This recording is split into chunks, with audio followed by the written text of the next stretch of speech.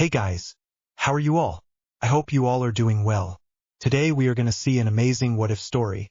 But before we start, it's just a humble request that if you are new here, please subscribe because it actually motivates me a lot to post more. Also, the stories on my channel are fully written by me, so if you have any suggestions for what-if stories, please let me know below the comment section. Now, without any further delay, let's start. What if Harry Potter inherited one for all quirk? Origin of the green spark. The sky over Surrey felt heavy enough to fall. Low clouds pressed down on the rows of neat houses, turning every front garden and parked car the same flat color. The air smelled like wet pavement and exhaust. Cars hissed past on the main road, tires rolling through thin lines of old rain. Harry pulled his cousin's oversized coat tighter around himself and shifted the plastic shopping bag in his grip. The handles dug into his fingers. Milk, bread, tins, Petunia's favorite tea. His hand was already red where the plastic had rubbed the skin raw. "Move it, Potter." Dudley's voice came from behind him, loud and smug. Harry did not need to turn to know the picture. Dudley in his school jacket, cheeks flushed, tie already loose. Piers and the others spread out beside him, shoulders wide, like they owned the pavement. Harry kept walking. Short steps. Head down. Do not answer. That was one of the few rules that kept the day quiet. A plastic bottle bounced off the back of his leg.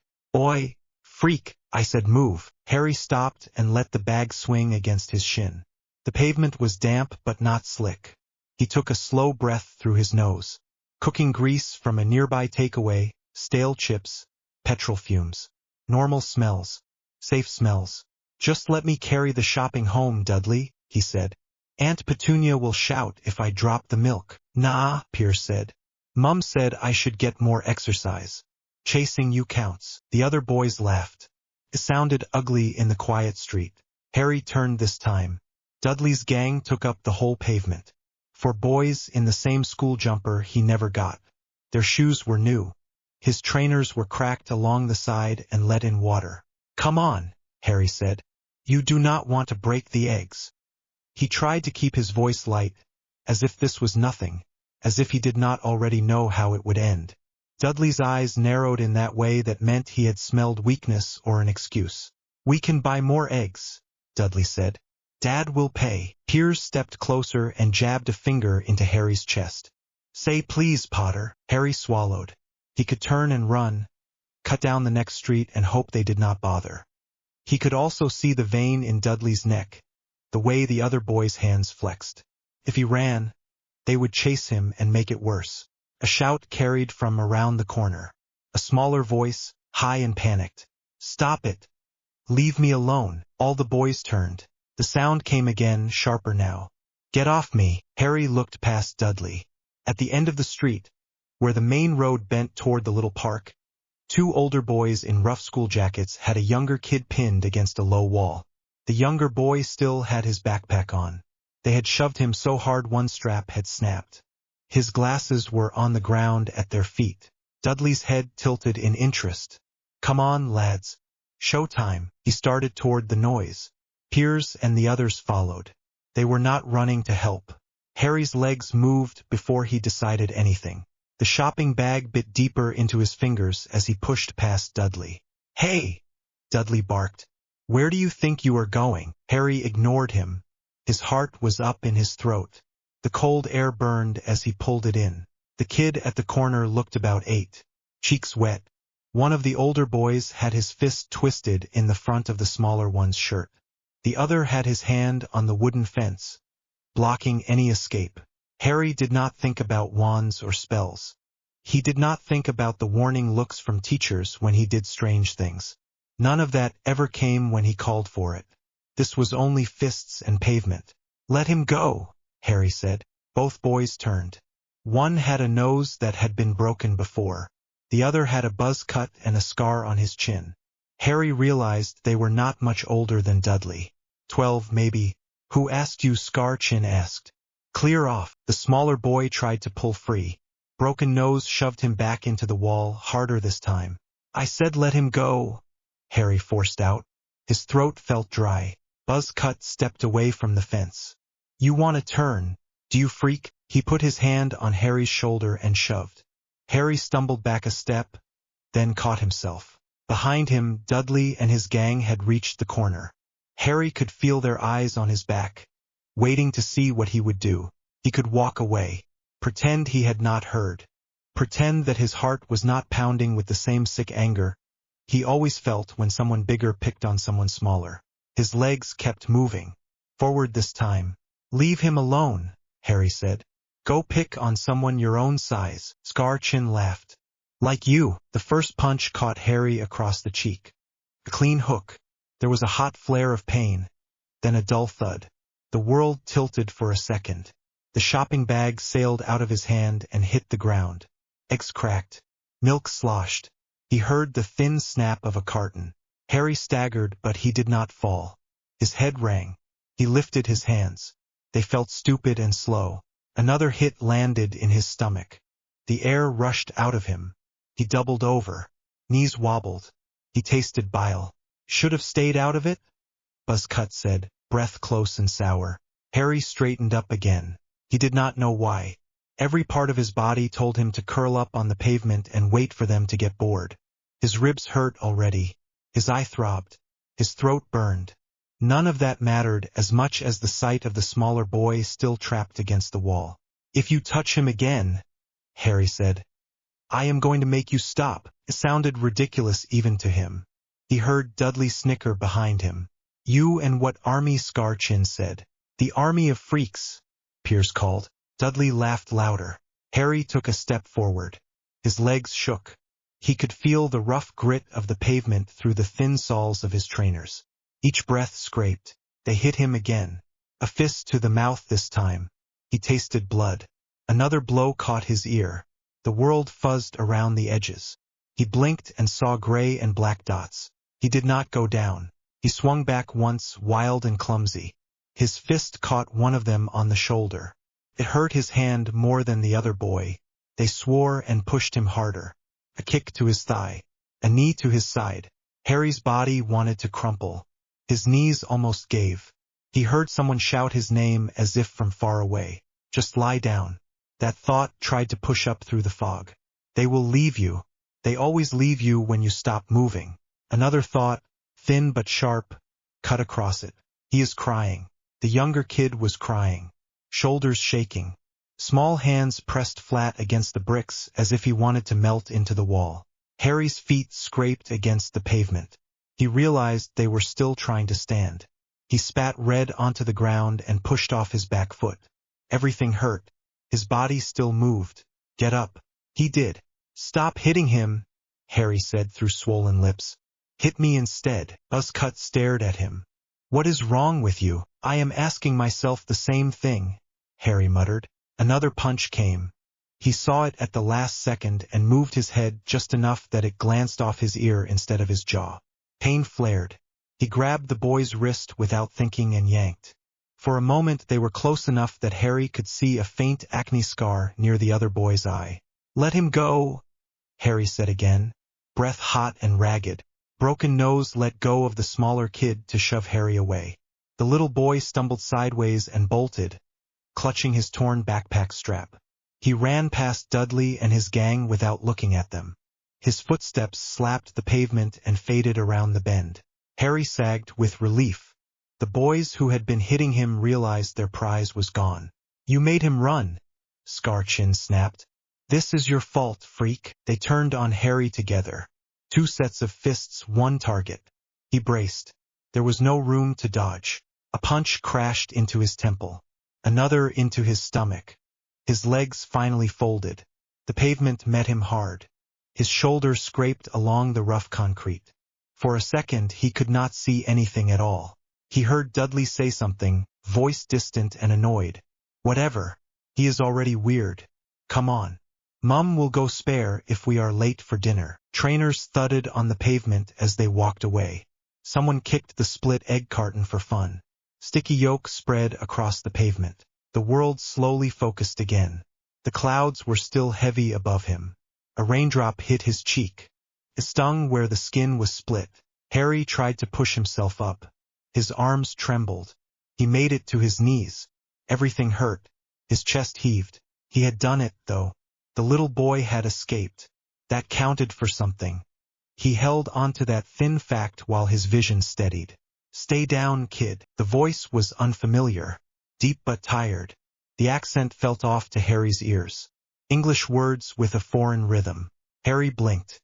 A tall, thin man in a trench coat stood a few steps away, just far enough to not seem like a threat. His hair was blonde, but most of it was flat and thin, pulled back from a face that looked like it had once been fuller. Now his cheeks were hollow. He held one hand pressed against his ribs, as if they hurt. Harry's first thought was that the man looked ill. His second thought was that his eyes did not match his body at all. The man's eyes were sharp and bright, focused on Harry with a strange mix of worry and something like pride. "I am fine," Harry said, even though his body disagreed completely. "I need to pick up the food. Aunt Petunia will." His voice broke. He coughed and tasted more blood. The man stepped forward with careful, slow movements and crouched beside him. Up close, Harry saw that his clothes were neat but a little worn at the edges. There were faint scars along his jaw. His smile was small, not the wide grin Harry expected from someone with that kind of bright gaze. "You are not fine," the man said. "You are hurt, but you are also standing up when any normal 10-year-old would be out cold." Harry stiffened. "How do you know my age?" The man tilted his head, considering him. "I do my homework. I have been watching this neighborhood for a while." He raised his free hand at Harry's startled look. "Not in a creepy way, I promise." "That is exactly what a creepy bloke would say," Harry muttered before he could stop himself. The man gave a thin, breathy laugh that ended in a rough cough. He dug a handkerchief out of his coat and turned his head away as his shoulders shook. When he pulled the cloth back, there was a dark stain on it. He folded it quickly and hid it in his pocket. Harry stared. "You should see a doctor. You should see a healer," the man replied smoothly. Harry froze. He had not said anything about magic. He had not said wizard or wand or Hogwarts. Normal people did not use the word healer. Slowly, Harry pushed himself fully into a sitting position. The man did not stop him. He just watched, eyes steady. "Who are you?" Harry asked. The man straightened up slightly and tugged at his coat, as if preparing for something. For a second, his posture changed. His back went straight. It was like watching someone pull on an invisible costume. "Tashinori Yagi," he said. "But some people in another country call me Allmight." Harry frowned. The name tugged at something in his mind. He remembered a clip he had seen once on the small telly in the kitchen when the news had been on and Vernon had left it playing for a moment before switching to a different channel. A huge man in a strange costume, grinning at cameras, standing in front of a smashed building. The headline had called him a foreign hero. "You are that man," Harry said slowly. "The hero one. The big one." Tashinori smiled again, but there was a sadness in it now. "I was. Once." He glanced at the smashed eggs and burst milk carton, then back at Harry. Rain dotted his shoulders. "I came here because of work," he said. "There were talks, meetings. Some people in your ministry are very stiff, you know that." "You know about the ministry," Harry said. His voice came out thin. "I know more than most people in your street," Tashinori said. "Enough to know that this is not only a normal neighborhood. Enough to know that a certain boy lives here. A boy who survived something no one else did." Harry's stomach lurched for a reason that had nothing to do with the punches. "You mean the scar?" His hand twitched toward his forehead on its own. Tashinori nodded. "I will not say the name of the one who gave it to you. That is your world's problem. Mine is different. My enemy is older, hungrier. I have fought him for many years. He has a power that steals from others. My power is the answer to that." Harry frowned. His head still hurt, and the man's words were coming too fast. "Power," he repeated. "You mean magic?" Tashinori shook his head. "Not magic. Not here. Where I come from, some people are born with gifts in their bodies. Strength, fire, speed. We call them quirks." Harry stared. His mind jumped to Dudley's gang, to teachers, to Petunia's hissed warnings about strange things. "You mean like being a wizard, but in your blood?" "Something close," Tashinori said. Your magic needs a wand. Our power needs a body. Both can be used to save or to hurt. He looked down at Harry's raw, scraped knuckles. You stood up for that boy with nothing but your body. I did not do a very good job, Harry said. The side of his face throbbed with every word. You did something important, Tashinori replied. Your legs moved before your brain had time to say no. You knew you would be hurt. You went anyway. He crouched again so they were at eye level. That is what I have spent my life looking for, he said quietly. Not a perfect body. Not a perfect mind. A heart that moves first, even when it is small and tired and scared. Harry could not look away. The rain had started to fall harder now, tapping on the pavement, dampening Tashinori's thin hair. Harry shivered. I am not special, he said. I just hate bullies. That is enough, Tashinori said. Hate for the right thing. Movement in the right direction. That is where heroes start. The word made Harry flinch. He had seen it written about himself in papers he was not meant to read. Harry Potter, some headline would say. The boy who lived. As if he had done anything but cry. I am not a hero, he said. I could not even fight back properly. You got up, Tashinori said. Again and again. You put your body between a weaker child and pain. You did not care that the odds were ugly. You did not wait for a teacher or someone bigger. That is more than most adults manage. He paused. Tell me something, Harry. Have you ever wished you could do more than this? Harry laughed. A short, harsh sound that hurt his ribs. All the time. I wish I could snap my fingers and make Dudley float away. I wish I could punch a wall and it would scare Uncle Vernon so much he would never shout again. I wish, he trailed off, saying it felt silly, dangerous.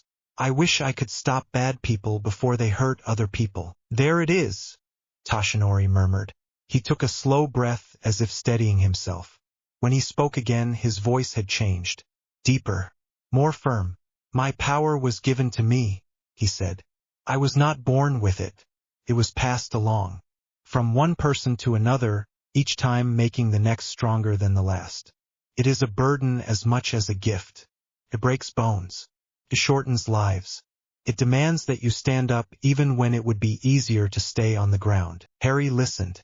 The rain pattered around them. The street was almost empty now. Dudley and his friends had long since gone. The little boy was safe somewhere, hopefully already home. Why are you telling me this? Harry asked. Because, Tashinori said, I do not have much time left. The fight with my enemy took most of what I had. I am only a shadow of the man you saw on that news clip. I can still stand in the sun for a while, but I cannot keep holding the line alone. I came here to seek help from your ministry, but your world moves slowly. Fear and secrets make people cling to their own power. They talk. They plan. Meanwhile, evil acts. He looked straight into Harry's eyes. So I have decided to follow my own judgment, he said. I have watched you for some weeks. I saw how your relatives treat you, how you handle it. I saw you share your last slice of bread with the neighbor's cat. I saw you carry that same shopping bag when no one else would lift a finger.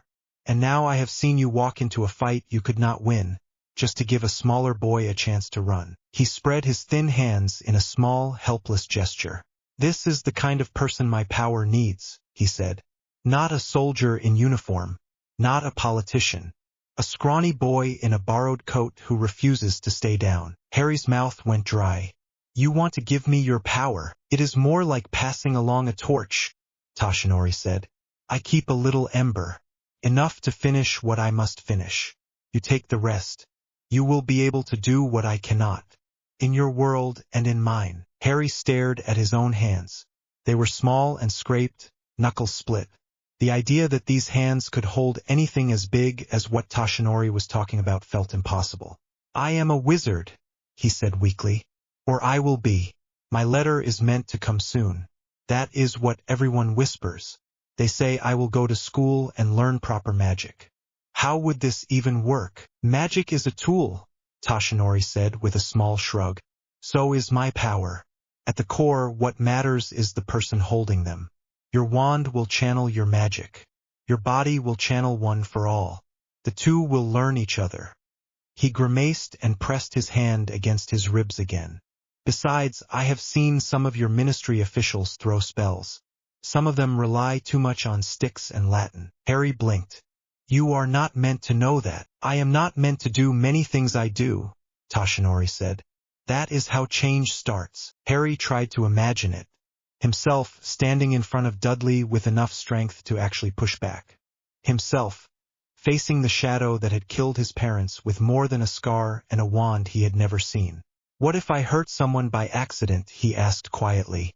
What if I cannot control it? You will, Toshinori said. You will train. You will sweat. You will break and heal and break again. You will learn where your line is and how far you can push it. And you will not do it alone. Because of you, Harry said. For a while, Toshinori agreed. Then, when your legs move without thinking, when you stand up in front of a threat no one else can face, you will not be thinking of me. You will be thinking of the people behind you. That is how it should be. Silence settled between them for a moment. Rain tapped gently on the plastic bag and the broken eggshells. Somewhere a car door slammed. Harry's heart thumped against his ribs. The idea of power still frightened him. Some part of him liked the thought of being able to stop Dudley's fist mid-swing, or push back when Uncle Vernon grabbed his collar. Another part saw Aunt Petunia's narrow eyes and heard her voice saying, Your parents were freaks. You will not be like them. He looked back at the man in front of him. Toshinori was thin, coughing, clearly in pain. Yet when he spoke about standing up to evil, there was a fire in his gaze that reminded Harry of the way Hagrid spoke about Hogwarts. Why me? Harry asked one last time. You must have other options. Older people. Stronger people. I met a boy once, Toshinori said softly. He was small and weak and scared, but when he saw danger, he ran toward it instead of away. My own teacher chose me because she saw that. I have carried that choice for many years. Now I see the same thing in you. He paused, then added, very gently, Harry, when you saw that boy against the wall, did you think about what would happen to you, or did you just move? Harry remembered the frozen second when he had heard the cry, the feel of the shopping bag handles cutting into his skin. The next thing he had known, his feet were already heading for the corner. I just moved, he admitted. Toshinori nodded once. That is my answer, he said. The rest we can figure out. Harry swallowed. His sore throat made it hard. If I say yes, what happens? Toshinori straightened again. The thin shoulders squared. The air around him seemed to change, like a storm was building under his skin. For a heartbeat, Harry saw the ghost of a much larger man standing in the same spot, tall and broad and shining. Then I give you one for all, Toshinori said. You will not feel it fully yet. Your body is not ready. We will have to prepare you so it does not tear you apart. It will be hard work. You will curse my name more than once. You will want to stop. But when you are ready, you will be able to stand where no one else can. Harry thought of the cupboard under the stairs, of long nights lying on his thin mattress, listening to the house creak, imagining someone walking in and saying, Come on, get up. There is more than this. He looked down at his bloody knuckles, at the cracked eggshells. I am already getting beaten up for nothing, he said slowly. I might as well get beaten up for something that matters. Toshinori smiled for real this time. The tired lines on his face did not vanish, but something bright pushed through them. That, he said, is the spirit of a true hero. Harry's stomach fluttered, half fear, half something else. So how do we do this weird power transfer thing? He asked. Do you wave a wand? Do I have to stand in a circle and chant? Toshinori scratched the back of his head, suddenly sheepish. This is the part that is a bit unpleasant. Unpleasant how? I have to give you a piece of my DNA, Toshinori said. You have to swallow it. Harry stared. Swallow it? Yes. Like what? Blood. That sounds disgusting. And possibly illegal. Hair, Toshinori said quickly. Just hair. Harry slowly wiped a trickle of blood from his lip with the back of his hand. You came all the way to England to make some kid eat your hair. When you say it like that, it sounds ridiculous, Toshinori muttered. It is more serious than that. This is a sacred passing of duty. A generational promise. Harry could not help it. A laugh bubbled up, raw around the edges. It hurt his ribs, but it felt good. Fine, he said. Give me the stupid hair. Toshinori blinked at him, then chuckled too. A thin sound that ended again in a cough. He plucked a short, pale strand from his head and held it out between two fingers. Harry stared at it. He had eaten worse things at the Dursleys' table when Petunia had not cleaned the plates properly. He still pulled a face. If this kills me, I am going to haunt you, he said. I would expect nothing less, Toshinori said. Harry took the hair, put it in his mouth and swallowed. Felt like nothing much at all. Just a scratch and a swallow. No sudden lightning, no burst of song. He waited. So, he said after a moment. Any second now. I turn huge and shout a lot. Sorry to disappoint you, Toshinori said. The power is not a light switch. It is a seed. It will settle into you. Your body needs to grow strong so it can carry it without breaking. We start that part tomorrow. He glanced down at the ruined shopping bag.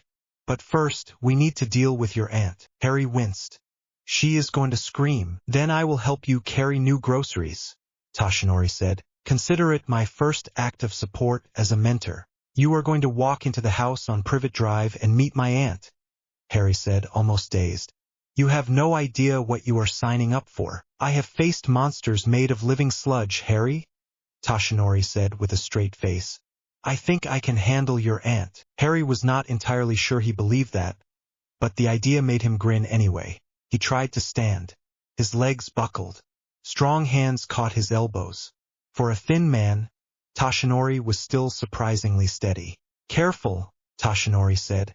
You took quite a beating. We will patch you up and then talk more. You should not push the new power on top of bruised ribs. Harry blinked. You can already feel it in me. Toshinori hesitated, then nodded. It is faint, like a tiny spark. But yes, it is there. Harry closed his eyes for a moment.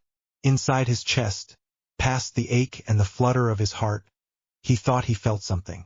Not heat exactly, more like the quiet pressure of a hand on his shoulder, steady and solid. He opened his eyes again. Okay, he said. What do we do first? First we get you home and wrapped in something that is not that coat, Toshinori said. Tomorrow morning, meet me at the old dumping ground near the park. The one with all the broken furniture. Harry knew the place. A strange corner of scrubland where people left old sofas and rusted bikes when they did not want to pay for proper disposal. Aunt Petunia hated it and called it an eyesore. I am not sure they will let me out, Harry said. Not if I come back late. Then tell them a neighbor kept you to help with some heavy lifting, Toshinori said. It is not even a lie. I will walk with you. Adults make things sound less suspicious. Harry snorted. You have not met Uncle Vernon. Then this will be a test, Toshinori said. Heroes learn to face difficult people early. They gathered the shopping bag together as best they could. The eggs were beyond saving. The milk had burst and leaked across the pavement. Toshinori took the damaged carton and tossed it into a nearby bin. He handed Harry a folded note from his coat pocket. For replacements, he said. I am not letting you go home empty-handed after that mess. Harry stared at the money. Are you sure? Harry, Toshinori said.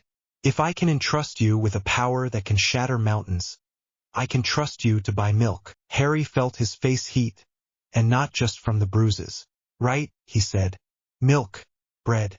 Try not to get arrested by the neighborhood watch. I will be careful, Toshinori said. They walked together to the corner shop. Toshinori kept a little behind Harry, as if he did not want to crowd him. The bell over the door chirped when they entered. The woman at the counter glanced up, eyed Harry's bruises, and then looked quickly away. Harry pretended he did not see her do it. They left with fresh milk and eggs and a few extra things Toshinori insisted on, like biscuits and a tub of cheap ice cream. For after training, he said when Harry protested. Food is fuel. Your body will need it. By the time they reached Privet Drive, the clouds were beginning to thin. A dull edge of pale light pushed at the rim of the horizon. Toshinori stopped just before the house. Number 4 sat there as always. Clean path. Trim hedge. Curtains twitching. I will not come inside, Toshinori said. Not today. This is your ground. I do not want to make things worse by walking in uninvited. Harry let out a slow breath. They will not like that I am late. They also will not like that you exist, Toshinori said bluntly. You cannot live your life trying to shrink so small they forget you. Not anymore. Harry swallowed. The idea was terrifying and a little thrilling. I will see you tomorrow, Toshinori said. At the dumping ground. Dawn if you can manage it. I will be there, Harry said. He meant it. Even if he had to sneak out. Even if he had to climb out of his bedroom window. Toshinori gave a small nod, then turned away, shoulders hunched again, as if he was just a tired man taking an evening walk. Harry watched him until he turned the corner, then squared his shoulders and walked up the path. The front door opened before he could touch the handle. Petunia loomed in the gap, lips pinched, eyes sharp. Where have you been? She demanded. Look at the time. And what have you done to your face? I tripped, Harry said quickly. The bag split. A man from down the road helped me buy more. I did not want the milk to go off. He lifted the bag as proof. Petunia's eyes flicked to the logo on the carton, then back to his bruises. For a second, concern almost flickered there. It died just as fast, smothered by habit. Get in, she snapped. And do not drip on the floor. Harry stepped inside. The familiar smell of cleaning products and overcooked vegetables hit him. The house felt even smaller than usual. Vernon grunted from the sitting room. Dudley sat on the sofa, cheeks full of crisps, eyes on the telly. He glanced up once, saw Harry's face, and smirked. Nice look, Potter, he said. Harry did not answer. He put the shopping away under Petunia's sharp instructions, then retreated to his cupboard as soon as she let him. He lay on his thin mattress, every bruise making itself known now that the movement had stopped. His knuckles throbbed. His head pulsed in time with his heartbeat. Under all the pain, something else hummed. It was faint, like a small engine idling. A quiet pressure under his skin. When he focused on it, his chest felt tight. Not in a bad way. More like being on the edge of a big decision. He pressed a hand over his sternum and took a slow breath. Okay, he whispered into the dark. Okay. The next morning came early. Gray light filtered through the tiny vent in the cupboard door. Harry slipped out of bed before the alarm clock in the hall went off. He eased the cupboard open, careful not to creak the hinges, and padded down the hall. Petunia's alarm had not rung yet. Vernon snored from the bedroom. Dudley's room was quiet. Harry's heart hammered as he eased the front door open and slipped outside. He had never left the house this early without permission. Cold air slapped his face awake. He drew his thin coat tighter and headed toward the park. The dumping ground sat behind the swings, where the council land turned into scrub. Old sofas with ripped cushions leaned against a cracked wall. Rusted bikes lay on their side. A fridge door hung open, empty and stained. Toshinori stood there, hands in his coat pockets, looking strangely at home in the mess. His breath puffed in the cold. You made it, he said. You said dawn, Harry replied. This is as close as I could get without Petunia seeing. That is more than enough, Toshinori said. Welcome to your training ground. Harry took in the rubbish. What exactly are we doing here? Lifting sofas. Yes, Toshinori said simply. And dragging them, and clearing this whole place until it looks like a proper stretch of land. Your body is not ready for the full weight of one for all. We need to build you up in a way that does not draw attention. If anyone asks, you are just a helpful boy cleaning up a mess. Harry looked at his thin arms. You think I can clear all of this? Not today, Toshinori said. Not this week. But over time, yes. And when your arms shake and your lungs burn, you will remember why you are doing it. You are preparing to carry a light that will keep a lot of people alive. Harry rolled his shoulders. They still ached from the previous day's beating. The new, quiet energy under his skin answered with a small buzz, as if eager. Right, he said. Where do we start? Old sofa first, Toshinori said, pointing. Push it to that side. No quirk, no magic. Just you. Harry walked up to the sofa. The fabric smelled damp and moldy. He planted his feet, bent his knees the way PE teachers always said, and shoved. Nothing happened at first. Then the sofa scraped forward a few centimeters. Grit ground under the legs. Harry's muscles screamed. He gritted his teeth and pushed again. Behind him, Toshinori watched, hands still in his pockets. Harry could feel his gaze, steady and approving, not mocking. Every time he wanted to stop, he thought of the boy against the wall. He thought of Dudley's laugh. He thought of the quiet hum in his chest and what it could become. He kept pushing. By the time the sun had fully climbed over the rooftops, sweat soaked his shirt despite the cold. His arms shook. His fingers felt numb. The dumping ground looked slightly less chaotic. A path had opened through the rubbish. Toshinori finally lifted a hand. That is enough for today. Harry let himself sag onto a cleared patch of ground. His lungs burned. His legs trembled. He felt terrible and strangely satisfied. This is only day 1, Toshinori warned. It will get harder. We have to prepare you not only for strength but for control. A sloppy hero is as dangerous as a villain. Harry nodded, too tired to speak.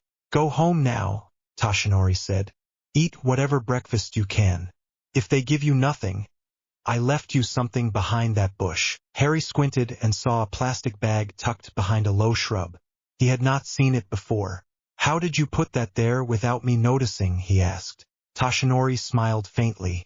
Experience. Harry dragged himself to his feet, fetched the bag, and peeked inside. Bread, fruit, a couple of protein bars in bright wrappers. His chest tightened. Thank you. Thank me by coming back tomorrow, Toshinori said. And by not telling anyone about this yet. Your world is not ready for what you will become. My world already thinks I am a freak, Harry muttered. Then we will show them another word, Toshinori said. Symbol. Harry did not fully understand, but the way he said it made a small hope curl warm in his stomach. He walked home with the bag hidden under his coat. The morning rush had started. Cars moved along the main road. A dog barked behind a fence. Normal life carried on, unaware that anything had changed. 2 days later, the first letter arrived. Harry found it on the doormat when he came back from an early session at the dumping ground. The envelope was thick and creamy, his name written in neat green ink. Mr. Harry Potter, the cupboard under the stairs, 4 Privet Drive, Little Whinging, Surrey. His fingers shook as he turned it over. The wax seal pressed into the back showed a coat of arms with a lion, a snake, a badger, and a bird. Inside his chest, the quiet hum of One for All answered with a low, steady pulse. Wizard, vessel. 2 worlds waited on the other side of that door. Harry drew a breath that hurt a little from tired lungs, held the letter tight, and knocked on the kitchen door. Aunt Petunia, he called. I have mail. Outside, the clouds began to thin. For the first time in a long while, a small strip of clear sky showed through the gray. By Halloween, Harry had figured out one thing for sure. Hogwarts loved his scar more than it liked his magic. Spells slipped out of his wand like they had been dipped in treacle. Sometimes they flared, too strong for a second, then died. Sometimes they fizzled on his wand tip and went nowhere at all. The other first years got a neat swish and flick. Harry got sparks, smoke, and the occasional worrying bang. The castle did not care. It stayed tall and strange and alive around him. Stairs moved. Portraits muttered. Ghosts drifted like it was the most normal thing in the world.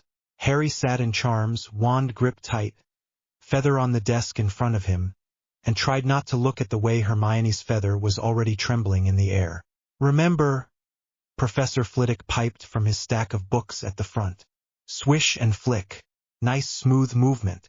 Enunciation matters. Hermione's hand shot up. Professor, is it true that wand movement can be adjusted to account for personal core turbulence? There was a tiny pause. Most of the class stared at her.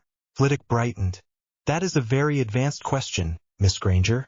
But yes, there are cases where unusual core behavior requires adjustments. That is more mastery-level work, however. Hermione lowered her hand, cheeks pink but pleased. Harry forced himself to breathe.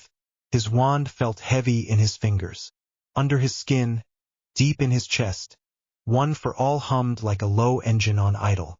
Toshinori had called it a seed. It did not feel small. It felt like someone had tucked a storm behind his ribs and put a lid over it. Wand work and the storm did not get along. Go on then, Ron muttered from the next desk. Show us how it is done, mate. Watch me blow up the feather, Harry muttered back. He lifted his wand. Swish, flick, Wingardium Leviosa. His magic pushed out, and the storm inside him twitched in the same direction. The two flows tangled for a second. The feather jumped, shot straight up a few centimeters, then burst into a mess of loose fluff that floated everywhere. A few specks of ash dropped onto Harry's parchment. Whoa, Seamus said in front of him. Remind me not to stand under you when you try that again. Neville ducked, swiping stray bits of feather from his hair. Draco Malfoy snorted from further down the row. Look at that. The famous Harry Potter cannot even lift a feather without blowing it up. Maybe the magic that saved you used itself up. A couple of Slytherins snickered. Crabbe and Goyle smirked like it was their job. Harry's jaw clenched. His wand hand shook just a little. He wanted to tell Draco that he could probably punch a hole in the table if he really wanted to. He wanted to describe the way his muscles now remembered the hours of shoving old sofas until his arms shook. Allmight's voice echoed in the back of his mind instead.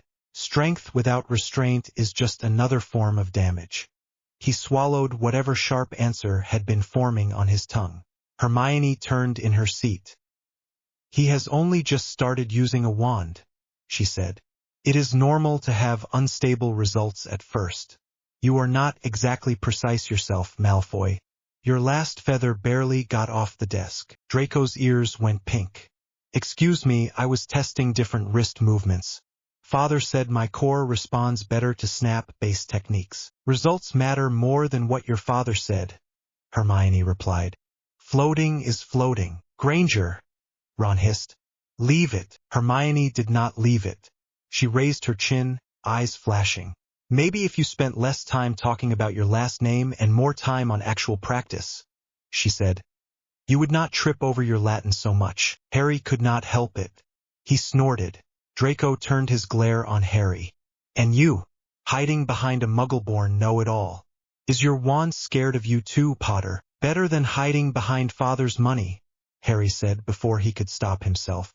At least Hermione earned her skills. Ron made a small impressed sound, like a kettle starting to boil. Flitwick clapped his hands once, loudly. All right, let us focus on the feathers and not on family names, please.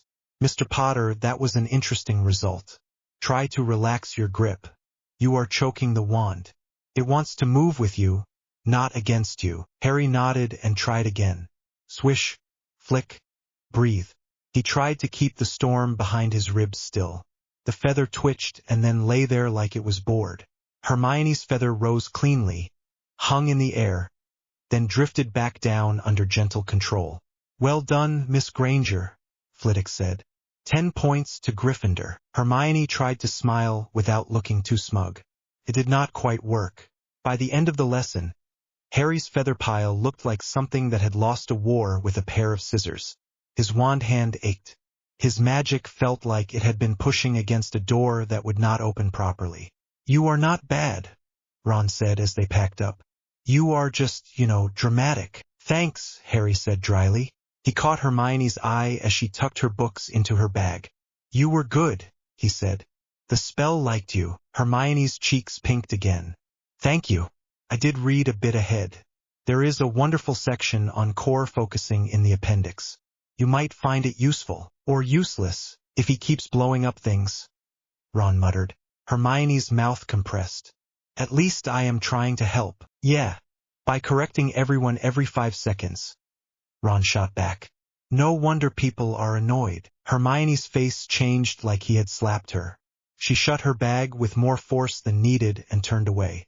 I am just trying to make sure people do not hurt themselves, she said, voice tight. Some of us did not grow up hearing about magic every day. Ron opened his mouth again. Harry saw the next words forming and stepped forward. Ron, he said quietly. Ron stopped. He huffed, looked guilty for half a second, then shrugged it off. Hermione walked out of the classroom with her back stiff.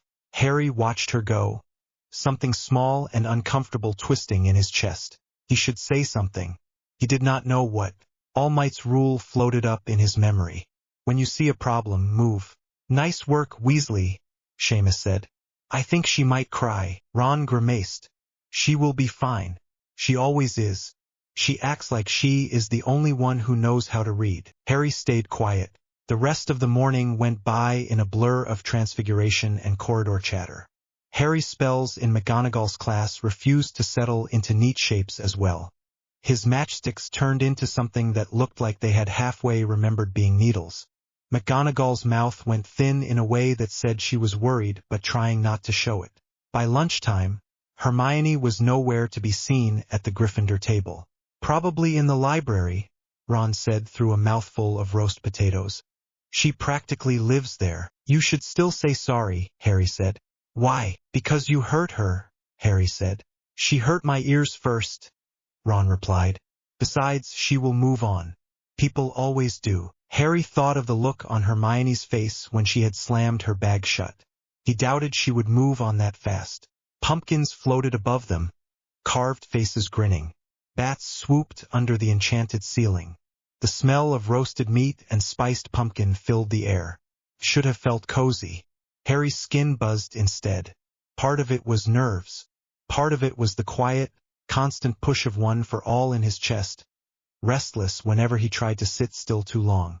He wondered what Almight was doing right now. Tashinori had left for Scotland after Harry boarded the Hogwarts Express. They had met once at King's Cross. A quick exchange of a nod and a whispered reminder. You are not alone in this, even when you feel like it.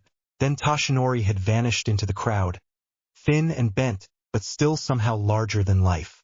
Harry swallowed another mouthful and tried not to think about how much easier it had been to push sofas than to convince his magic to listen. The evening feast rolled on. Laughter rose and fell. Fred and George sent little paper bats swooping at Lavender and Parvati, who squealed and swatted at them. Percy strutted up and down near the first years, fussing over their table manners like he was already practicing for some future job at the ministry. Keep your tie straight, Ron, he said. We represent the family here. Ron rolled his eyes and deliberately slouched. Harry scanned the tables again.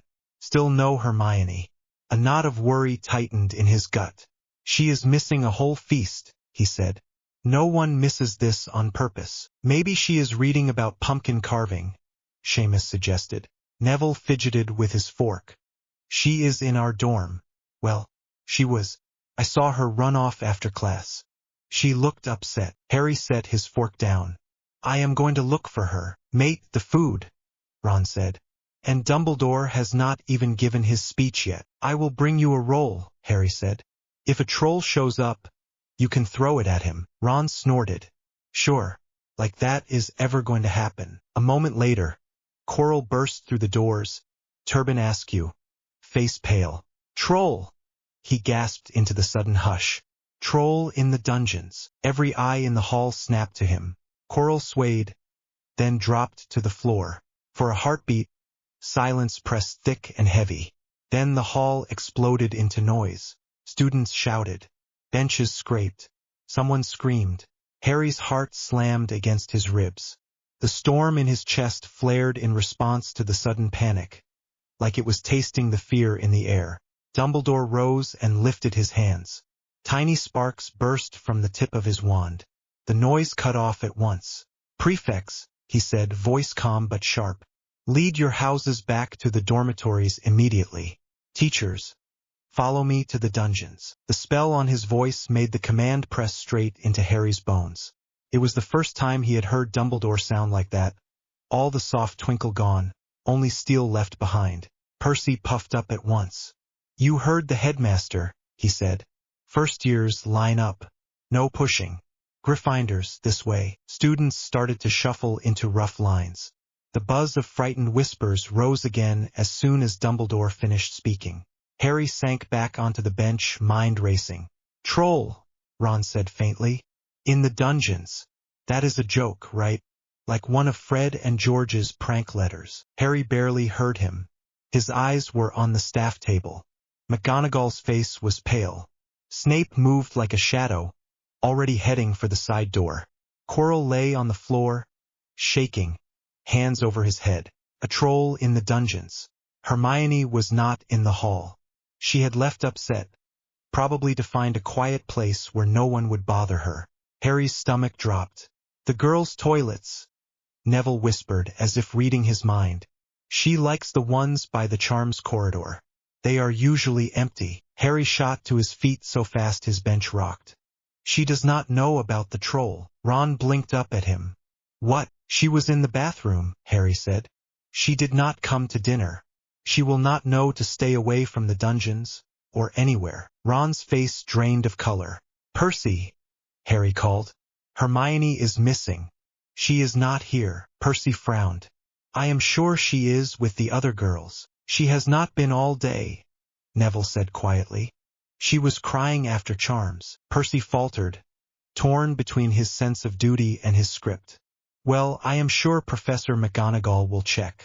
The teachers will handle it. We must do as we are told. Harry thought about sitting back down and trusting that. He really did.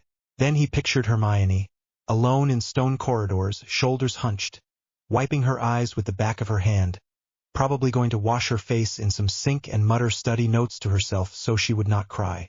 He remembered the smaller boy against the wall in Surrey. The look in his eyes when he realized no help was coming. Move. Harry grabbed Ron's sleeve. Come on, Ron sputtered. What are you doing? We are going to find her, Harry said. That is mental, Ron hissed. There is a troll. A real one. You heard Quirrell. Exactly, Harry said. And she does not know that. He tugged again. Ron swore under his breath and stumbled up. Percy will kill us, he muttered. Not if the troll does first, Harry said. Comforting, Ron said weakly.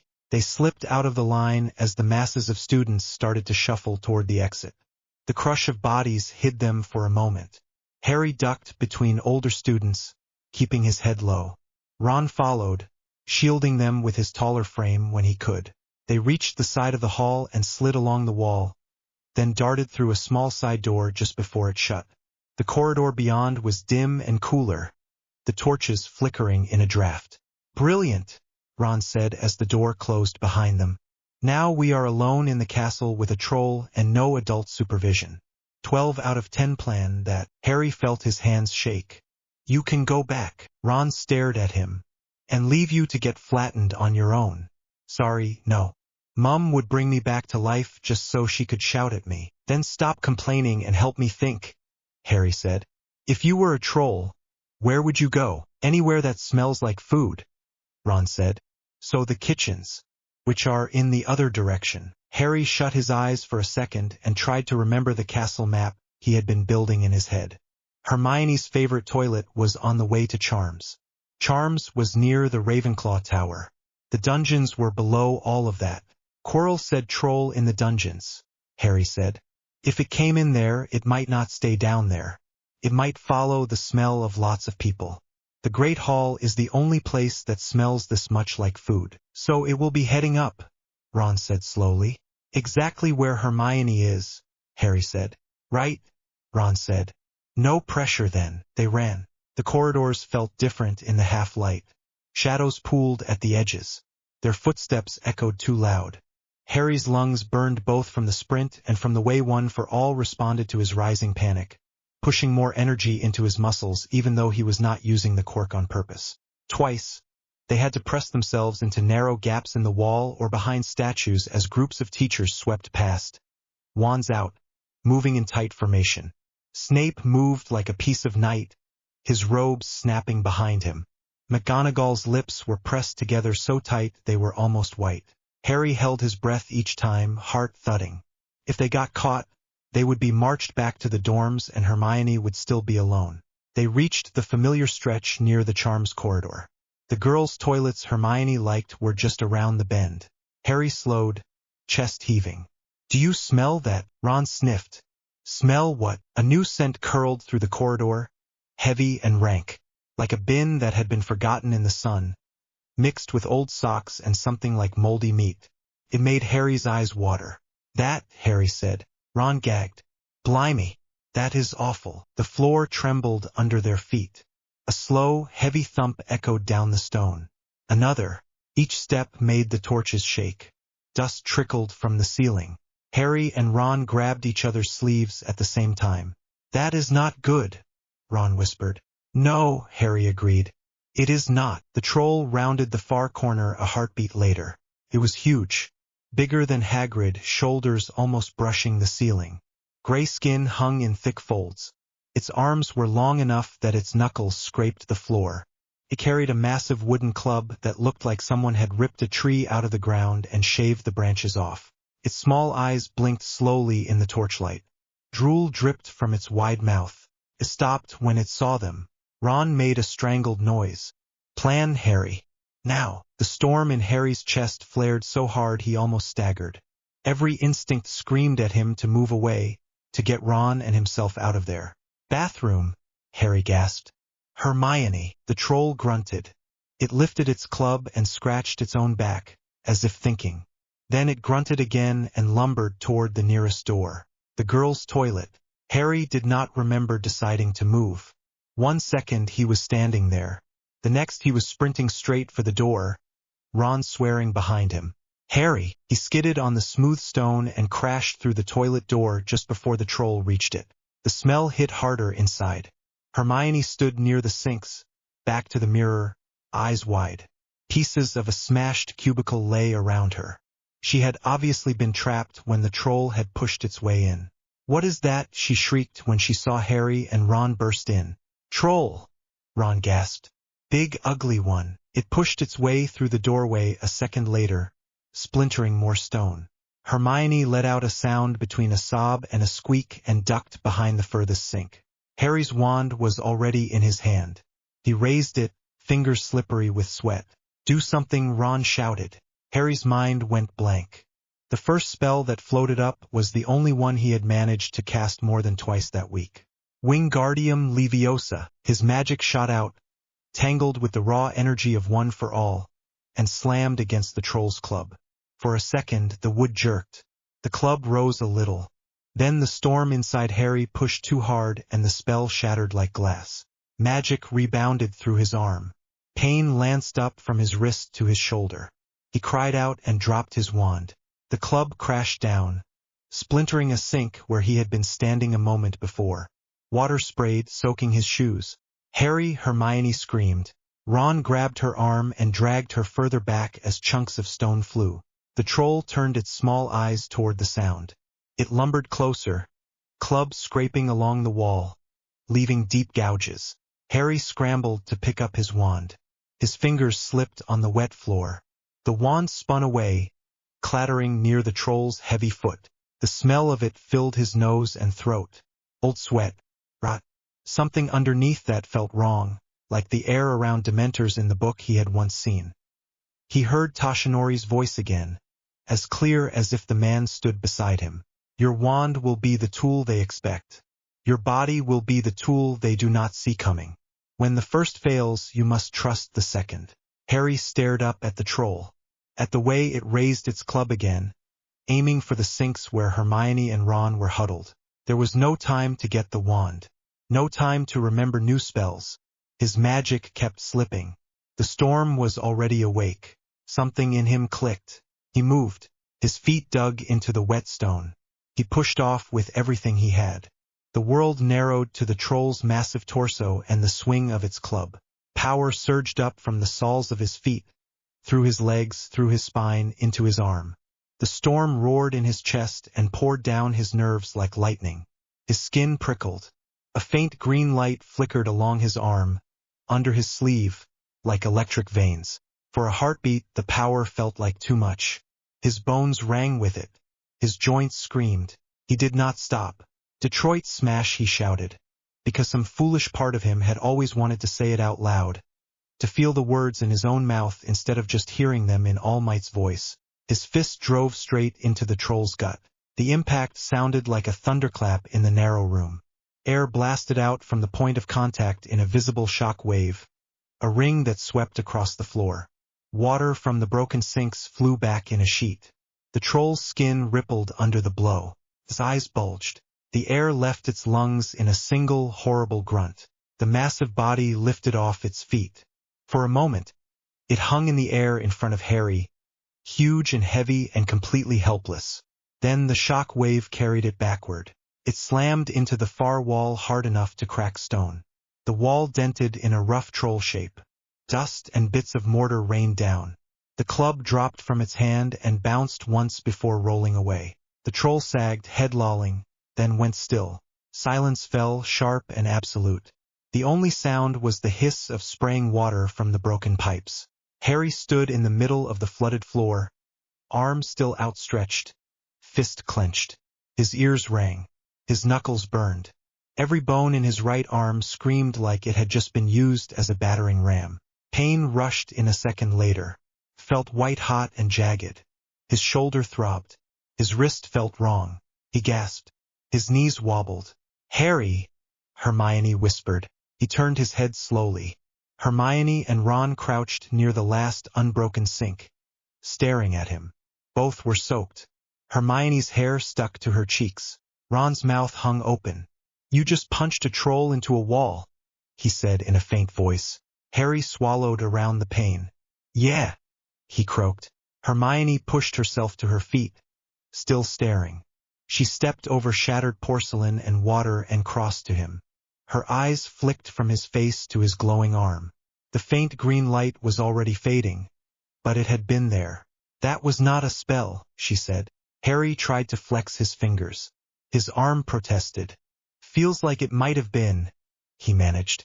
"My bones disagree. That was not a spell," Hermione repeated, more forceful. "No wand movement, no incantation, no visible external magic. The force you generated was... it was physical." Her voice shook, not with admiration but with a kind of horrified fascination. "What are you?" she whispered. The word hit harder than Draco's earlier insult. Harry's chest tightened. He wanted to say he was just Harry. Just a boy who kept getting into trouble he did not ask for. Just someone who had stumbled into a quirk that did not belong in this world. Footsteps pounded in the corridor outside. Shouts. Ron jolted like he had been woken up. "Teachers," he hissed. "We are dead." Harry's legs finally gave up. He sagged. Hermione grabbed his good arm with surprisingly strong hands and helped him stay upright. The bathroom door slammed open. McGonagall burst in first, wand out. Snape was right behind her, robes swirling. Quirrell lurked in the doorway, eyes wide, face paler than ever. Dumbledore came a step after them, slower, gaze sharp and taking in everything at once. For a second, the four adults just stared. The troll, limp and embedded in cracked stone. The shattered sinks. Water pooling on the floor. 3 first years in the middle of it, soaked and shaking. Harry's right arm hung at an odd angle, already swelling. McGonagall's face did something Harry had never seen before. Fear, then anger, then a kind of tight relief. "What were you thinking?" she demanded, voice sharp as snapped glass. "A troll. You could have been killed. All 3 of you." Harry opened his mouth. Nothing came out. His throat felt dry. "Professor," Hermione said, words tumbling over each other. "It is my fault. I got upset after Charms. I was not nice. I came here and I was crying and I was not at the feast, so I did not hear about the troll, and they came to warn me, and then the troll came in and I did not know what to do." And Harry, she faltered and looked at him again, like she did not know how to describe what had just happened. "Potter attacked the troll," Snape said flatly. His eyes moved from the dent in the wall to Harry's arm. There was something calculating in his gaze that made Harry's skin crawl. "With what exactly, I wonder?" "With his wand, obviously," Ron said without thinking. "He tried levitation. It did not work. Then he, tackled it. Sort of, McGonagall said in disbelief. "Mr. Weasley, this is not a Quidditch practice report." Dumbledore stepped forward, the water parting around his boots. His eyes went to the wand on the floor near the troll's foot. He flicked his own wand and Harry's wand flew into his hand. "Harry," Dumbledore said gently, "are you in pain?" Harry swallowed. "Yes, sir. Very much so, judging by that arm," Dumbledore said. Madame Pomfrey will see to it at once. He turned his head slightly. Severus, if you would be so kind as to see that our guest is secured and moved to an appropriate location. Minerva, escort Mr. Weasley and Miss Granger to my office. We will talk after they have warmed up and had some tea. Snape's mouth tightened. Of course, Headmaster. McGonagall gave Harry one last look that was equal parts fury and worry, then shepherded Ron and Hermione toward the door with quick, stiff gestures. Hermione glanced back over her shoulder. Their eyes met for a second. Harry saw too many things in her gaze. Fear, curiosity, guilt about the way she had spoken earlier. Then she was gone. Quirrell crept closer to the troll, making little distressed noises. Snape moved with crisp efficiency, wand flicking to conjure thick chains around the troll's arms and legs, just in case Harry's blow had not finished it. Dumbledore set a hand lightly on Harry's good shoulder. "Can you walk, my boy?" he asked. Harry nodded, then winced as the movement jostled his bad arm. "Probably not well. Then I will lend a hand," Dumbledore said. The hand on Harry's shoulder was gentle but firm. As they walked out of the ruined bathroom, Harry felt the headmaster's magic like a warm pressure in the air. It was not the same as One for All. It was older, softer on the surface but deep in a different way. They moved through the corridor, past the line of cracked stone where the troll had been dragged free. Harry caught a glimpse of Snape's eyes following them, dark and intent. Madame Pomfrey did not need an explanation when they reached the hospital wing. One look at Harry's arm and she tooted so sharply that even Dumbledore flinched. "Trolls," she muttered as she guided Harry to a bed. "Always trolls. First years should not be anywhere near them. I told Minerva the last time this school had a troll problem that nothing good would come of it." "What happened the last time, Madame Pomfrey?" Dumbledore asked mildly. "Someone decided it would be a good idea to bring one in as security," she snapped. "I am still not convinced it was not a prank gone wrong." Harry lay back on the bed as she fussed over his arm. Pain medicine, diagnostic spells, a firm lecture about not doing stupid things with his limbs. Through it all, Dumbledore stood at the foot of the bed, hands folded, blue eyes thoughtful over the top of his half-moon spectacles. When Madame Pomfrey finally stepped away to fetch a potion from the cupboard, Dumbledore moved closer. "Harry," he said quietly, "I would like you to tell me, in your own words, what happened." Harry's mouth went dry again. He thought about lying. He thought about saying the levitation charm had worked, that the troll had tripped over its own club, that the dent in the wall had been some fluke. He remembered Tashinori's warning. The wrong person knowing about One for All could bring the wrong kind of attention. Quirk-based theft, obsession, fear. He also remembered the way Dumbledore had looked at him during the feast, eyes kind and distant, like he was both there and somewhere else at the same time. Like a man who carried more secrets than any one person should. "I dropped my wand," Harry said slowly. The spell bounced. I could not get it back in time. The troll was going to hit Ron and Hermione. I could not let that happen. "What did you do instead?" Dumbledore asked. Harry looked down at his bandaged arm. Madame Pomfrey had already started wrapping it in sturdy white cloth that glowed faintly with healing magic. Beneath that, he could still feel the echo of the storm. One for All was quiet again, but not gone. "I hit it," Harry said. "With your hand," Dumbledore said. It was not a question. "Yes, sir," Harry said. "And the force that threw it back like that," Dumbledore said. "Was that you?" Harry did not answer right away. He stared at the sheets instead. "I do not know what you want me to say," he said in a low voice. "If I say no, I am lying. If I say yes, you will think I am some sort of weapon." Again, the word slipped out without him meaning to. Again, Dumbledore's eyes softened. "I do not think of you as a weapon, Harry." Harry lifted his gaze. "The scar says otherwise." There was a beat of silence. Dumbledore looked older in that moment, the lines around his mouth deeper. "You are right," he said quietly. "Your scar was the result of a war you did not choose. Many adults in our world have put meaning on it that it was never meant to carry. That is partly my fault. I should have pushed harder to shield you." Harry blinked. He had not expected that. "As for tonight," Dumbledore went on, "what I saw was not a weapon. It was a boy who refused to let his friends die. The means were unusual, certainly. His eyes narrowed slightly. The aura around you was not like any spell I know. Harry's chest tightened. I did not cast a spell. No, Dumbledore said. You did not. Their eyes met. For a second, Harry had the strange feeling that the headmaster could see straight through his skin. Layers of bone and muscle peeled back, down to the small, glowing spark at his core. Harry, Dumbledore said softly, this is not the first time your magic has behaved strangely, is it? Harry swallowed. No, sir. Would you like to tell me why? There it was. The fork in the road. Allmight's trust on one side, Dumbledore's concern on the other. Harry felt like he was standing between two waves, unsure which would break first. He thought of Tashinori, coughing into a handkerchief after giving a speech. He thought of the hard light in the man's eyes when he talked about evil that ate quirks. He thought of the way Tashinori had spoken about secrecy as a shield, not a prison. You decide who to trust, he had said. Not me. You. Harry took a breath that made his sore ribs ache. Something happened before Hogwarts, he said quietly. In Surrey. I got in a fight. Dumbledore's eyebrows rose. A fight. Some boys were hurting a younger kid, Harry said. I tried to stop them. It did not go well.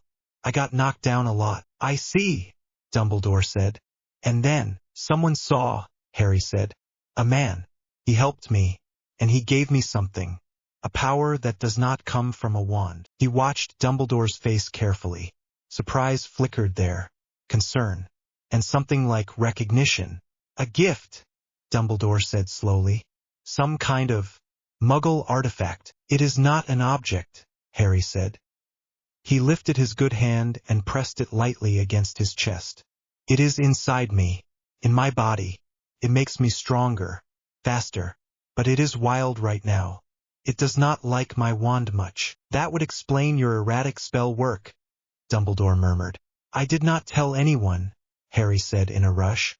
He told me to keep it quiet, that people might want to take it, that it is better if bad people do not know it exists. I did not mean to use it like that. It was that or watch Hermione and Ron die. And you chose to act, Dumbledore said. Yes, Harry said. Dumbledore was silent for a long moment. Madame Pomfrey moved somewhere in the background, rattling vials. The lamps in the ward flickered softly in a small draught. Harry, Dumbledore said at last, there are many things in this world that do not fit into our tidy categories. Magic that is not wands and Latin. Gifts that do not come from bloodlines we have written down. The wise response to such things is not fear, but respect. He met Harry's eyes again. I do not yet know what this power of yours is. I will not demand that you betray the trust of the one who gave it to you. But I will ask you to do two things. Harry tensed. What? First, Dumbledore said, do not use it lightly. You have seen what it can do to a troll. Your body is smaller than a troll's. It will pay the price each time you push too far. I imagine your arm already knows this. Harry winced. Yes, sir. Second, Dumbledore added, do not carry this burden alone. You have already chosen to trust me with part of it. In time you may choose others. People who can help you think through when to act and how. Heroes do not stand alone, Harry. No matter what the stories say. Harry thought of Allmight again, standing alone in front of cameras, the whole world leaning on his smile. He thought of Tashinori coughing into his handkerchief when no one else was looking. I will try, Harry said. Good, Dumbledore said. For now, we will tell the staff that you used a burst of uncontrolled magic fueled by adrenaline. It will not be a complete lie. It will keep questions quieter while you learn control. Harry nodded, relief loosening the knot in his chest. Thank you, Dumbledore smiled, small but real. I find it best to give promising students time to grow before the world starts asking too much of them. He straightened. Rest now, Harry. Madame Pomfrey will mend your arm. We will talk again soon. He turned and walked away, robes whispering softly. Madame Pomfrey appeared at Harry's side with a goblet of potion. Drink, she ordered. This will help knit the fractures. You will need to stay overnight. Harry drank. The potion tasted thick and chalky. Heat spread through his arm, dulling the pain and replacing it with a deep ache. By the time the sky outside the high windows had faded from storm gray to true night, the ward was quiet. Harry's eyelids grew heavy. The door creaked open softly. Harry forced his eyes up. Ron and Hermione slipped in, looking guilty. McGonagall's shadow loomed behind them in the hall, making sure they reached the bed without detours. "You have 10 minutes, she said. "No more. Then back to the tower." "Yes, Professor," Hermione said quickly. McGonagall gave Harry a look that was still stern but a touch softer than before. "You are foolish, Mr. Potter," she said. "But you are also brave. Try to be one without the other next time." "I will work on it," Harry said weakly. She sniffed and left them. Ron sat on the edge of the bed, careful not to jostle Harry's injured arm. Hermione stayed standing, hands twisted in her jumper. For a second, no one spoke. Then Ron blurted, "That was the coolest and stupidest thing I have ever seen in my life." "Ron!" Hermione hissed. "What Ron said. It was. You punched a troll. With your hand. You went flying and so did it. That is not normal." "I have noticed," Harry said. Hermione took a small step closer. "You are not a squib," she said. "Your magic responds. But there is something else. What you did was not wandless magic either. I have read about accidental outbursts, children blowing up cake stands or making windows vanish. That is magic reacting wildly to emotion. It does not create a focused shock wave like that. It does not glow like that either." "You were watching while a troll nearly smashed you," Harry said. "Yes," Hermione said. "I was terrified." Her voice shook a little on the last word. She swiped at her eyes, annoyed with herself. "I am sorry," Harry said. "About this afternoon. I should have stopped Ron sooner." Ron looked down at his hands, ears pink. "I should not have said that stuff. You do help. A lot. You just do it in a very loud way." Hermione sniffed. "Your feathers would still be on the desk without my loudness." "True," Ron admitted. "I am sorry." Hermione hesitated, then nodded. "Fine. Apology accepted." She looked back at Harry. "But that does not answer the question," she said. "What are you?" Harry stared at the ceiling. He could feel their eyes on him. Two people his own age who had seen him do something that did not fit any book they had read. "I am Harry," he said at last. "And there is something inside me that does not belong to this world." Ron made a small choking sound. "You swallowed an alien or something?" "Not exactly," Harry said. So he told them. Not everything. He kept Allmight's real name and the more technical details out of it. He did not mention quirks by name. He did not talk about the enemy that hunted them in another country. He told them about being beaten in Surrey, about a thin man with bright eyes who had seen him stand up when he should have stayed down. He told them about a power that was passed from one person to another, a torch made of strength and will. He told them about the seed in his chest that made his muscles respond faster and his bones break if he was careless. When he finished, the ward was quieter than before. Ron's mouth was open again. "That is mad," he said. "Completely mental. You basically ate strength." Hermione's brow furrowed. "A transferable power, independent from magical core inheritance. That would mean it is not bound by blood but by choice." She sounded half horrified, half fascinated. "Please do not write a thesis about me," Harry said. She flushed. "I would not write about you specifically. That would be a breach of trust.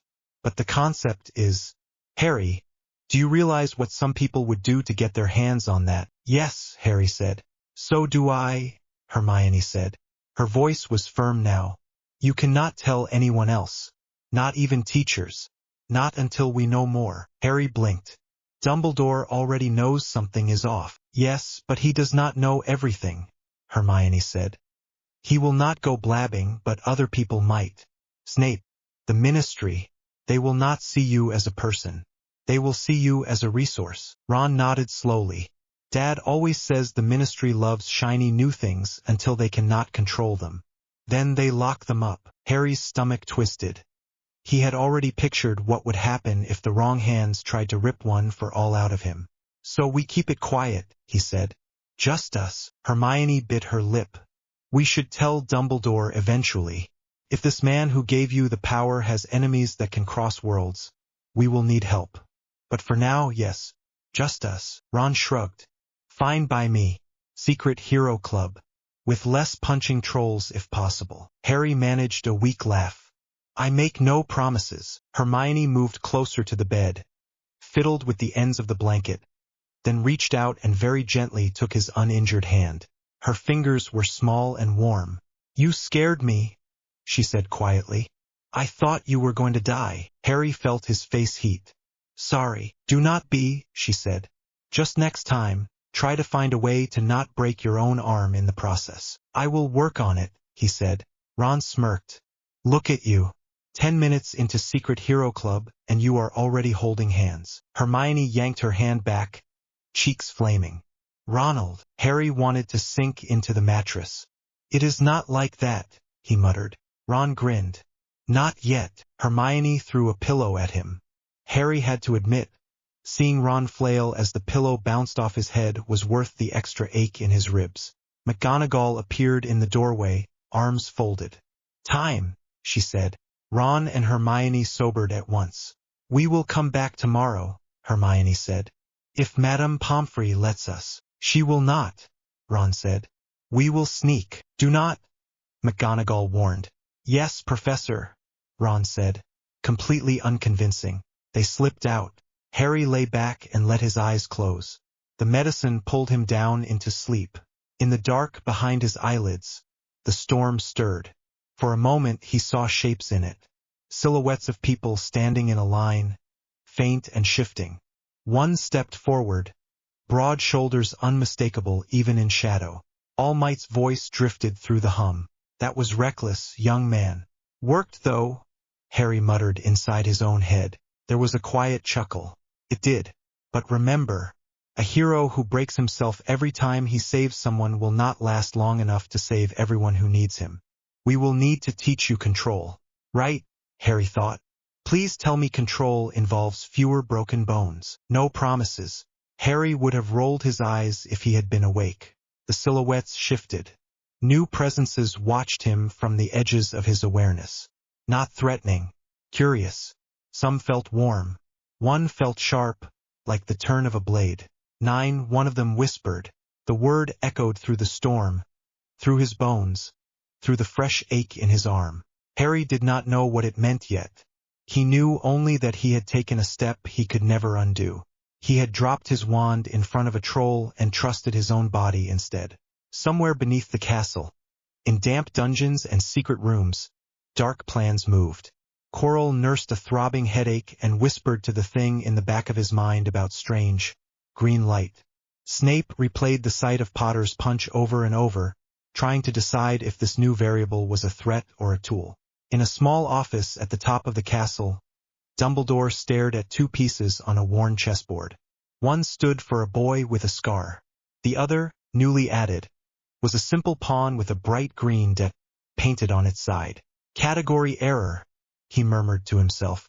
You do not fit neatly on the board at all, do you, Harry? In a tiny cupboard under the stairs back in Surrey, the air felt different somehow, like it had once held something small and quiet that was now waking up somewhere else. In the hospital wing, Harry slept. His arm healed slowly under the glow of Madame Pomfrey's spells. The first smash had been made. The castle would not forget it. The bludger missed his head by an inch and took a chunk out of the goal hoop instead. Harry felt the rush of air as it passed. The metal ring groaned. The crowd gasped as the hoop snapped sideways, bent like someone had taken a hammer to it. Harry, move! Wood screamed from somewhere behind him. Harry's heart hammered. The broom shook under him as he yanked it into a steep climb. The rogue bludger wheeled around, changed direction, and came after him again. Not normal. Even without Hermione's voice in his head listing statistics, he could tell this bludger wasn't behaving like it should. It wasn't just targeting the closest player. It wanted him. Under his ribs, the familiar hum started up. One for all pushed at his muscles like it hated being idle. Not now, he thought. Not here. The rain hit his face in cold sheets. The pitch below was a smear of color and mud. Slytherin green and silver clashed with Gryffindor red and gold. The stands were packed. Everyone was looking up. The bludger came again. Harry dropped the broom straight down. His stomach lurched. The wind tore at his robes. He heard the bludger whistle past above him and slam into something else with a horrible crunch. Someone yelled. He risked a glance. George was clutching his bat, arm shaking. The bat was split down the middle. Sorry, George shouted, breathless. Things mad. Understatement. Harry shouted back. The bludger jerked free from the broken bat and shot at him again. In the stands, he could hear the roar of voices, high and nervous. He picked out Ron's voice somehow, louder than the rest. Try not to die, Harry. Very helpful, thanks. Harry muttered. The snitch flashed near the slithering keeper's left ear. A tiny flicker of gold. The other seeker, a lanky boy in green, dived. Harry swore under his breath. He couldn't chase the snitch properly with a murderous ball on his tail. If he lost them the match because he didn't want to break his arm in front of the whole school, Wood might actually combust. The storm in his chest pulsed again. Impatient. Fine. A little. He breathed in, forced the power to sit low in his legs, like Toshinori had drilled into him that summer. 10% was too much. He could manage a sliver. Enough to move. Not enough to shatter bones. His muscles warmed. The broom felt lighter under him. The bludger came again. Harry jerked the broom up, then rolled sideways, the way Allmight had taught him when they practiced dodging thrown tires. The world blurred. The bludger shot past, so close he felt it brush his sleeve. He leveled out, lungs burning. Show off! Fred yelled from below, but there was worry under it. The bludger smashed into a stand post, cracking the wood, then came back, wobbling a little but still fast. Splinters rained down on a group of second years who screamed and ducked. This cannot go on. Nana's calm voice said somewhere in the back of his mind. He almost snapped that he was busy. Thanks. Allmight's voice cut over hers. When something is dangerous to everyone else, young man, you remove it from the field. Harry gritted his teeth. Right, he muttered. He pulled the broom into a sharp climb, making himself an obvious target. The bludger followed like a furious metal wasp. Rain slapped his face. The wind stung his eyes. He could feel people watching, breath held. He waited until the bludger was almost on him. Then he moved. He kicked off the broom. For a split second he was weightless. Nothing under his feet but air. The broom spun away, empty. The crowd screamed. Harry brought his knees up, turned his body, and met the bludger head-on. Full body, not just the arm, Toshinori's voice said in his head. Let the power go through you, not stopping you. He let the storm rise. Not all of it. Enough. Filled his muscles, skin tingling, joints complaining. Green sparks flickered under his sleeves. His hands closed around the bludger. It hit like a sledgehammer. Pain shot up his forearms. He grunted. The impact drove him backward through the air, knocking the breath out of his lungs. He did not let go. The world tilted, sky and stands and pitch spinning. He tightened his grip until his knuckles ached. The bludger strained, vibrating under his fingers like a living thing, trying to rip free. Got you, he gasped. Gravity remembered he existed. He dropped. He twisted his body, turned the fall into a dive. The pitch rushed up. He saw a blur of red and gold robes scrambling out of the way. He aimed for a patch of mud between the goalposts. Harry! Hermione's voice shrieked from the stands. He hit the ground hard, knees bending under the impact, boots sinking into the mud. Pain jolted up his legs. He used the last of the power to bleed off the force, let it run through his muscles into the earth instead of into bone. The ground cracked in a rough circle around him, chunks of turf lifting. Mud sprayed. He dropped to one knee, still clutching the bludger. It bucked once more, metal surface denting slightly under his grip, then went still with a sad little whine. Silence for half a breath. Then the stands erupted. Did you see that? He caught it with his hands. That's not possible. Harry's chest heaved. His forearms screamed. His fingers felt like they had been slammed in a door. He loosened his grip and let the bludger clatter to the ground. It lay there, a metal ball with ugly handprints in it. Madame Hooch blew her whistle so hard the sound hurt. Time out, she bellowed. flying toward him. "Potter, what do you think you are doing?" "Stopping it," Harry wheezed. His legs shook. He could feel the power fading, leaving him heavy and tired. Wood landed beside him, face white. "Are you insane?" "Probably," Harry said. He looked up. The snitch was nowhere to be seen. The Slytherin Seeker hovered in mid-air, staring down at him with his mouth open. In the Gryffindor stand, Ron was on his feet, hair plastered to his head, eyes huge. Hermione's hands were clamped over her mouth. Madame Hooch glared at the wrecked bludger. "This is tampered with," she said. "I have never seen anything like it." Match paused. "Potter Hospital Wing. Now, I can still play," Harry started. "No," three voices said at once. Madame Hooch, Wood, and Hermione from the stands. Harry shut his mouth. His legs tried to wobble when he stood. Wood slung an arm under his shoulder, half supporting him toward the side of the pitch. The rain soaked through Harry's robes, cold now that the rush of power was gone. As they passed the Slytherin stand, he heard the whispering start. "Did you see his arms? The ground cracked. He dented a bludger." "That's not magic," someone muttered. "That's something else." "Dark creature," another voice said. "Dad says some things look like wizards but aren't." Harry's stomach tightened. He stared straight ahead, jaw clenched. He did not feel much like a dark creature. He felt like a very tired boy who wanted dry clothes and about 12 hours of sleep. Madame Pomfrey met them at the doors of the hospital wing, lips already thin. "What did he do now?" she demanded. "Caught a bludger," Wood said weakly. "With what?" "His face," Harry muttered. Madame Pomfrey gave him a look that said she was not amused. "Onto the bed. Let me see those arms." He lay back. The sheets were crisp and smelled of disinfectant. When he tried to sit up on his elbows, pain stabbed up his forearms. "Thought so," Madame Pomfrey said. She ran her wand over his bones. Blue light shimmered. "Hairline fractures. Both. You are not made of steel, Mr. Potter." Harry stared at the ceiling. "Feels like it sometimes," she sniffed.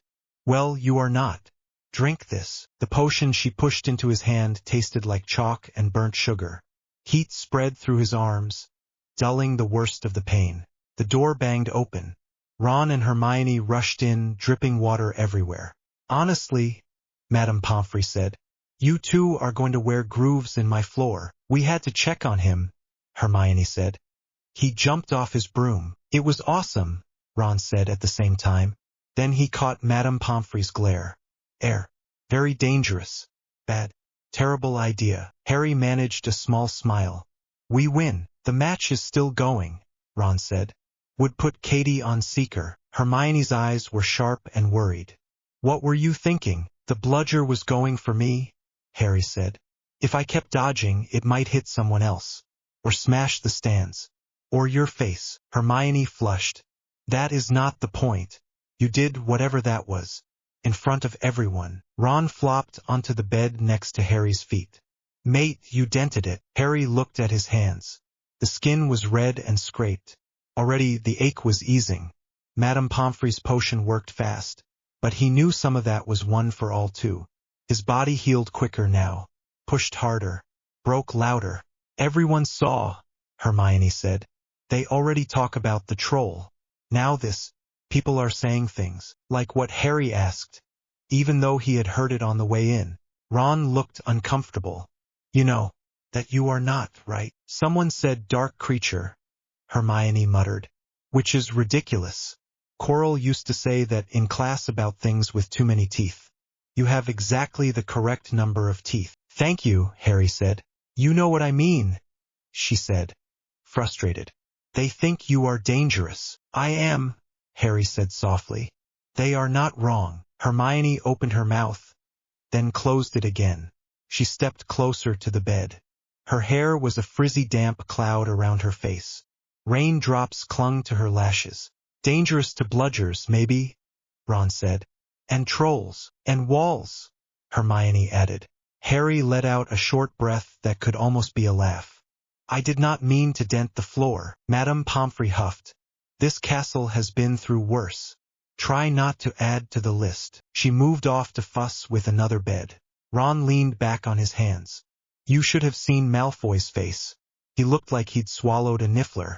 Kept going on about how you must have used some dark spell. Hermione's mouth tightened. Of course he did. Harry stared at his bandaged arms. The potion was doing its work. But he remembered the way the crowd had gone quiet before the cheering. The way they had stared. Not impressed. Not exactly. It is going to get louder, he said. What is? Hermione asked. The rumors, Harry said. The chamber. The writing on the wall. Mrs. Norris. Now me catching bludgers with my face. With your hands, Ron corrected. Well, mostly. Hermione's fingers twisted in the hem of her jumper. You are not the heir of Slytherin. I know that, Harry said. Yeah, well, some people do not, Ron said. They think because you were there for the cat and because you heard that voice. Harry's skin prickled at the memory. The cold slither in the walls. The words only he heard. Rip, tear, kill. He swallowed hard. I still do not know why I could hear it. Hermione chewed her lip. We will figure it out. You always say that, Ron said. Because it is true, she snapped. There are reasons for things. Magical theory. Genetics. Historical context. This is not just Harry is secretly a monster written on the board somewhere. Ron held up his hands. All right, I did not say that. He did not need to. They had both heard it whispered in corridors. Dark creature. Harry closed his eyes for a second. He saw Allmight's thin face. The way his eyes had shone when he talked about heroism. You are not a monster, young man. You are someone who refuses to watch others suffer. That is all. Anyway, Ron said, trying for brightness. Maybe they will start a club or something. Come and watch Harry punch evil. Charge tickets. Pay for new bludgers. Hermione snorted despite herself. Yes, I am sure the Board of Governors will love that proposal. Madame Pomfrey came back, hands on her hips. Right? Enough visitors. He needs rest. You can both come back later when you are not dripping on my floor. Ron slid off the bed. Hermione hesitated a moment longer. Her hand hovered over Harry's. You are not alone in this, she said quietly. Even if they start acting like you are. Harry met her eyes. I know. She squeezed his fingers. Quick. Then stepped back as Madame Pomfrey shooed them out. The door shut.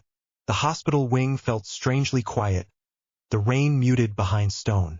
Harry stared at the ceiling and tried not to think about eyes in the walls and voices only he could hear. He drifted off to sleep with the hum of one for all low and restless, like an engine idling. The rumor spread faster than Mrs. Norris could patrol a corridor. By the end of the week, someone had sketched a rough picture on a bit of parchment and pinned it to the notice board in the common room. It showed a stick figure with messy hair punching a troll, a bludger, and a snake all at once. Underneath, in untidy handwriting, someone had written, Potter the Punching Prince. Is he even human? Ron thought it was hilarious. Hermione did not. Neville hovered somewhere between, nervous about the whole idea of Harry punching anything, let alone giant snakes. It is not even accurate, Hermione said, arms folded, glowering at the drawing. The troll was in a confined space. The bludger was external interference. And there has not been a snake. Yet, Seamus said cheerfully. Give him time. Harry pulled the parchment down and crumpled it. He did not like the way some of the younger students were looking at him. Not with admiration, with a kind of wary distance. He caught a bludger with his bare hands. A second year whispered as he passed. Dad says only giants should be able to do that. I heard he is part troll, another replied. Or part goblin. Or something. Goblin my arse, Ron muttered. He is just stupidly heroic. Hermione shot him a look. Language, Ron shrugged. Accurate language, the air of Slytherin whispers folded into it all. Every time another student was found petrified, the tension ratcheted higher. Colin, Justin, nearly headless Nick. The cold dread in the corridors thickened until it felt like a fog. Harry noticed that people stepped out of his way a little more. Conversations dropped when he approached. Some eyes slid past him like he was part of the wall. Others followed him too closely. Hey Potter, a Hufflepuff boy said one afternoon near the library, voice sharp. If you are so strong, why do you not go smash the monster for us? Harry stopped. The words hit like a slap. Hermione bristled. That is not how any of this works, she said. He is 12. He is not a one-person army. The boy scoffed. He punched a troll. He caught a bludger. Maybe he is the monster. Maybe he is just pretending to help. Harry's jaw tightened. Do you really think I would hurt people here? The boy hesitated. His friend tugged his sleeve, muttering something about getting to class. Whatever, he mumbled finally. Just stay away from my little brother, yeah. He walked off. Harry stared at the flagstones. His fists clenched. For a second, the urge to hit something surged up so hard he had to breathe through it. Nana's voice was firm in his mind. You do not punch children, kid. No matter what they say. I know, he muttered under his breath.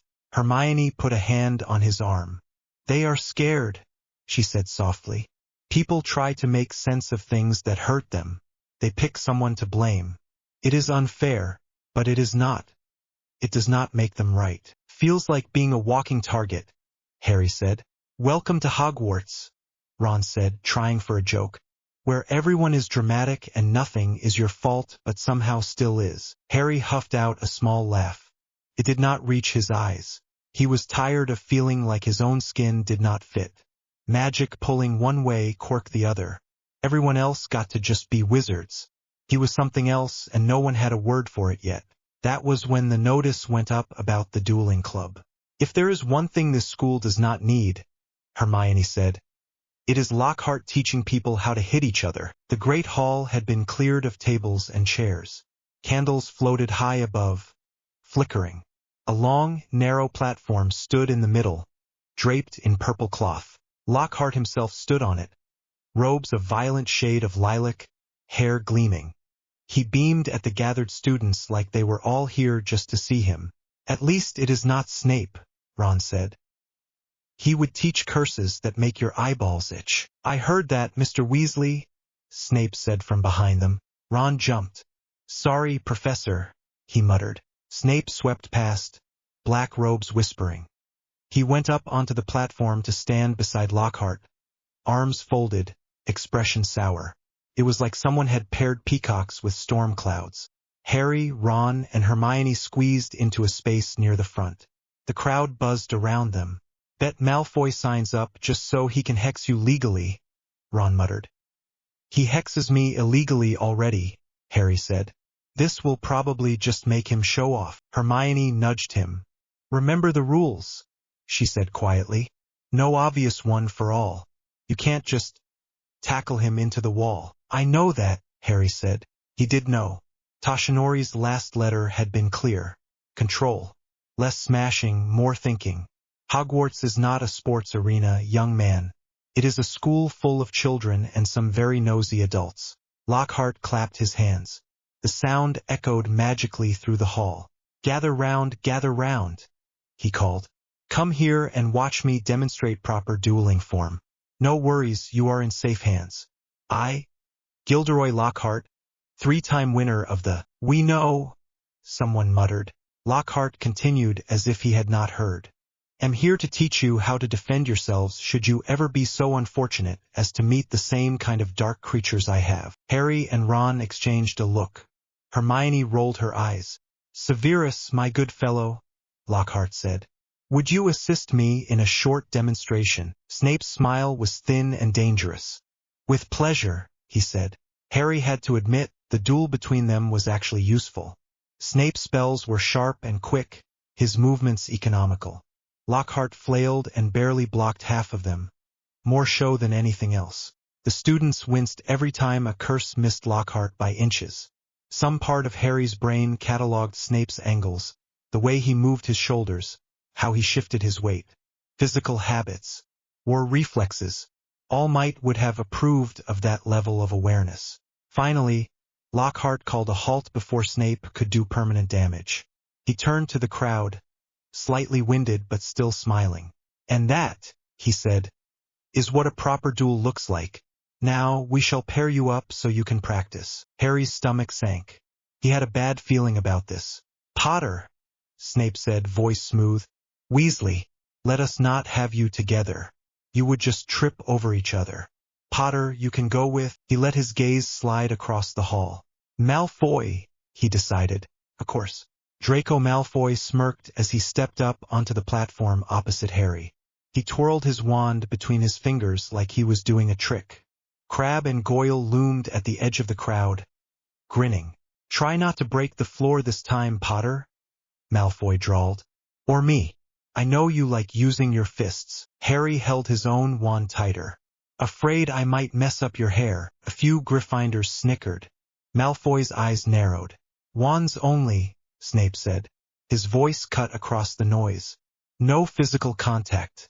No cheap muggle tricks. Harry's jaw twitched. Yes, Professor. They faced each other. Hermione's whisper reached him from the side. Remember, controlled output. No obvious aura. Use your wand first. He nodded slightly. Lockhart raised his arm. On the count of 3, he called. 1, 2, 3. Expelliarmus. Harry shouted. Ricta Sempra. Malfoy yelled at the same time. Red light and silver light shot across the space. They collided mid-air and threw sparks. Harry's spell was stronger. It pushed Malfoy's aside and slammed into his chest, knocking him back a step. Malfoy staggered, teeth bared. The giggles from the watching students were sharp. Snape's eyes flicked, assessing. Again, he said. Malfoy's face went pale, then flushed. He was not used to losing in front of a crowd. Harry could see the angry set of his jaw, the way his fingers tightened on his wand. This is where he tries something stupid, Allmight's voice said in Harry's memory. An opponent who is used to winning will double down when he feels mocked. Scared to use a proper spell, Potter, Malfoy sneered. Or do you only know how to throw punches? Worked fine on the troll, Harry said. More laughter. Malfoy's ears went pink. Enough, Snape said. Dueling posture. Begin when I say. Harry shifted his feet, like they had practiced with Allmight. Balanced, weight ready to move. He let a tiny sliver of power settle in his legs, just enough to move faster if he had to. Snape's black eyes were sharp. Begin. Malfoy did not yell a simple jinx this time.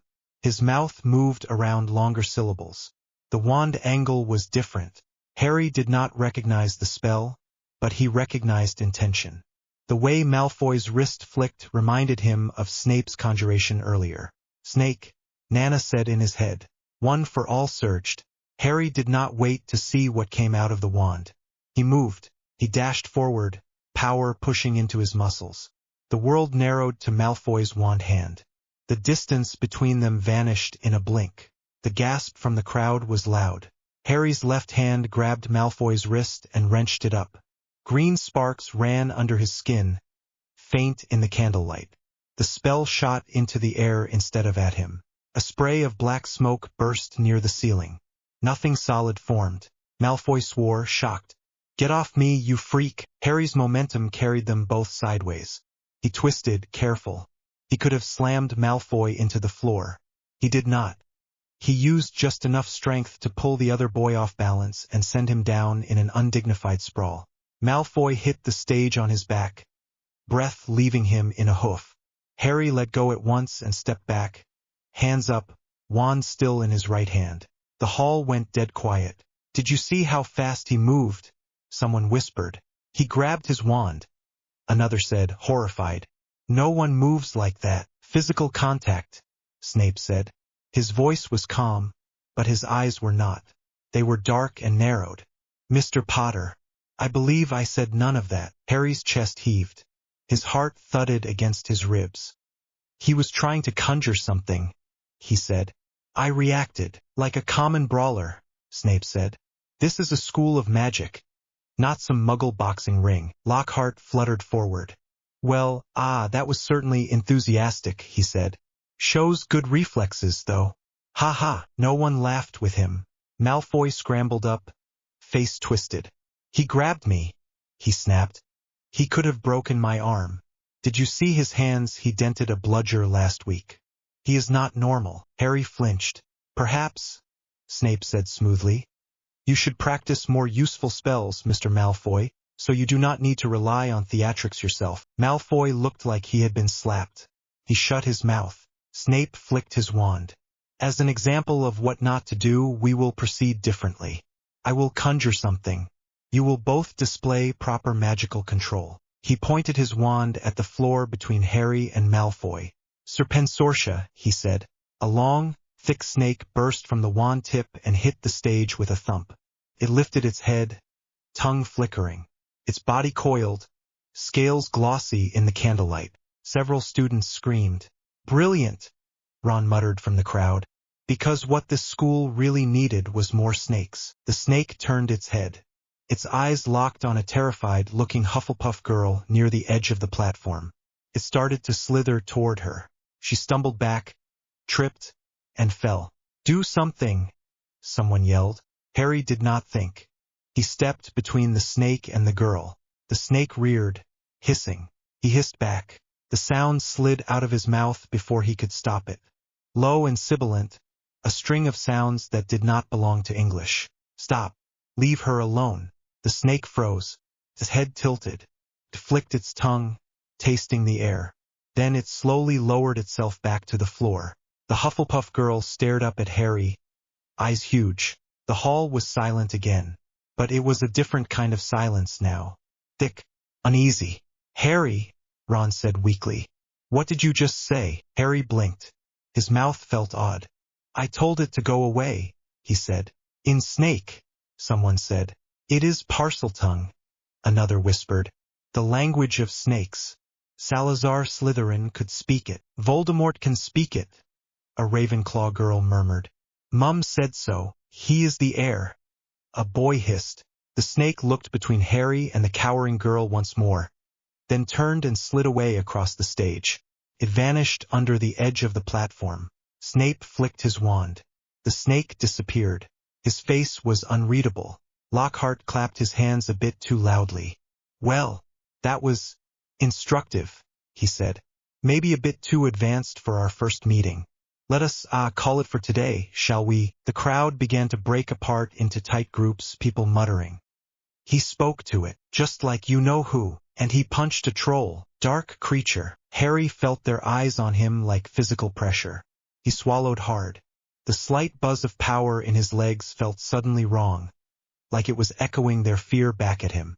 Hermione fought her way through the crowd, face pale. Ron pushed after her. What was that? Hermione demanded in a low voice. Do you realize what that looked like? I did not know, Harry said. His voice sounded flat to his own ears. It just happened. I heard the snake, so I answered it. You heard it in English? Yes, Harry said. Everyone else heard hissing, Ron said. And they heard you hiss back. I mean, it was kind of cool, but also, terrifying. Thank you, Harry said. Hermione's hands fluttered helplessly. Parseltongue is rare, and associated with dark wizards. That does not mean you are one, but people already think. They already think things. He knew what she meant. He also saw the way some students literally stepped back when he walked past, making room like he was contagious. He hated it. Snape's voice cut across the noise. Potter, come with me, of course. Harry followed him out of the hall, Ron and Hermione trailing until Snape turned his head.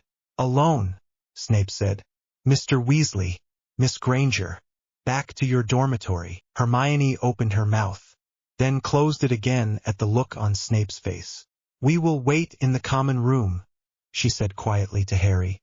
Do not let him bait you. Harry nodded. He walked beside Snape in silence down the corridor toward a small, unused classroom. The door shut behind them with a soft click that sounded far too final. Snape turned. You are enjoying this, are you not? Harry blinked.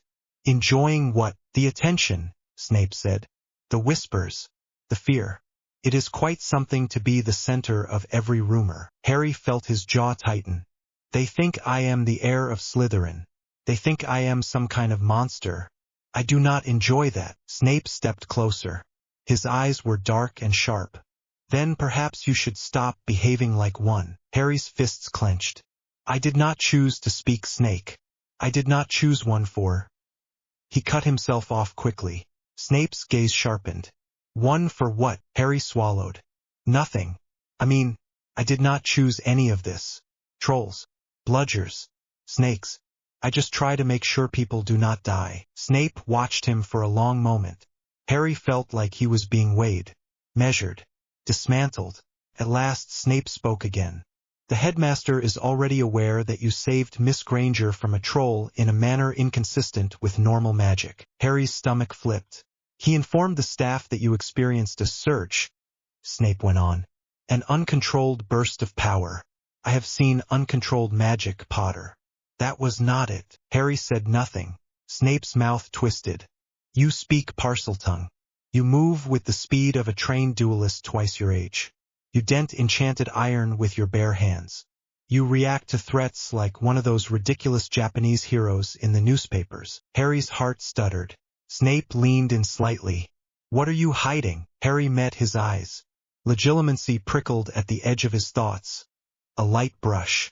Before he could panic, the vestiges stirred. 8 other presences shifted in the back of his mind. Like a crowd turning to face an intruder. The pressure snapped like an elastic band. Snape flinched, just a little. Harry seized the moment. If you know I jump in front of dangerous things, why are you trying to push me toward another one? He asked. If you want me to act normal, stop poking at the thing that makes me not. Snape stared at him. The silence stretched. Finally, he straightened. You are not special, Potter, he said. But there was a slight roughness at the edge of his voice now. You are a child with more power than sense. Understand this. If you lose control, the headmaster will not be the only one interested. The ministry loves tools, and it is very good at locking them away. Harry's throat went dry. Snape opened the door. Go, he said. Curfew will be soon. Try not to terrorize any more snakes on your way back. Ginny Weasley was not okay. Harry could tell even before she stopped looking him in the eye. She had never been loud, not like Fred and George, but at the start of the year she had still laughed at their jokes and smiled shyly when Hermione asked about her classes. Lately, the smiles were rarer. Her hands shook when she passed plates at the table. Sometimes Harry caught her watching him with wide, haunted eyes. At first he thought it was just the whole air of Slytherin thing. He knew what it was like to be small and scared and surrounded by whispers. But there was something else there too. A tiredness in her shoulders that had nothing to do with classes. One evening in the common room, he found her sitting near the fire, staring at a small black diary on her lap. Her fingers traced the cover over and over. Hey, he said, dropping into the chair opposite. You all right? She jumped like he had shouted. The diary slipped and she snatched it back up quickly.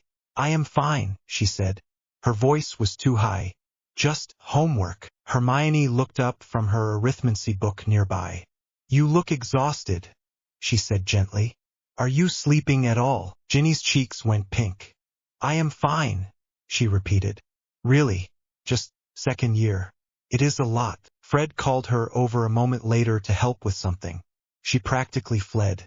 Hermione watched her go, brow furrowed. Something is wrong, she murmured. You think it is about the chamber? Harry asked. Maybe, Hermione said. Or maybe it is something else. I have seen that look.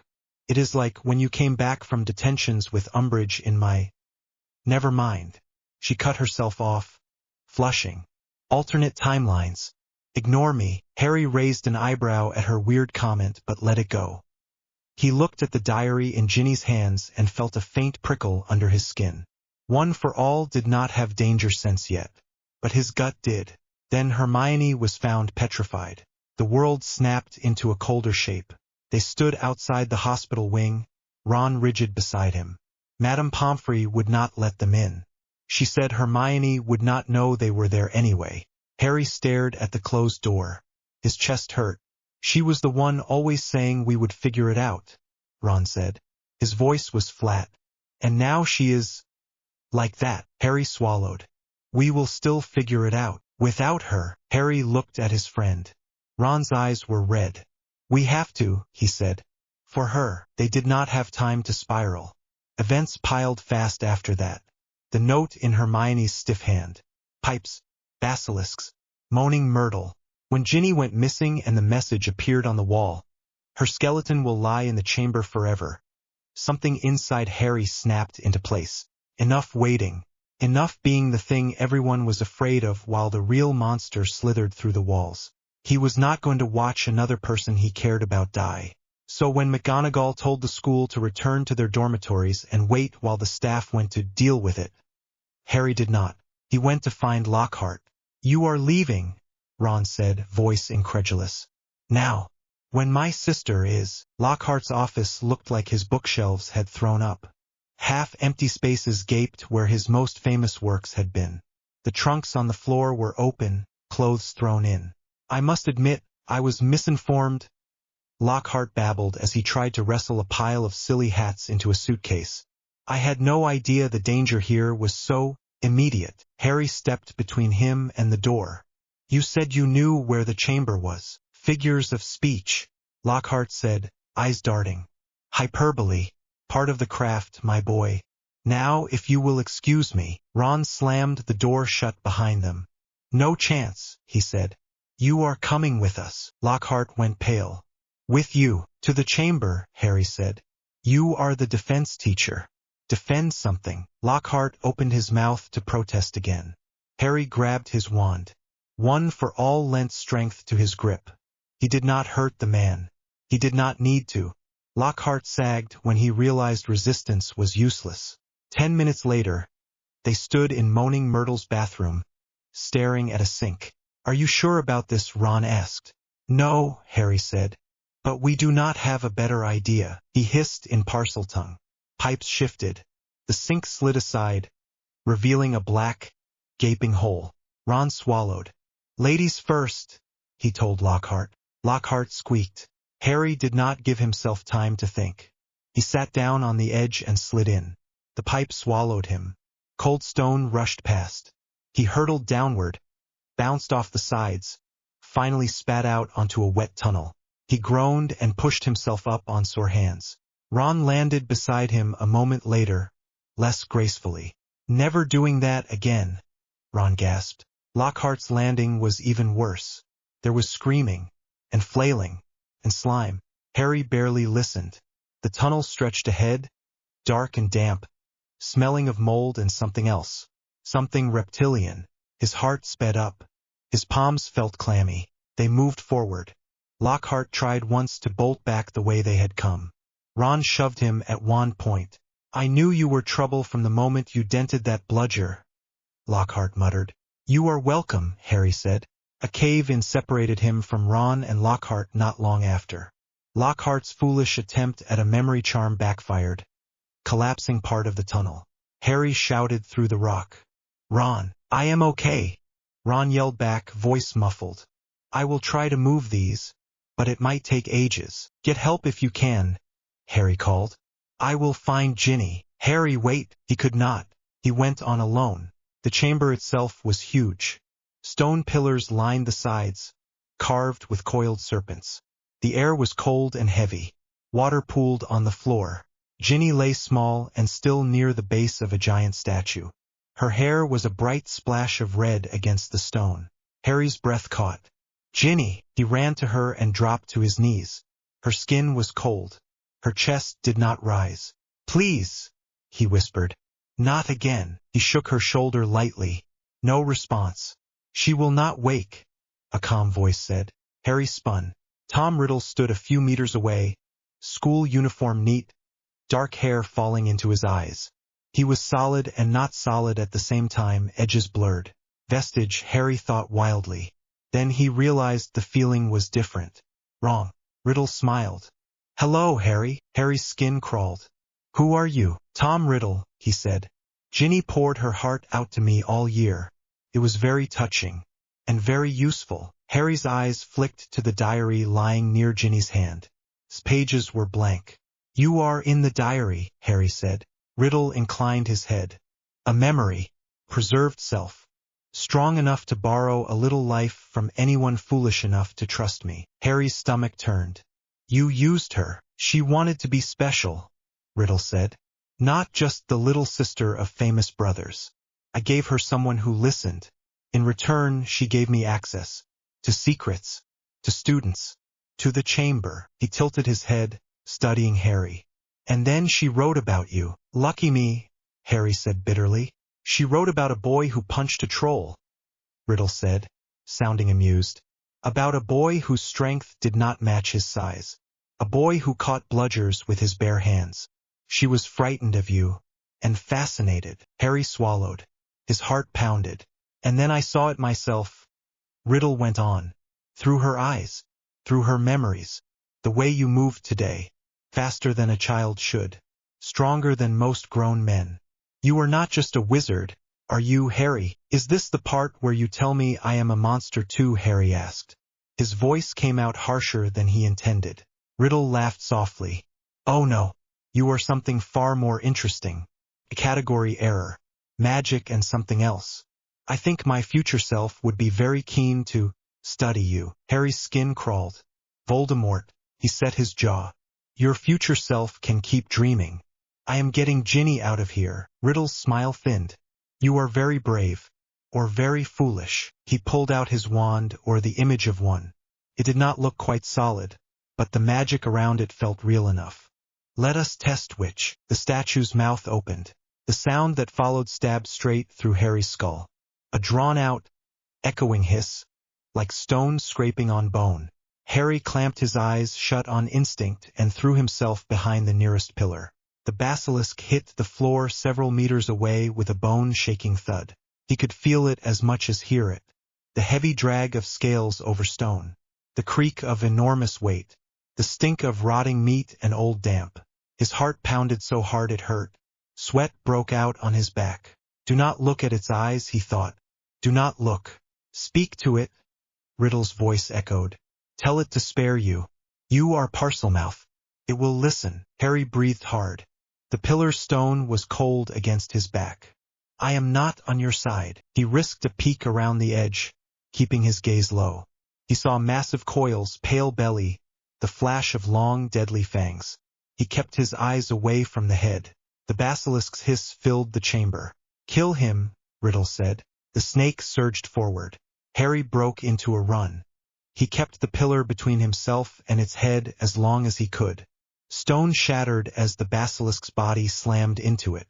Chips flew. He heard a rush of wings overhead. Warm weight landed on his shoulder. Fox. The phoenix's claws dug into the torn fabric of his robe, steady and grounding. Harry's breath hitched. The sorting hat dropped onto his head a moment later. This is getting crowded, Harry thought wildly. Back again, Mr. Potter. The hat's voice muttered in his ear. In quite a state, I see. Busy. Harry gasped, ducking another lunge. You wanted help, the hat said. All right, take it. Something hard and heavy slid down onto his head and clattered onto the ground at his feet. The sword of Gryffindor. He snatched it up without thinking. The blade felt right in his hand in a way his wand never quite had. Solid. Honest. The basilisk crashed through another pillar, showering him with dust. Fox shot off his shoulder and flew straight at the monster's face. The scream that followed was horrible. Harry risked a glance. Fox had clawed out the basilisk's eyes. Blood ran down the serpent's face. Thrashed wildly, smashing into columns. You insolent bird! Riddle shouted. Harry felt the change as soon as his fingers tightened on the sword hilt. The storm inside him surged toward the steel like it had found a path it liked. The metal under his hands thrummed. He knew suddenly what Toshinori would say if he could see this.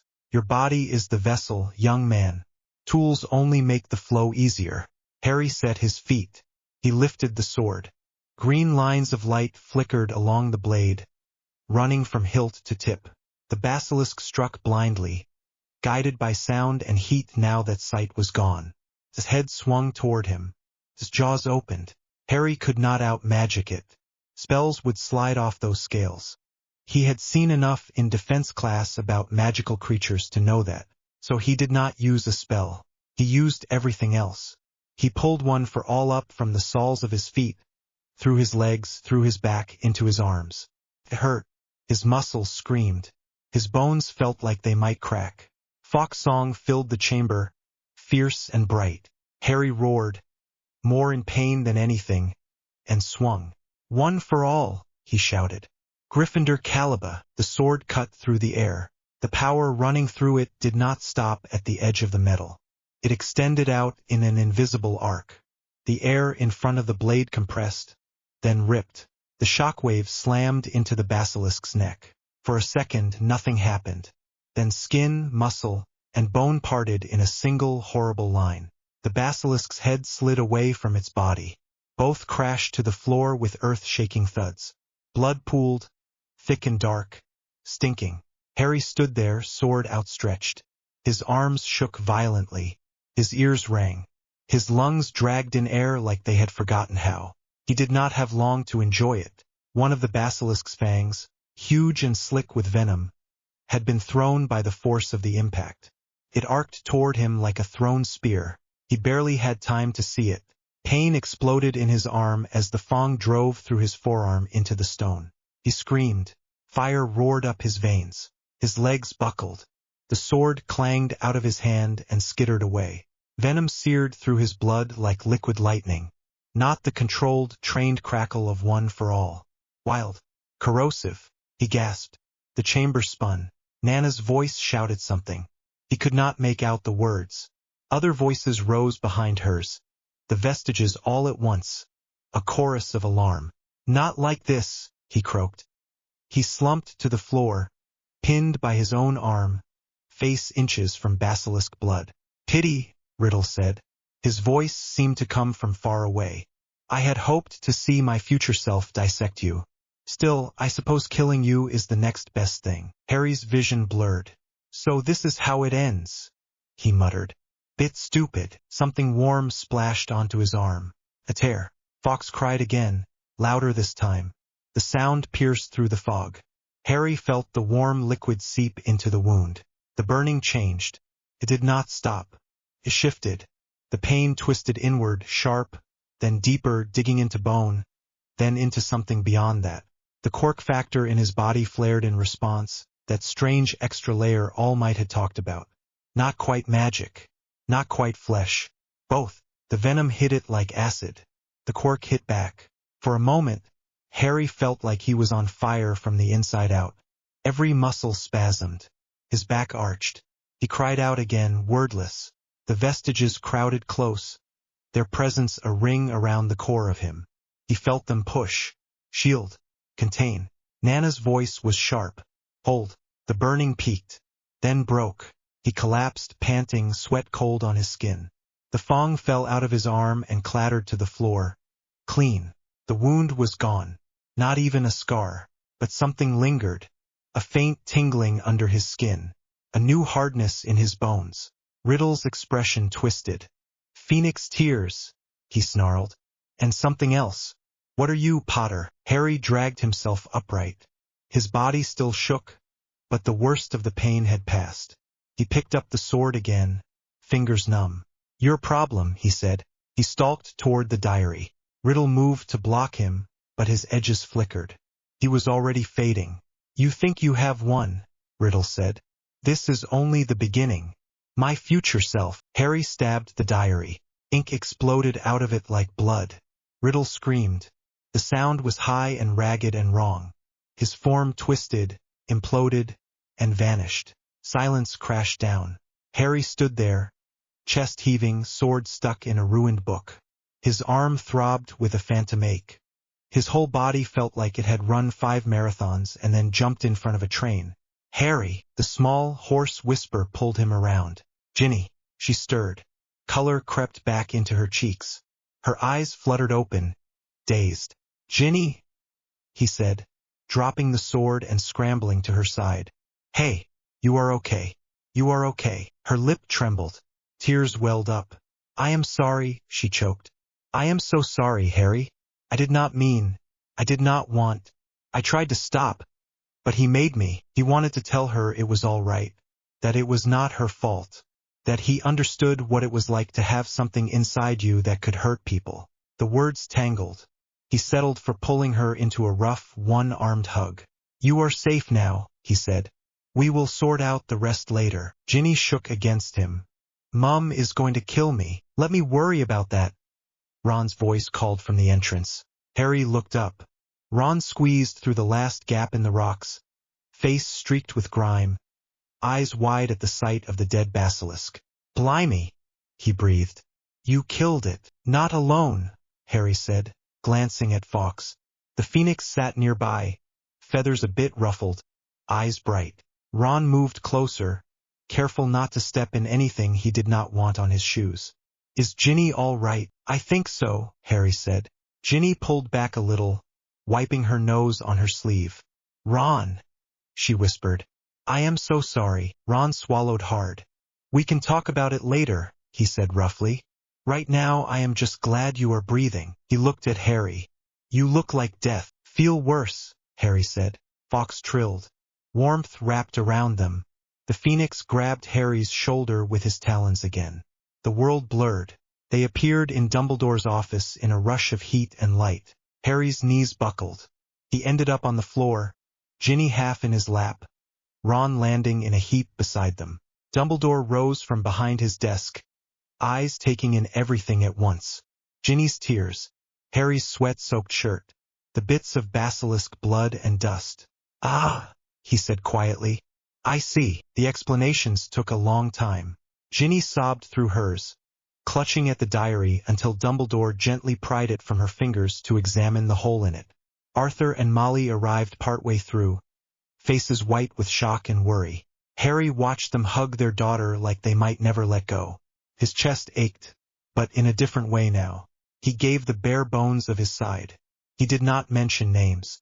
He said he used everything he had to swing the sword, that Fawkes had healed him. That was all true. Dumbledore's eyes lingered on him when he spoke about the pain. "You channeled more of your unusual strength than before?"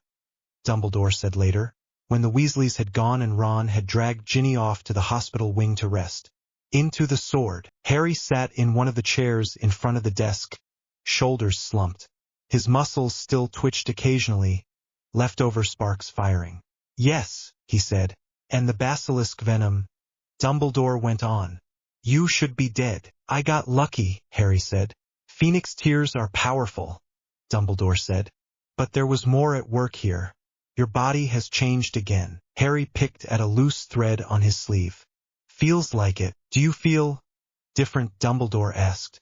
Harry considered. "Stronger," he admitted. "Not in a good way. More dense. The power feels heavier, like the venom hammered it into my bones." Dumbledore's mouth tightened.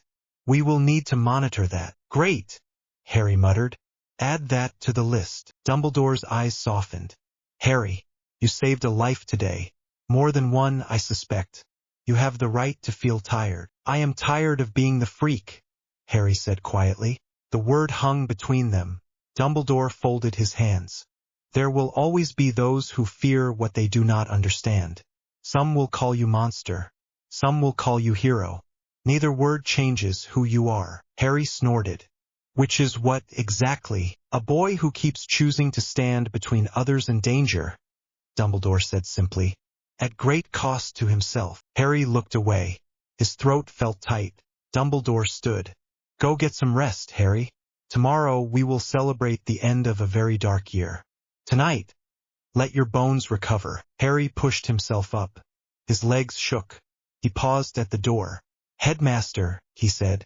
"Yes, if the ministry asks," Harry said, "about what I did down there, they will receive a carefully edited version," Dumbledore said, "in which a very brave boy took up the sword of Gryffindor and, with the help of a phoenix and a good deal of luck, killed a basilisk. Nothing more." Harry let out a breath he had not realized he was holding. "Thank you." Dumbledore smiled, small and tired. "Do not thank me yet. I suspect this is only the beginning of the questions. But we will face them as they come." Harry nodded and left. The hospital wing was quieter this time. Fewer beds occupied. Hermione slept peacefully now, petrification reversed. She had a hand on the closed book resting on her chest. Even in sleep. Of course she did. Harry stood at the foot of her bed for a moment, watching the gentle rise and fall of her breathing.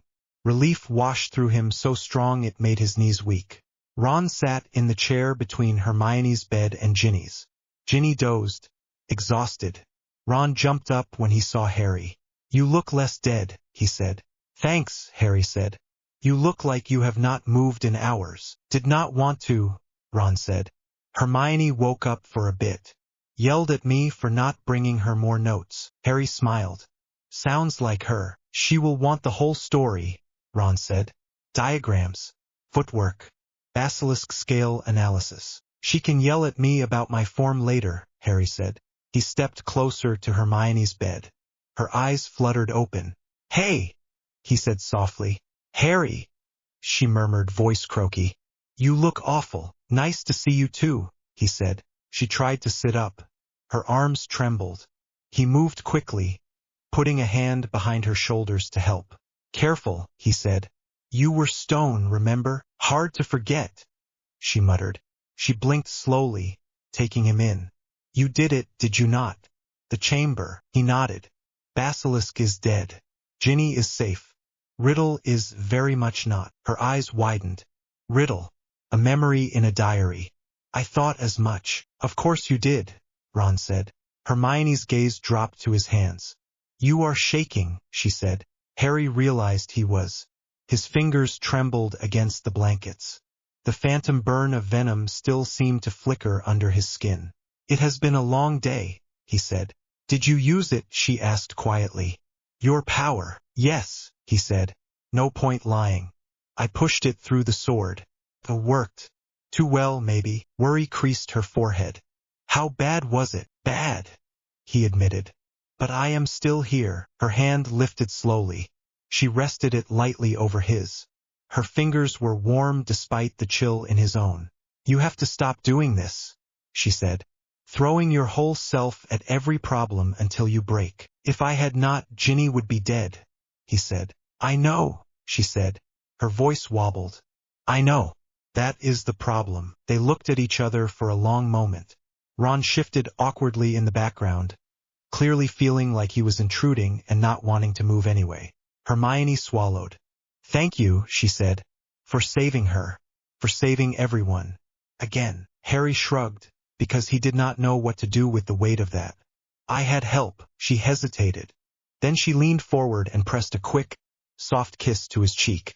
Heat rushed up his face so fast he wondered if Madame Pomfrey would think he had a fever. Air, he said. Ron made a strangled noise. I did not see that, he said quickly. Nope. Blind. Totally blind. Hermione's cheeks were bright pink. It is just gratitude, she said, and lack of proper words. Do not make it weird, Ron. I did not say anything, Ron protested, ears going red. Harry touched his cheek, where her lips had been. The warmth there felt very different from basilisk venom or cork energy. Smaller. Human. Thank you, he said quietly. Hermione relaxed back against her pillows, exhaustion pulling at her features. Sleep, she mumbled. We will make a plan. For next year. Control. Training. Less dying. Sounds nice, Harry said. She was asleep again before he finished the sentence. Ron leaned back in his chair, stretching his legs out. You realize this means you are never going to be allowed to walk down a corridor unsupervised again, he said. Because I talk to snakes or because I decapitate them, Harry asked. Both, Ron said.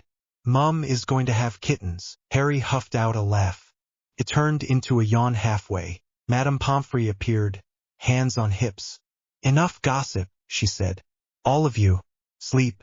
The world can wait until morning. Harry lay down on the bed she pointed to. The sheets were cool. His body ached but less than before. The strange new heaviness under his skin was still there, but it felt settled now. Quiet. As his eyes drifted shut, he heard the faint murmur of the vestiges in the back of his mind. That was reckless, Nana said. Worked though, he thought. Allmight's warm chuckle answered. It did. But your flesh and your steel both have limits, young man. We will need to train this new edge. Later, Harry thought. After I sleep for a year. Sleep, Yoichi's gentle voice said. We will watch. Harry let go. Above him, Hogwarts settled for the night, unaware that something in its depths had shifted. A monster was dead. A girl was saved. And in one hospital bed, a boy who was not just wizard, not just cork holder, lay halfway between flesh and steel, still human, still breathing. For now, The lights flickered in the train compartment just before the temperature dropped. Harry's breath fogged the glass. The chatter in the corridor outside blurred, then thinned, like someone had turned the volume down on the world. Ron stopped mid-sentence, half a Bertie Bott's bean still between his fingers. What was that? Hermione shut her book with a soft snap. We cannot have reached Hogwarts already, she said. We have at least an hour. The lamps went out. For a second there was only the dim gray light from the rain-smeared window and the heavy sound of their own breathing. Brilliant, Ron muttered. First day back and the train is haunted. Something cold slid over Harry's skin. Not the normal chill of a draft. This sank in deeper, like ice water poured along his spine. One for all recoiled and flared at the same time, the storm behind his ribs waking up with a jerk. On the bench opposite, the man who had been asleep since they'd left King's Cross stirred. He was still in his shabby coat, still slumped in the corner with his case under his arm. He lifted his head now, eyes blinking open. Harry met them for a second. Tired, watchful. Professor Lupin, Hermione said, voice small in the dim. Something is. The door slid open. Something big and cloaked filled the doorway. The cold slammed in fully. It bit through Harry's clothes, through his skin, straight into the core of him. His breath hitched. The lamps in the corridor went completely dark. The air thickened. The figure drifted in. It didn't walk. It glided. Long, skeletal hands slid out from tattered robes. There was a rattling breath, like someone breathing through water. Harry's fingers clenched around the edge of his seat. One for all surged instinctively, trying to push back against the unnatural chill. And something pushed back. It was like being hit by a wave inside his own head. Not panic, not exactly. Pressure. The Dementor's presence rolled across his mind, searching for purchase, for empty places to sink into and feed. There were no empty places. There was a crowd. He felt the vestiges wake in a rush, like lights flaring on in a dark house. Yoichi's steady spark, Nana's sharp focus, Allmight's familiar warmth. The others, less clear but solid. What is that? Yoichi's voice snapped. Not one of mine, Allmight growled. The Dementor pushed again, more insistent. It sent cold tendrils into the edges of Harry's thoughts, looking for fear, for helplessness. It brushed old memories. Cold baths in the cupboard, Dudley's gang, the crack of a belt. The vestiges moved. Their presence tightened around those points like a shield. Memories shifted, refiled, wrapped. The Dementor hit resistance where it expected emptiness. You do not get to feed here, Nana said, voice like iron. The Dementor recoiled, then pushed harder. The cold deepened, twisting. Something shrieked faintly at the very edge of hearing. On the outside, Harry heard someone whimper. Ron. Hermione's teeth chattering. The compartment glass frosted over, spiderwebbing with white. Inside, the pressure spiked. The Dementor's pull and the vestiges' push collided. Harry's head rang with it. He heard his mother screaming, a high raw sound, and over it, Allmight shouting and something else.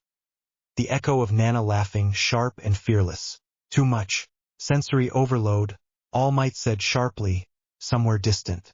Young man, cut the flow. Harry didn't so much cut it as fall out of it. His knees buckled. The compartment spun. The last thing he saw was Lupin getting to his feet, wand already in his hand. Then everything went black. He woke to chocolate. Someone was pressing a square against his lips. It tasted like sugar and cocoa and warmth, melting on his tongue, chasing the ice from his chest. Eat, a calm voice said. Slowly, Harry blinked. The lights were back on. The frost on the window had melted into streaks of water. Ron and Hermione sat on the other bench, pale and shaken, each clutching a thick bar of chocolate. The man from the corner, Professor Lupin he must be, sat beside Harry. Up close he looked even more worn. Lines at the corners of his eyes, scars half hidden under stubble, robes patched at the elbows. But his gaze was sharp. Harry swallowed. What happened? A Dementor, Lupin said. Boarded the train. The guards of Azkaban. Harry's stomach twisted. I know what they are. I thought you might, Lupin said quietly. You reacted strongly. Ron cleared his throat, voice shaky. We all did we not? No, Lupin said. You too were affected, yes. You felt cold, weak. Potter. His eyes moved back to Harry. You collapsed. Hermione leaned forward, hands wrung together. You were making a noise, she whispered, like you were trying to breathe underwater. And there were sparks. Harry's heart skipped. Sparks. Green, she said. Under your skin. And then you just dropped. Lupin's gaze sharpened. What were you thinking about, Harry? I do not remember. Harry lied automatically. Fragments of what he had heard flickered behind his eyes. Screams layered on shouting layered on the roar of the storm. Lupin watched him for a moment longer. Harry had the uncomfortable feeling of being weighed, like when Snape stared at him, but without the same sharp edge. You should eat the rest, Lupin said finally. Chocolate helps. Harry bit off another piece. Warmth spread through his limbs. The shaking in his hands eased. The lingering pressure in his head faded, the vestiges settling back again. Dementors feed on despair, Yoichi murmured in the back of his mind. They pull at the worst moments and make them all you can feel. They are parasites, Nana said. We do not let parasites in. Allmight's voice was gentler. Your mind is more crowded than most, young man. When something pushes, everyone pushes back. You felt all of it at once. Harry, Hermione said softly, drawing his focus outward again. Are you all right? Fine, he said a little too fast. He forced his shoulders to relax. Just did not like having my head turned into an icebox. Ron snorted weakly. Remind me to write Mum and tell her the train is guarded by soul-sucking nightmares now. She will knit them jumpers. Lupin's mouth twitched. The headmaster has assured me they will not board the grounds without permission, he said. But they will be around the perimeter. You may feel them again. Harry's skin crawled. One for all hummed uneasily, like an engine that hated the weather. Lupin leaned back in his seat. I suggest you avoid them when you can, he said. And if you cannot. He looked at Harry a moment longer. We will talk. The Dementors stood at the gates when they arrived at Hogwarts. Tall, hooded shapes, half hidden in drifting mist. Their presence sat on Harry's skin like a weight. The closer the carriages rolled, the heavier it got. Around him, students went quiet. Laughter thinned. Somewhere up front, a first year started crying. Harry's jaw tightened. He dug his fingers into the edge of the carriage bench. The storm behind his ribs responded to the pressure outside with its own low rumble. Easy, Almight said. They will notice if you flare every time they breathe. I am not flaring, Harry thought. I am trying not to throw up. Dementors fed on despair. One for all fed on will. The two forces did not slide past each other politely. They scraped. As they passed, one of the Dementors turned its hood slightly. Harry couldn't see inside, but he felt the focus settle on him. The vestiges stirred. Keep moving, Nana said. Do not give it a chance to get close. Harry forced his eyes ahead, to the castle. Lights in windows. Warmth. People. Friends. The weight eased as the carriages rolled through the gate. His shoulders loosened bit by bit. Beside him, Hermione let out a breath she had been holding. I hate them, she whispered. Ron rubbed his arms. I thought spiders were bad, he said. These lot make Aragog look cuddly. Harry did not argue. The rumor mill did not need much to chew on. By the end of the first week, everyone knew that the Dementors had made Harry pass out on the train. Half of them said he had screamed. The other half said he had glowed. Some said both. They say you lit up green and the Dementor backed off, Seamus told him at breakfast, eyes wide. Like you were some kind of human Patronus. That did not happen, Hermione said sharply. Well, you were there, Seamus said. What did it look like? Hermione hesitated. It looked like a boy who had already dealt with more than any of you realize, fainting under a lot of pressure, she said. Seamus's ears went pink. Right? Yeah. Sorry, Harry. Harry stabbed his egg. It is fine. It was not. The whispers, the stares, the way some students edged away from him and others edged closer out of morbid curiosity. None of it felt fine. He had hoped, briefly, that killing a basilisk might buy him a few years of normal school life. He should have known better. Maybe this is the year we get a quiet one, Ron had said on the train. The Dementor's cold laugh inside Harry's skull had answered that one. Boggett, Professor Lupin said, resting one hand on the rattling wardrobe. A shapeshifter. It takes the form of whatever you fear most. The classroom was full of nervous muttering. Third years crammed between desks, wands out, eyes on the jerking wardrobe doors. Ron whispered, "If it turns into a spider, I am jumping out the window." "No, you are not," Hermione hissed. "We are on the third floor." "Exactly." Harry tried to listen to Lupin's instructions. Think of something funny. Say ridiculous. Turn fear into laughter. Simple. Fear. He thought of a Dementor gliding into a train compartment, temperature dropping, the screaming in his head. Yours, his mother's, Nana's, Allmight's. Dementors dragged the worst fragments to the surface and looped them. Love and fear are two sides of the same coin, Yoichi murmured. That is why they taste so much. Harry swallowed. Everyone line up, Lupin said. One at a time. We will start with Longbottom. Neville squeaked, but Lupin's steady calm carried him forward. Harry watched as Neville faced a towering Snape, as Lupin guided him through turning the image into his grandmother's clothes. The class laughed. The Boggett shifted, flowed, became spiders and banshees and severed hands. With each ridiculous, it shrank a little more. Potter, Lupin said. Your turn. Harry stepped forward. His palms were damp on his wand. One for all hummed low. The wardrobe door creaked open. Something tall and cloaked stepped out. The temperature in the room dropped at once. Breath fogged. The Dementor glided toward him, jaws hidden in the darkness of its hood. The screams in his head surged. His mother, the basilisk fight, Ginny's lifeless face, Riddle's laughter, the shriek of basilisk venom in his veins. The vestiges dug in, trying to shield, but the collision of forces was the same. Pressure built, layered on pressure. Move, Nana said. Harry lifted his wand. Riddick, his throat closed. The word tangled on his tongue. The Dementor reached, cold fingers stretching. Lupin moved. Ridiculous, he said sharply. The Dementor Boggett jerked. His cloak filled with air. It stiffened, then collapsed like a pile of moldy laundry. The class burst into shocked laughter. The pressure in Harry's head eased. He sucked in air, lungs burning. Lupin's hand landed on his shoulder. Steady. That is enough for today, he said. A chorus of disappointed groans rose. Class dismissed, Lupin added. Except for you, Harry. Stay a moment. Ron and Hermione lingered until Lupin's raised eyebrow nudged them toward the door. I will wait outside, Hermione whispered. Harry nodded.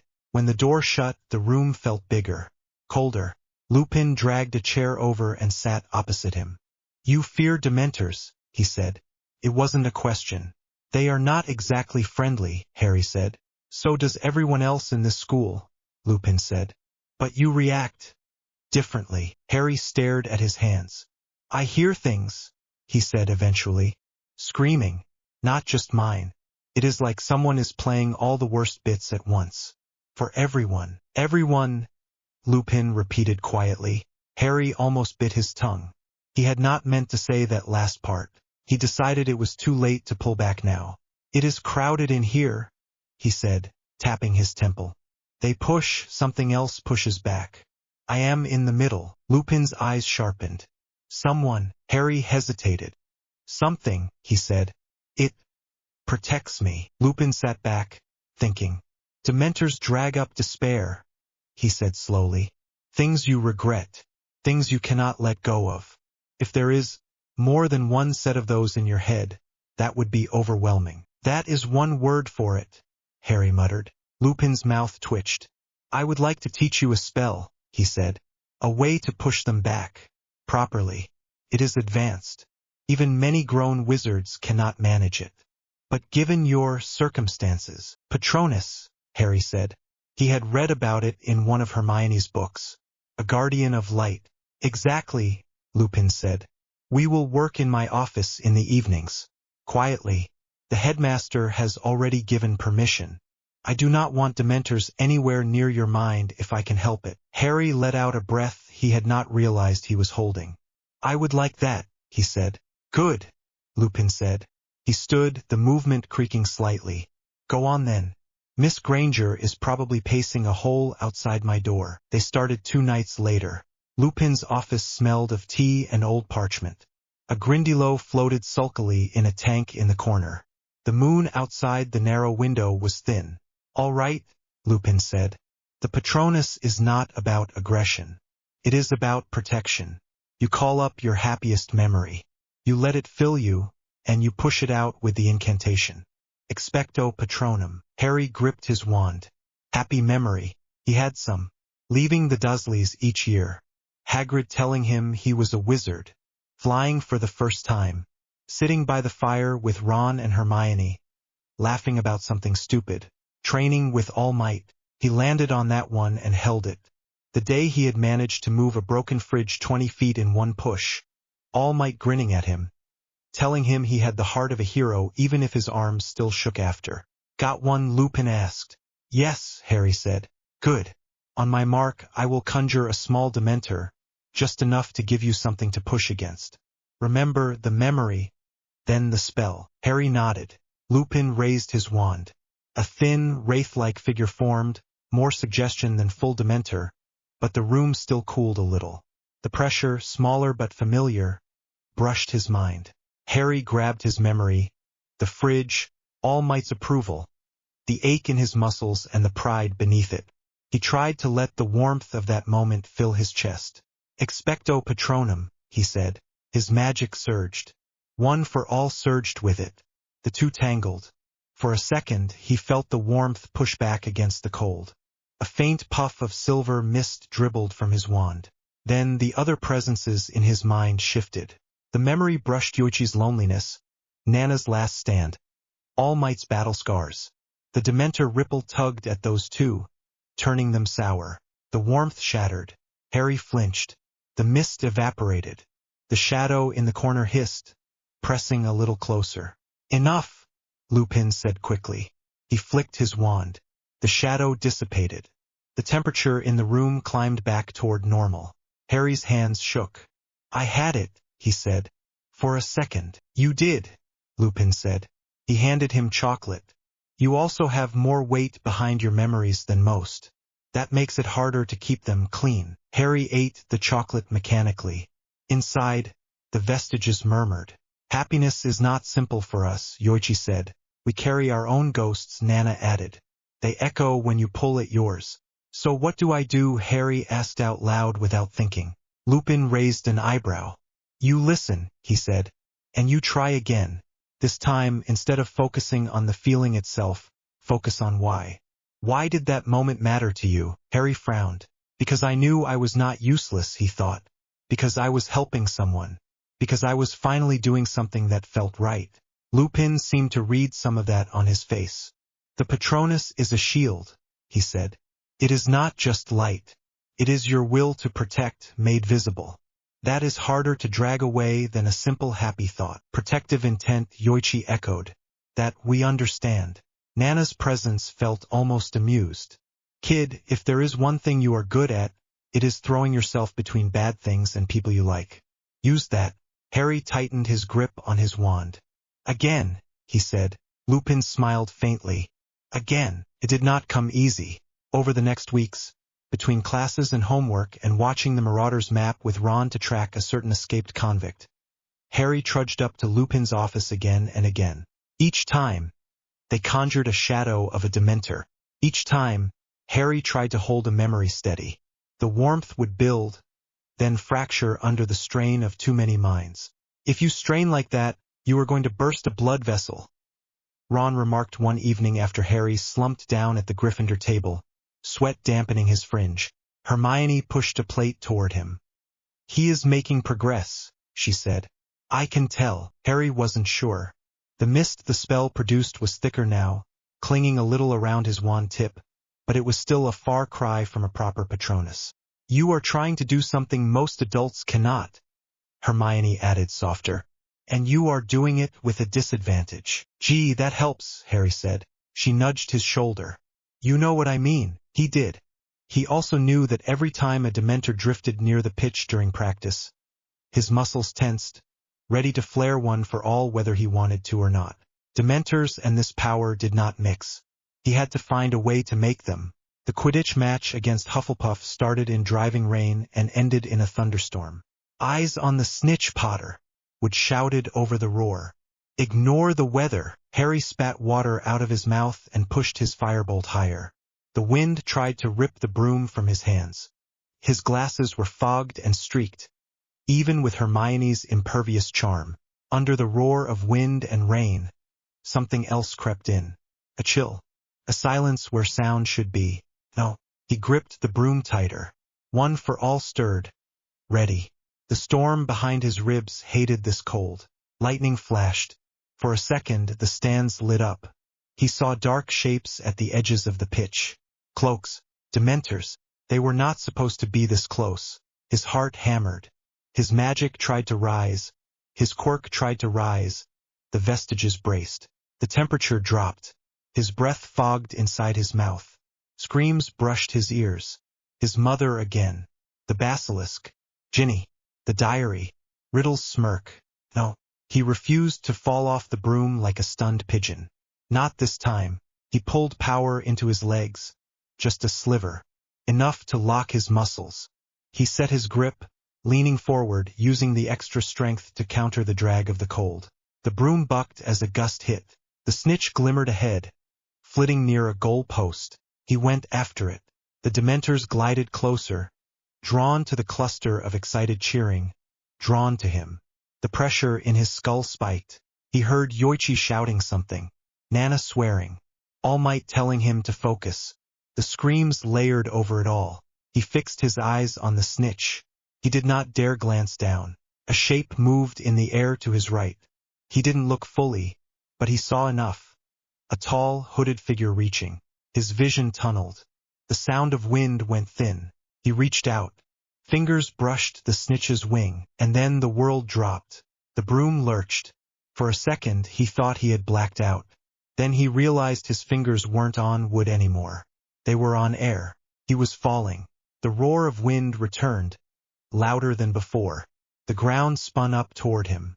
Raindrops slapped his face. Reflex kicked in. So did one for all. He dragged power into his legs and back, twisting in the air, trying to bleed off momentum. His body angled, turning a deadfall into a hard, messy dive. He hit the mud with both feet, knees bending. Pain jolted up his legs. He stumbled, rolled, came to rest on his back, the world a blur of gray sky and rain. For a moment he just lay there, chest heaving. The stands were a blur of noise. Someone was shouting his name. He pushed himself up on elbows. The wind tore at his soaked robes. Madame Hooch and Wood were already running toward him. So were Ron and Hermione, faces white. "Harry!" Hermione slid in the mud, caught herself on her hands. "Are you all right?" "Define all right," he said, wincing. "You fell off your broom," Ron said, voice high. "From, like, cloud height. And lived," Harry said. "New hobby." Madame Hooch reached them, expression furious and worried in equal measure. "That is it," she said. Match stopped. Those Dementors had no business on this pitch. He could see them now, drifting away at the edges, pushed back by someone's spell from the stands. A silver form galloped along the ground, chasing them. Patronus. Solid, shining. For a second, Harry thought he saw a shape within it that looked familiar. Broad shoulders. A cape. He blinked. The light scattered in the rain. By the time his vision cleared, the Patronus was gone. He let them haul him to his feet. His legs shook but held. In the hospital wing later, listening to Madame Pomfrey scold everyone in reach, he could not shake the image. Someone had thrown the Dementors away from the stands with one spell. He wanted to know how. "You are trying too hard," Lupin said. Harry wiped sweat from his forehead with the back of his hand. His arm ached. His wand hand shook.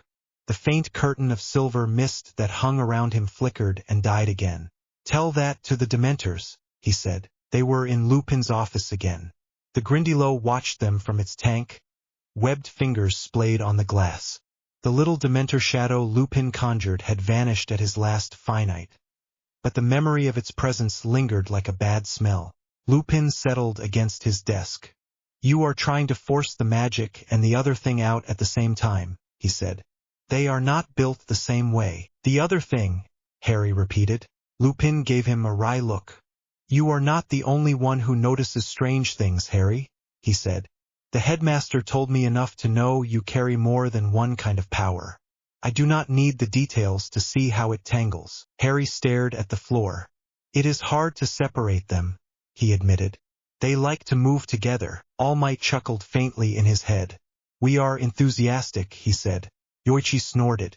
"That is one word." Lupin nodded. "Then do not separate them," he said. "Not completely. Use one to shape the other. Your magic knows how to form a Patronus. Your other power knows how to move your body.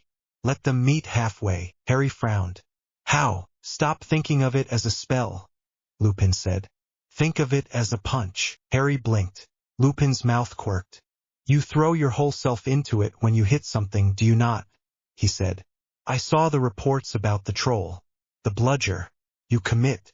That is why you break bones so easily." "Thanks," Harry muttered. "What if?" Lupin went on. "Instead of swinging blindly at the darkness, you aim a blow at the space in front of you and fill it with light. It is still a spell. But you are not just speaking it.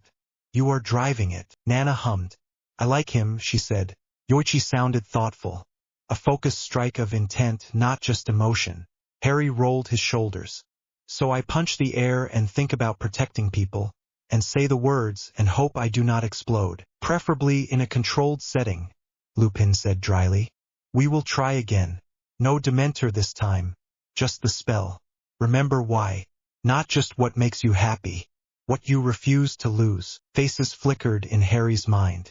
Ron, swearing as he threw himself into danger anyway. Hermione, biting her lip over a book, hand warm on his when she was scared and trying not to show it. Ginny, pale on chamber floor. He did not want to see any of them like that again. He planted his feet. He raised his wand. He let one for all stir in his muscles, just enough to make his arm feel solid. "Expecto Patronum," he said, and punched the air with his wand hand. Magic surged out. One for all rode the movement. Silver mist burst from the tip, thicker than ever. It swirled in front of him, pushed out as a wave rather than a cloud. For a second it had shape, a vague outline, big and solid. The effort jerked his arm. Pain flared in his shoulder. The wave collapsed. The mist evaporated. Harry clutched his arm, panting. "Ow!" "Better," Lupin said. "Much better. We will keep working on that." Carefully, Harry flexed his fingers. The ache in his arm eased slowly. Inside, the vestiges murmured their own approval. "We can work with that," Allmight said. "You always wanted to turn light into a punch." Nana added. "Look at you." Everything fell apart faster after Christmas. Ron woke up one morning shouting that Sirius Black had slashed his bed curtains.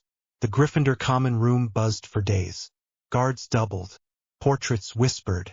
"You know what this means," Hermione said, voice low, when they huddled at a corner table. "If Sirius is after you." "He is after me," Harry said. "We heard it in the pub. He told the whole street." Hermione flinched. "Then why did he go for Ron's bed?" "Maybe he got confused," Ron said. "We were both sleeping. It was dark." "Or he is using you," Hermione said. "As bait." Harry's skin crawled. The idea of a murderer moving through the castle at night while he slept made his scar itch. The vestiges were restless too. Almight fretted about security. Nana wanted to punch someone. Yoichi kept muttering about systems failing small people like that was a surprise. Then came the Marauders map from Fred and George, and the secret passage to Hogsmeade, and the sight of his own name on the same bit of parchment as Pettigrew's. "It does not make sense," Hermione said, shaking the map later. "He is dead." The map said otherwise. By the time they were dragged into the Shrieking Shack, past the Whomping Willow that Harry had to body block at one point when a branch came too close to Hermione's head, he was running low on patience and high on twitchy energy. Sirius Black looked like a corpse that had decided to keep walking out of spite. When he lunged at Harry, Harry's response was automatic. He stepped into it, pulled just enough power into his arm, and drove his fist into Black's chest. The impact knocked the man back into the wall. Breath left him in a tired wheeze. The Rottenwood groaned. "Harry!" Hermione gasped. Ron, limping on his broken leg, gaped. "That is Sirius Black," he hissed. "Maybe do not kill him before we get answers." Harry's fist burned. He shook it out. "He started it." Black wheezed a laugh. "You hit like James," he rasped. The name landed in the room like a dropped stone. What followed: Lupin's arrival, the wand standoffs, the snarled explanations, Pettigrew's whimpering confession, came in sharp, fast beats. Harry watched Sirius as the story unfolded. The way his gaunt face softened when he talked about James. The way his eyes went glassy when he looked at Harry properly, like he was seeing a ghost and a stranger at once. "You would have lived with me," Sirius said quietly, when they had Pettigrew bound and stunned. "If things had gone right." Harry's chest ached. The idea of not going back to the Dursleys, of having an actual home that wasn't a cupboard or a dormitory, was almost too big to hold. Allmight's voice was soft in his head. "A hero needs a place to rest," he said. "You deserve that." For a brief moment, under the shaking floorboards of the shrieking shack, surrounded by friends and a traitor and two men who had loved his parents, Harry felt something like real hope. Then everything went sideways again. Snape barged in. Pettigrew slipped away. The full moon rose. Lupin changed.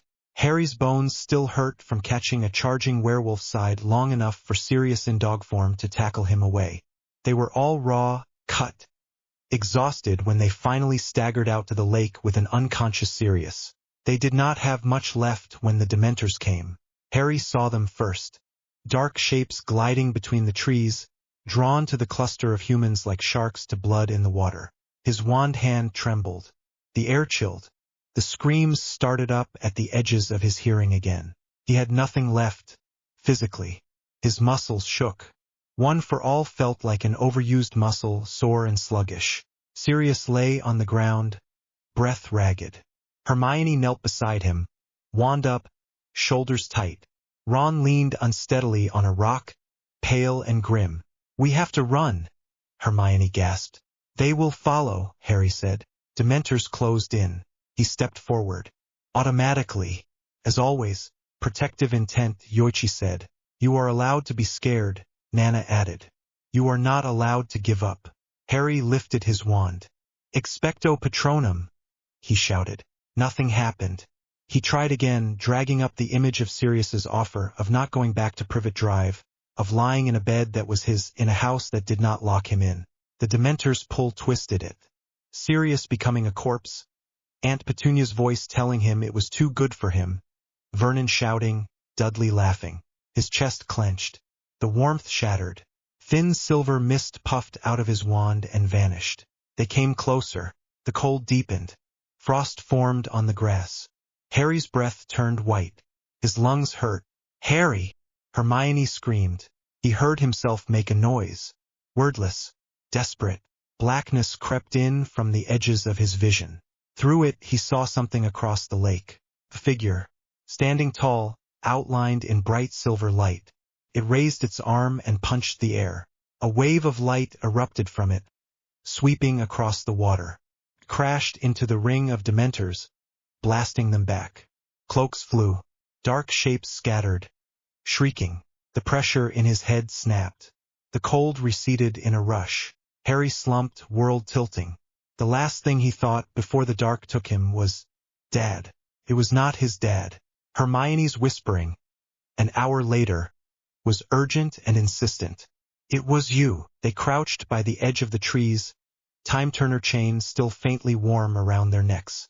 The second version of themselves lay unconscious down by the lake with Sirius. The Dementors floated closer. Again. Harry watched, heart pounding. He saw his younger self lift his wand. Fail. Collapse.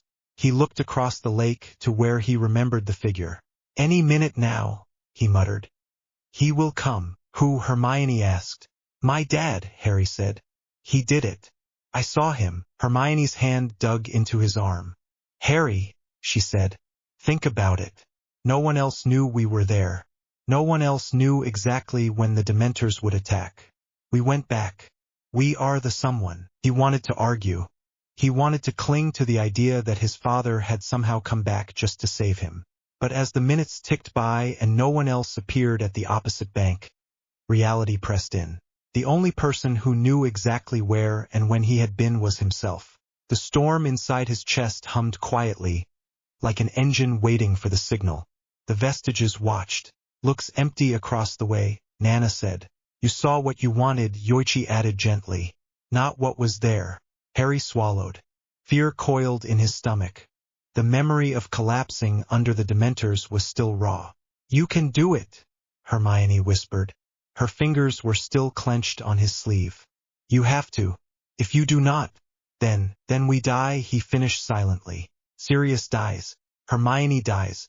He watched the ring of Dementors close in on his other self and Sirius. He watched his other self try and fail. He watched them crumple. You do not need a memory, Lupin's voice echoed, from their training. You need a protective intent. Harry stepped out from behind the trees. The wind off the lake was cold. The air felt thinner somehow, strange because he knew this had already happened once. He planted his feet in the wet grass. His body ached from the earlier fight, from the running back through time. One for all sat heavy in his muscles, but not empty. He drew it up, not recklessly, not the full blast he had used on the troll. Enough to fill his limbs, to make his arm solid. Faces flashed through his mind. Ron, Hermione, Ginny, the Weasleys, Lupin, Sirius. People in the castle. Kids who had looked at him with fear and hope and annoyance and laughter. He did not want to be their monster. He wanted to be the one standing between them and the monsters. That is it, Allmight said quietly. He lifted his wand. He pulled his fist back at the same time, like he was drawing a punch. Inhale. He felt the magic gather. He felt the strain as one for all lined up with it, paths overlapping. Pain prickled in his shoulder and down his arm. Exhale. Expecto Patronum, he roared, and drove his fist forward through the air, wand leading. The spell ripped out of him. It was not a thread, not a fragile whisk of silver. It was a blast. Light exploded from his wand in a thick wave, bright and solid. It roared out across the water like a physical thing, a wall of silver force. At its front, shape formed. Broad shoulders, a long cloak, not quite a stag, not quite a man, something in between. For one weird second, the outline looked like Allmight standing tall, cape snapping, arms folded. Then it blurred, resolving into a huge, shining stag that charged forward on the wave, hoofs pounding on the surface of the lake. The wave hit the Dementors. They flew. Cloaks snapped. Skeletal hands flailed. The light burned against the darkness, not just pushing but searing, forcing them back, further than the edge of the trees, further than the wards. They fled. The cold broke. The air warmed. Harry's knees buckled. He dropped, catching himself on one hand. His wand clattered into the grass beside him. Harry! Hermione cried, hurrying to his side. Are you all right? His arm throbbed, but it wasn't broken. His chest heaved, lungs dragging in gulps of air. I did it, he said, stupid and obvious. You did, Hermione said. Her eyes were wide, shining. That was a Patronus. A real one. The biggest I have ever seen. He looked across the lake. Down by the shore, his other self lay limp. Sirius was slumped beside him. The silver stag stood over them, antlers bright, watching, guarding. Protective intent, Yoichi said. You anchored it. That was more than 10%, Nana said dryly. We will need to work on your regulation. Allmight's voice was warm with pride. Plus ultra, young man. Harry let out a shaky laugh that turned into a cough halfway. Reckon Lupin will be impressed, he muttered. Reckon the ministry will have kittens, Hermione said. That too, Harry said. They waited, as they were meant to, until everything aligned. Then they hurried back, time-turner chain cool now against his skin. Dumbledore's plans slotted into place. Buckbeak flown. Sirius freed. The night reset itself around them. Later, in the hospital wing, with Ron snoring in the next bed and the moonlight silver on the floor, Harry lay awake and stared at the ceiling. His arm ached in a deep, bruised way. Madame Pomfrey had tutored over mysterious strain and dosed him with potions. None of that touched the strange new weight inside his bones. The basilisk venom had changed one for all. Tonight had hammered those changes in again. The power sat in him heavier now, like metal folded into flesh. You are adapting, Yoichi said. You are still human, Nana added. Remember that. Harry swallowed. Does this get easier, he thought back. In some ways, Yoichi said. In others, no. You are carrying more than we did. Different worlds. Different rules. You did not break this time, Allmight said. That matters. You pushed it out through a shape instead of trying to hold it all in your own bones. Harry replayed the moment at the lake again. The way the light had roared. The stag. The flash of Allmight's silhouette at the front. Just for a heartbeat. You showed yourself, he thought. Allmight chuckled. They saw a stag, he said. The shape under it is for you. Harry let his eyes close. The cold weight of Dementors had gone, for now. In its place were the quieter weights. Promises to Sirius, the knowledge that somewhere out there was a man who had betrayed his parents and gotten away again. The understanding that his own power was still growing into something the wizarding world did not have a name for. Shadow of despair, Yoichi said. Light replied. Nana added. You are the punch in the middle, Allmight said. Harry snorted softly into his pillow. Poetic, he thought. Sleep pulled at him. He let it. Harry, Hermione's voice pulled him back up. He blinked. Morning had turned the ward pale gold. Ron's bed was empty now. Madame Pomfrey had turfed him out hours ago. Hermione sat in the chair beside his bed, knees tucked up, a book closed on her lap. How long was I out, he croaked.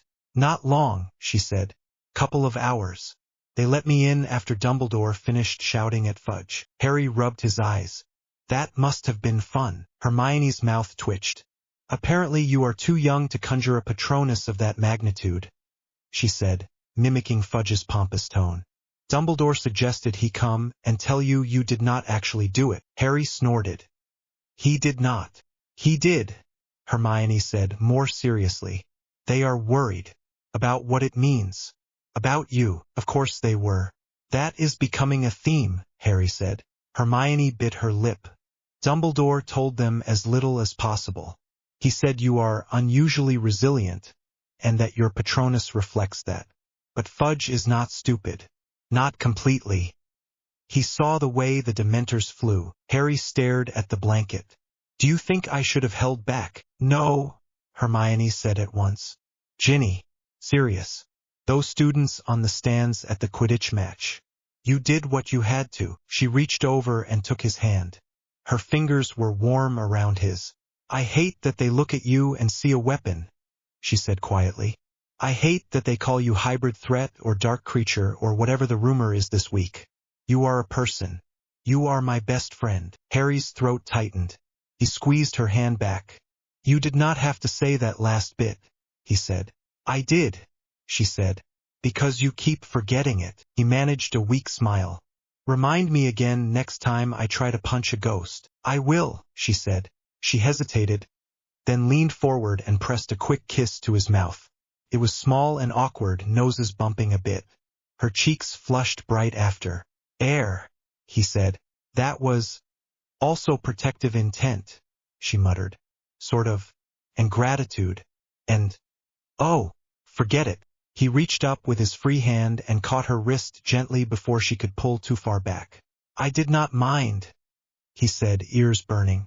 Just so you know. Hermione's shoulders relaxed. She let out a breath she had been holding and smiled. Small and real. Good, she said. Because I suspect this is not the last time you are going to throw yourself at something horrible, and I would rather be on the list of people you come back to. Top of it, he said without thinking. Her eyes went shiny. Go to sleep, idiot, she said softly. He did. The year ended the way it always did. Exams. House points. The train. Lupin resigned. Of course he did. The look on his face when he packed his case was tired. Resigned sadness. I am sorry, Harry said. Hovering in the doorway of the office that had become half classroom, half training hall. For what? Lupin asked. not looking up from folding a threadbare jumper. If I had been faster, if I had kept Pettigrew stunned, if I had— Harry, Lupin said sharply. He straightened. This is not on you. You are 12. You killed a basilisk last year. You survived a Dementor swarm and freed an innocent man. That is several lifetimes worth already. My defense teachers keep leaving, Harry said. I am starting to think it is my fault. Lupin smiled, tired but fond. You are not a curse, he said. You are a beacon. Beacons attract storms. That sounded uncomfortably familiar. Allmight's laugh echoed faintly in Harry's head. Lupin rummaged in his case and pulled out a scruffy bit of parchment. Here, he said. I believe you left this in my classroom, the Marauder's map. Harry blinked. It is yours, he said. And now it is yours, Lupin replied. Keep it. Use it wisely. Try not to give Filch a heart attack. Harry slid it into his pocket. Thank you, he said. For the map or for the Patronus lessons, Lupin asked. For not treating me like a monster, Harry said simply. Lupin's expression softened. I have seen monsters, he said. You are not one. He hesitated, then added. Whatever else lives in you, Harry, it has chosen to stand with you, not over you. That matters. Harry nodded, throat thick. You will write. If the owl can find me, Lupin said. Take care of yourself, and your friends, but also yourself. That is a lot of self, Harry said. You have a lot of self to look after, Lupin replied. On the train, Ron and Hermione argued about homework and sweets and whether Crookshanks was plotting to murder Scabbers with the intensity of people who had nearly died and were pretending it had been a normal year. Harry sat by the window, watching the countryside blur past. Sirius's letter lay folded in his pocket next to the permission slip and the gratefully acknowledged but politely declined offer of living somewhere other than Privet Drive. For now, he had a godfather who cared. A headmaster who knew some of the truth and had chosen not to hand him over to the ministry.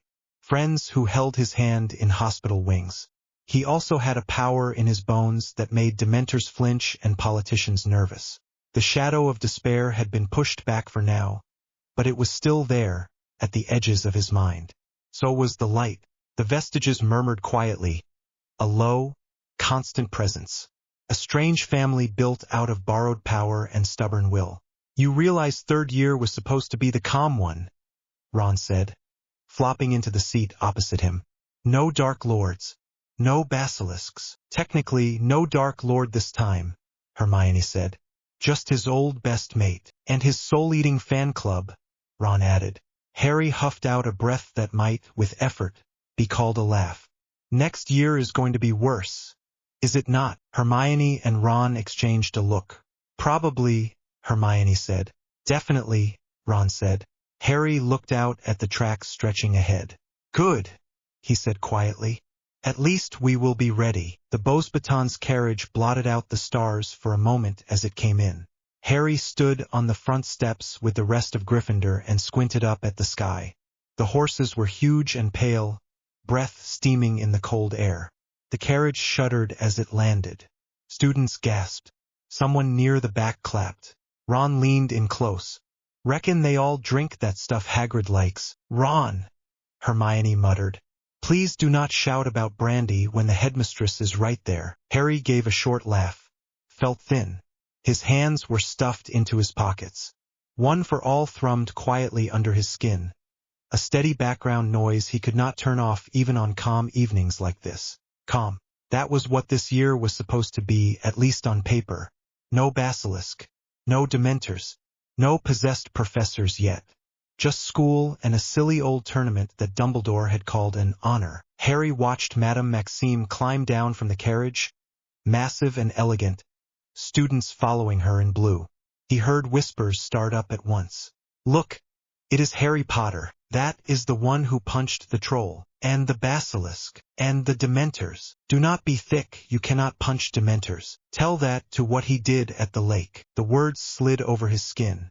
They always did now. Nice when they were from younger students telling stories. Sore when they came from older ones who stared like he was something sharp and dangerous that might go off at any second. Durmstrang arrived next. The ship erupted from the lake with a grinding sound and a fountain of water. "Show-offs," Ron muttered. Crumb stomped out of the cold mist first, as if he had just stopped playing a match. Thick cloak, heavy boots, face set in its usual bored frown. Some girls squealed. Hermione straightened a little beside Harry. "He is an amazing seeker," she said. "The way he tracks the quaffle even when he is after the snitch. It is all in his observation and prediction." "Thought you only cared about Quidditch when I am playing," Harry said. She flushed. "I read an article." Harry grinned, then caught Crumb's eye for a second. The older boy's gaze flicked over him, up and down, recognizing him the way one athlete recognizes another. Not just the scar, not just the stories. There was a quick calculation there. Crumb looked away, uninterested, and Harry let out a breath he had not realized he was holding. He felt the vestiges stir at the back of his mind. "So this is the new stage," Yoichi said. Harry frowned. "What?" "World Championship," Allmight said. "You have fought in corridors and chambers. Now the whole world is looking." Nana snorted. "Try not to trip." "Potter," McGonagall called from the top step. "Inside. The cold will not improve your marks." He followed the others in. The great hall glowed with floating candles and the long banners of 3 schools. Hogwarts, Beauxbatons, Durmstrang. Harry slid into his usual seat between Ron and Hermione. The noise washed over him. The smell of roasted meat and pumpkin. The scrape of cutlery. The occasional flash of a camera from the visiting reporters at the staff table. "Do you feel weird?" Ron asked suddenly, mouthful. Harry blinked. "About what?" Ron waved his fork at the Durmstrang table. "Whole world here, you know. Champions, and some bloke who nearly tackled Dementors with his bare hands." Hermione elbowed him. "He did not tackle them. He used a Patronus. He also nearly broke his own arm doing it," Ron added. "Which was very you, to be fair." Harry shrugged. "I am just trying to get through dinner without someone asking if I glow in the dark." On cue, a small second year at the next bench leaned over. "Harry, is it true you punched a Dementor and it exploded?" "No," Harry said. The boy looked disappointed and turned back to his friends. Ron snorted. "Give it a week. By Christmas they will be saying you suplexed one into the lake." Hermione groaned into her hands. "I hate the word suplex." Harry smiled, but his chest felt tight. Dumbledore rose to speak. The hall quieted at once. His voice rolled out, warm and calm, talking about friendship between schools and the honor of the Triwizard Tournament. About danger. About the age line. About how no one under 17 would be allowed to enter. Harry felt half the eyes in the hall slide to him during that part. He kept his face neutral and his hands still. "I did not even get a choice," he thought. "Not yet," Yoichi said softly. The goblet blazed blue in its place of honor later that week. Names dropped in. Older students huddled and muttered and dared each other. Twins plotted. Fred and George came back from the age line with white hair and longer beards, which might have been funnier if the other side of the joke was not Harry's chest tightening at the idea of any more weird magic on him. He stayed back. He had enough on his plate. He was wrong. The night of the choosing, the hall buzzed harder than a Quidditch final. Harry picked at his stew. Ron talked non-stop about which school would win. Hermione flicked through a book on magical contracts while pretending she was not listening. "The champions will be chosen by the Goblet of Fire," Dumbledore said at the front. The blue flames went high. The hall went quiet. "Once chosen, they are bound." Harry's spoon scraped his plate. "Bound, right? No backing out. No second chance." The goblet flared red. A slip of parchment shot into the air and floated down into Dumbledore's waiting hand. "The champion for Durmstrang," Dumbledore called, "is Victor Krum." Cheers from the Durmstrang table. Krum stood, expression barely changing. He went up to the front and vanished through the side door. "The champion for Beauxbatons," Dumbledore said after the next flare, "is Fleur Delacour." There was a collective sigh from half the hall. Fleur's hair caught the light as she walked, calm and graceful. "The champion for Hogwarts," Dumbledore said, "is Cedric Diggory." The Hufflepuffs went wild. Cedric looked stunned and pleased, and a little embarrassed by how loudly his housemates were shouting. Well, that is that, Ron said, reaching for more potatoes. Could have been worse. At least it is not Malfoy. Harry's mouth twitched. Imagine Draco against a dragon. He would complain about the smoke. Hermione shushed them both. Dumbledore has not finished. The goblet flared again. Red, then strange white. The flames jumped higher than before. The hall went silent. A fourth piece of parchment spat out. Dumbledore's hand snapped up and caught it. He stared at the name. His eyes flicked up to the hall, and for the first time since Harry had known him, the headmaster looked unsteady. Harry Potter, he said. The world did not so much go quiet as fall away. Harry sat frozen. His chair felt glued to the floor. His heart hammered. Ron's fork clattered to his plate. You what? Hermione's hand shot to his arm. Harry, she whispered. Every eye in the hall turned. Some wide, some angry, some scared. The vestiges surged in his head. What did you do? Nana demanded. Nothing, Harry said under his breath. His voice sounded too loud in his own ears. I did nothing. Dumbledore cleared his throat. Harry, he said again, if you would come up here. Harry's legs moved before his brain caught up. He stood and walked toward the staff table. Each step felt heavy. The noise of whispers rose and fell around him. Of course he did. A Ravenclaw hissed as he passed. He loves the attention. He already has everything. Someone else snapped. Now he takes this too. Draco spoke loud enough for half the hall to hear. Well, when your special little power makes you the headmaster's favorite toy. Harry kept walking. At the staff table, Dumbledore's gaze was steady now, but there was a tightness around his mouth Harry had never seen. Come with me, Harry, he said. Harry went through the side door into the small room behind the hall. The air in here was different. Less noise, more pressure. Crumb, Fleur, and Cedric stood by the fireplace. Bagman beamed. Crouch looked carved out of stone. McGonagall's lips were thin. Karkaroff looked like he had bitten a lemon. Madame Maxime was unreadable. Moody leaned in the shadows near the back, magical eye whirling. What is this? Karkaroff snapped at once, stabbing a finger at Harry. This is a joke. A child, Madame Maxime said, calm and sharp. A fourth champion. Harry Potter, Bagman said brightly, as if reading a headline. How unexpected. The crowd will love it. We are not running a circus, McGonagall snapped. Dumbledore held up a hand. The goblet has spoken, he said. It has produced a fourth name. It should not have, Crouch said. His voice was flat. The age line, the binding enchantments, all of them were designed to prevent this exact situation. Moody shifted. Unless someone wanted it, he growled.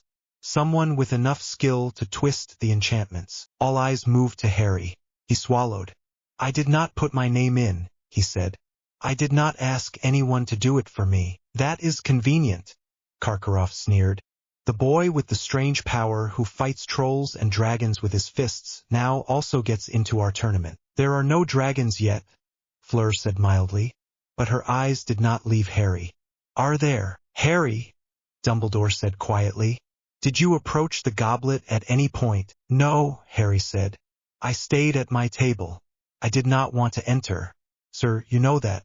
I have enough people trying to kill me already. Bagman laughed nervously. Well, that is true enough. Crouch rubbed his temples. Regardless, he said, the rules are clear. Those whose names come out of the goblet are bound. The magic will not let him refuse. He is a child, McGonagall said again. Her voice trembled now, anger under the control. He is already carrying one burden. Two, Karkaroff put in. Scar and that thing in his body. Moody's magical eye flicked to him. Careful, Igor. The boy is not the only one with skeletons. Harry felt his jaw clench. I am not a thing, he said. I am not a weapon you can pass around. I did not ask for any of this. That hung in the air. Dumbledore's eyes softened for a moment. You are right, he said. You did not. And yet here we are. All the more reason to be careful, Crouch said. Mr. Potter, you will compete. The contract demands it.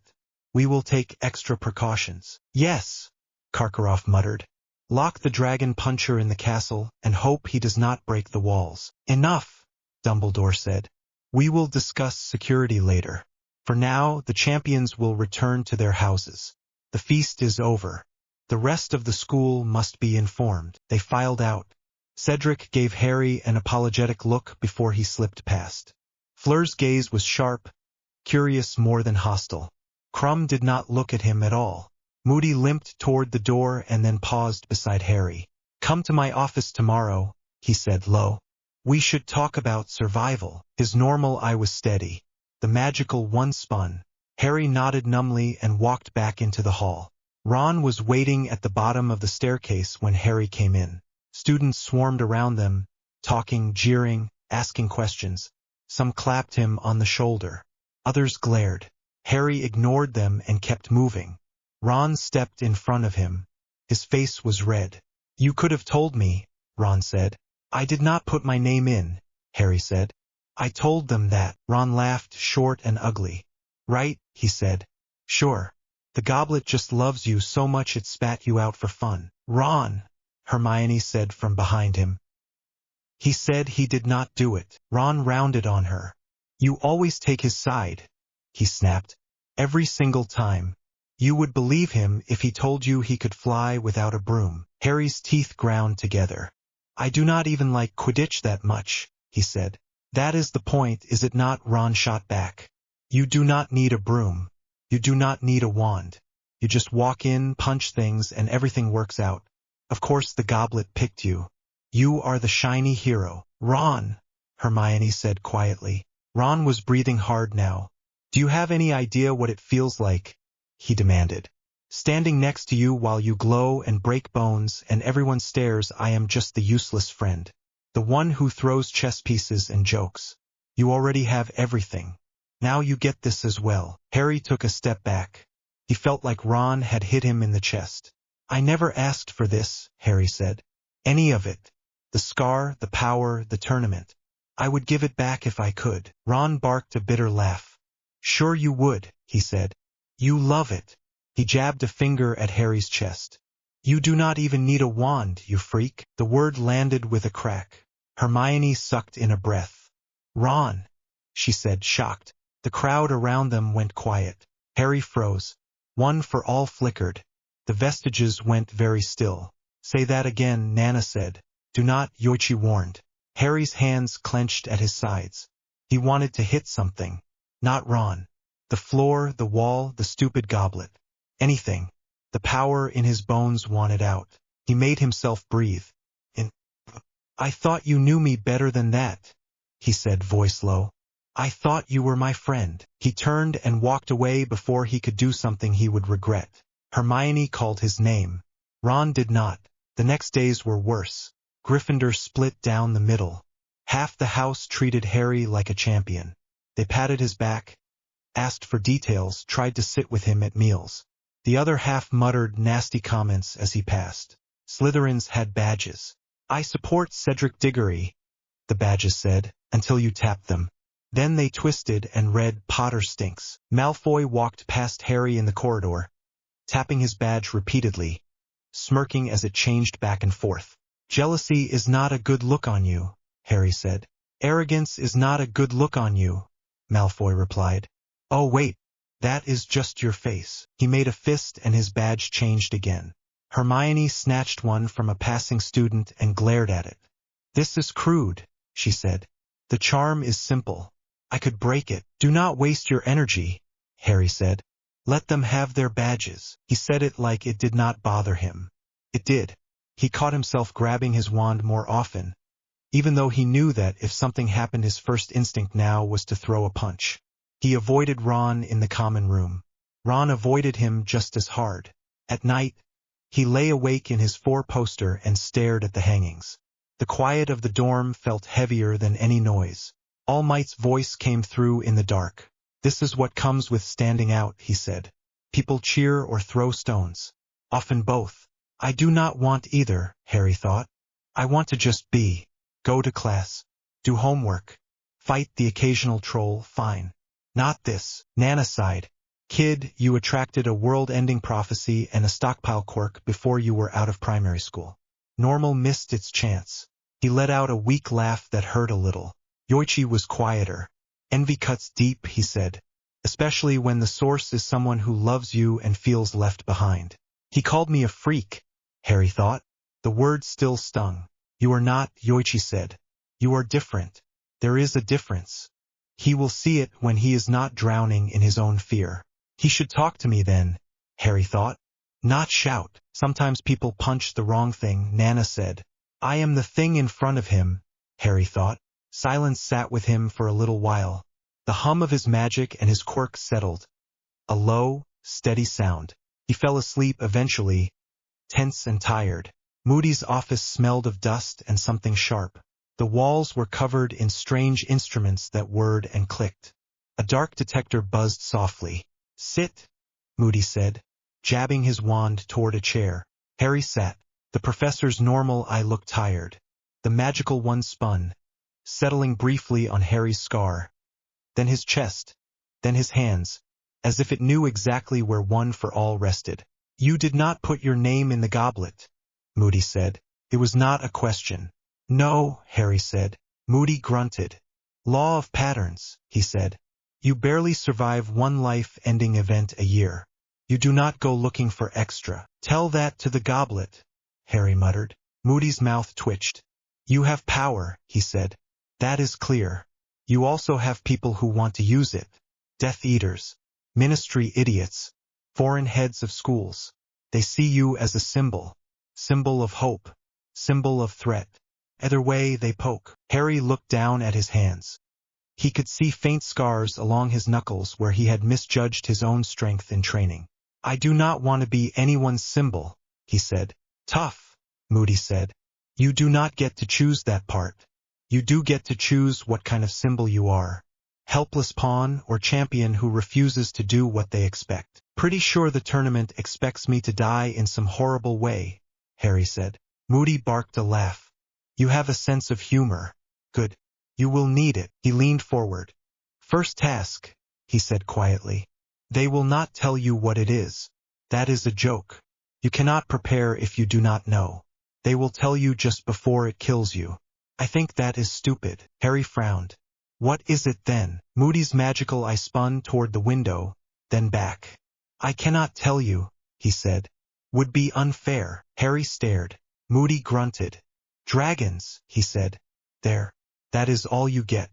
Big ones. Breath fire. The usual. Harry blinked. His heart stepped up.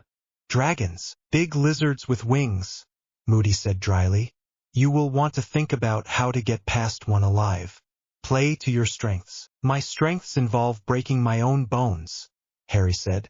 Then learn control, Moody snapped. You are not a blunt hammer. You are a scalpel with muscle. Use that. Also maybe bring your wand. Harry snorted. I am not that stupid. Moody's magical eye rolled. I will keep an eye out, he said. Someone wanted you in this tournament. Old names. Old plans. Whatever. You stay alive. Make them regret it. Harry stood. Thanks, he said. Do not thank me yet, Moody muttered. You have not seen the dragons. Hagrid took care of that. Bring that cloak of yours, Hagrid whispered one evening after care of magical creatures. Got something to show you? Hermione frowned. Is this about the tournament? Just a bit of curiosity, Hagrid said. His eyes slid briefly to Harry, then away. Champions should know what they are up against. Seems fair. Ron, who had finally started talking to Harry in short, stiff sentences again, bristled. Oh, now we are playing fair, he muttered under his breath. Harry pretended not to hear. Invisibility cloak wrapped around them later that night. They followed Hagrid down to the edge of the forest. The smell reached Harry first. Smoke and reptile and singed earth. Then he saw the first dragon. It was chained in a cleared patch of ground, scales dark and ridged, eyes bright and aware. It shifted, tail sweeping, sending a shower of sparks into the air. Harry's breath caught. Merlin, Ron whispered. You cannot fight that. Tell that to the tournament, Hermione murmured, fingers tight on the cloak. Hagrid whispered proudly about breeds and handlers. Harry heard him, but most of his focus stayed on the dragon's movements. The slow roll of muscle as it shifted weight, the way its neck moved, the width of its chest. He pictured bones under scales, where the joints might be weaker, where a strike would do more than just annoy. One for all thrummed. He did not pull power now. He could not. The handlers were too close, but his body lined up in his own head, ready the way it always did before a fight. You are not seriously thinking about punching it, Hermione hissed in his ear. He almost jumped. He had forgotten she was pressed against his side under the cloak. I am thinking about living, he murmured back. Living involves not jumping in front of fire, she said. He watched the dragon breathe a sheet of flame at a handler who had gotten too close. The chains rattled. The man scrambled back, face pale. Brooms will be useless, Harry said quietly. Too open. One spell and you are ash. I am better on the ground now. You are better with a wand, she said. Use your magic, Harry. You do not need to prove anything. He thought of Ron's words. You do not even need a wand. I know, he said. It is not about proving. It is about what I can actually do when I am scared and there is something huge in front of me. My body moves faster than my wand. Yoichi murmured approval. Nana muttered something about dragon joints. Hermione's hand tightened briefly on his arm. Then we plan around that, she said. Together, the library smelled of parchment and dust and ink. Hermione had spread out an impressive stack of books across their corner table. Most of them had dragon in the title. A few were about magical contracts. One, Harry noticed, was clearly about stress and trauma, though she kept it under the others as if he would not see. You cannot punch away magical law, she said, flipping through a chapter. The contract is active, so we work with it. You have to survive 3 tasks. That is it. You do not have to win. That will not matter to whoever put my name in, Harry said. Hermione looked up. We will worry about them after you are not barbecue, she said. Harry huffed a laugh. Very comforting. She pushed a book toward him. Look, she said. Dragon anatomy. Their underbellies are softer. The eyes are vulnerable. The joints between scales at the neck and shoulders. Your power is best in close quarters. If you move fast enough, you might get under the fire and inside its reach. That involves running toward the dragon, Harry pointed out. You do it all the time, she said. You run toward things that scare everyone else. At least this time we can plan it. He tapped the picture. If I hit here, he said. Neck joint. Enough power might knock its head sideways and leave an opening. Hermione winced. Poor dragon, she said, then sighed. Fine. You are the one who has been punched by worse. You know your own limits. He did. Sort of. He remembered twisting his arm during Patronus practice, his bones screeching. Remembered the way the basilisk had felt when he drove the sword into the roof of its mouth. He remembered the chill of Dementors and the way his own power had flared then. Desperate. His muscles tensed just thinking about it. I cannot go full, he said quietly. If I lose control, I will break myself. Then do not, Hermione said. Her voice softened. You have more than 2 settings, Harry. It is not nothing or everything. You have been practicing. You can choose. He nodded slowly. You are also allowed to use magic, she added. Please remember that. He rolled his eyes. Yes, Mum. She smacked his arm with the back of her hand, which made them both smile for a moment. The smile faded quickly. Ron would have loved this, Harry said before he could stop himself. Planning how to prank a dragon. Making stupid jokes. Hermione's hands stilled on the page. He still could, she said. He called me a freak, Harry said. The word still sat between his ribs like a splinter. He is scared, she said. Of losing you. Of being left behind. That does not excuse it. But it does explain it. I am scared too, Harry said. I know, Hermione said. She reached across the table and took his hand. Her fingers were warm. That is why I am here. The arena roared. Harry stood behind a canvas tent, listening to the crowd. The stands were packed with students, staff, reporters, and ministry officials. The air smelled of smoke and sweat and nervous energy. Champions, Bagman said, bouncing on the balls of his feet. Ready. Fleur's jaw was set. Cedric's hands flexed on his wand. Crumb rolled his shoulders, eyes half narrowed. Harry's stomach twisted. He had eaten very little that morning. You first, Bagman said to a nervous witch from the ministry holding a velvet bag.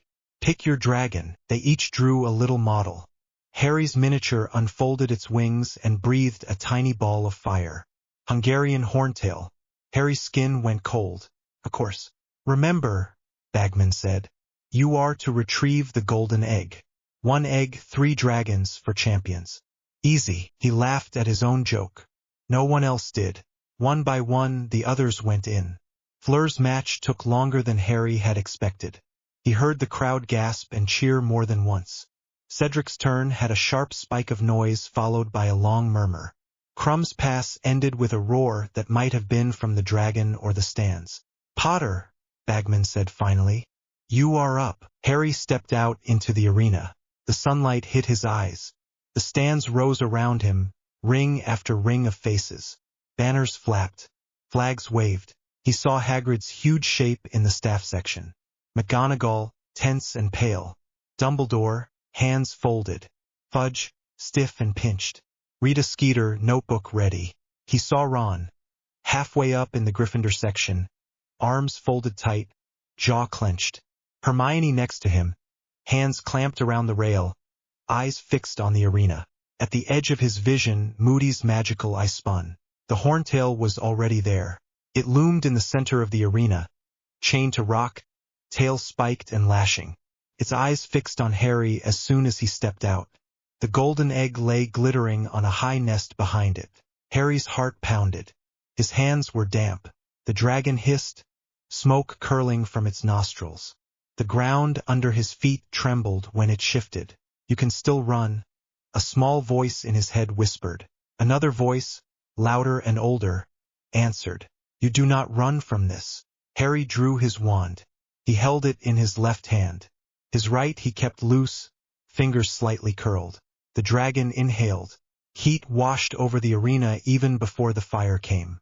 Danger sense jabbed at his skull. Move, Nana snapped. Harry moved. He shot forward, not away but sideways, legs burning as he pulled power into them. Not at the level that would shred muscle, but enough to make the ground blur under his feet. Flame erupted where he had been standing. He felt the heat on his back, even through the distance. The crowd gasped. He kept going, zigzagging to keep the dragon guessing. Each breath of fire scorched empty air. Dirt exploded. Rock cracked. He felt the strain in his calves, his thighs. Muscles burned. He did not push further. Not yet. Potter appears to be favoring a ground approach. Bagman's voice boomed over the noise. No broom for him, ladies and gentlemen. Harry tuned it out. He reached the first boulder and used it.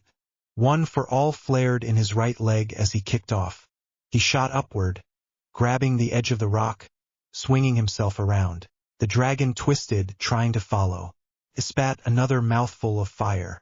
Harry threw himself off the rock, rolling as he hit the ground on the other side.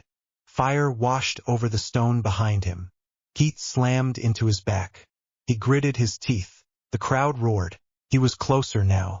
He could see the texture of the dragon's scales, the lines of its eyes. Its pupils were narrow slits. It tracked his movement with animal focus. He had to get under its head. He sprinted again, pushing more power into his legs. His joints screamed. He ignored it. The world narrowed to speed and timing. Danger sense jabbed again as the dragon sucked in another breath. Now, Harry threw power into his right hand and stamped hard. The force traveled up his body. He swung his arm in a wide arc, not at the dragon but at the space in front of him. Air cracked. The air pressure wave slammed into the breath the dragon had been about to release. Fire blasted sideways, thrown off aim. Some of it splashed back toward the dragon's own face. It jerked its head back, surprised. The crowd screamed. Bagman shouted something excited and incoherent. Harry did not give the dragon time to recover. He ran. He cut across the scorched ground, aimed for the space under the dragon's neck. The beast swung its head, snapping. His tail lashed. One of the spikes whistled past his shoulder. He dropped, slid under it and rolled. Dirt filled his mouth. He came up under the dragon's chest. The smell was close now, hot and rank. The sound of its breath rattled deep and loud. He had one shot. He pulled power. Not full. Enough. His right arm tingled, skin prickling. His bones felt heavy and charged. Sorry, he muttered to the dragon, and drove his fist into the soft joint where neck met chest. The impact was like punching a wall that decided to move after the fact. Pain shot up his arm. His knuckles screamed. The dragon roared. His head snapped sideways, whole body jerking. Chains clanged as it reared. The nest behind it shook. The golden egg rolled, tipped, and fell. Harry lunged, grabbed it with his left hand, and rolled away as the dragon crashed back down, tail thrashing. Potter has the egg, Bagman bellowed. Potter has done it. The roar of the crowd hit Harry like another wave. He staggered to his feet, egg clutched to his chest, arm hanging numb at his side. The dragon shook its head, dazed, smoke pouring from its nostrils. Handlers rushed in with spells and chains, pulling it back. Harry did not wait to see more. He limped toward the exit, heart hammering, lungs burning, legs aching with every step. He glanced up once. Hermione was crying and clapping at the same time. Hagrid was roaring approval, face wet. McGonagall had a hand over her mouth. Ron stood very still. His knuckles were white on the railing. His eyes were wide. Harry turned away and went into the tent. His arm started shaking as soon as he was out of sight. Madame Pomfrey fussed over his injuries while muttering about idiotic tournaments and reckless headmasters. You have strains in both legs, bruised ribs, and your right hand is a mess, she said. I do not care how clever you think you are. Bones are not supposed to do this. Harry winced as she applied a salve that burned cold and hot at the same time. I had a plan, he said. Next time plan on not getting crushed by reptiles, she snapped. He lay back against the pillow and let the potions do their work. The tent walls flapped. Outside, the crowd noise ebbed and flowed as judges discussed scores. The flap opened and Dumbledore came in with a handful of officials. Bagman still beaming. Crouch, expression strained. Karkaroff, furious. Madame Maxime watching. McGonagall hovering near the back. Lips so thin they had almost vanished. Rita Skeeter slipped in as well, quill ready. This time, Harry noticed the way her eyes flicked too quickly between people, the way she seemed to slide around rather than walk. Something about her movement set danger sense on a low simmer. Mr. Potter, Dumbledore said. How are you feeling? Sore, Harry said. Alive. Think I pulled something important. Bagman laughed. That was brilliant, he said. No broom. No complicated spells. Straight in. Bang. Madame Pomfrey made an offended noise. You turned its breath back on itself, Madame Maxime said. That was not simple. A grotesque display, Karkaroff snapped. What kind of child does that without training? Exactly, Crouch said sharply. What kind of training has he had? Harry stiffened. Dumbledore's gaze did not waver. None outside the school, he said. What Mr. Potter has, he has taught himself in response to the dangers this school has unfortunately cursed him with. Do not pretend you do not see it, Karkaroff said. He took a dragon's fire with his bare hands. He is not normal. He is not, Dumbledore said quietly. No more than any of our champions. Magic expresses itself in many ways. He glows green, Karkaroff insisted.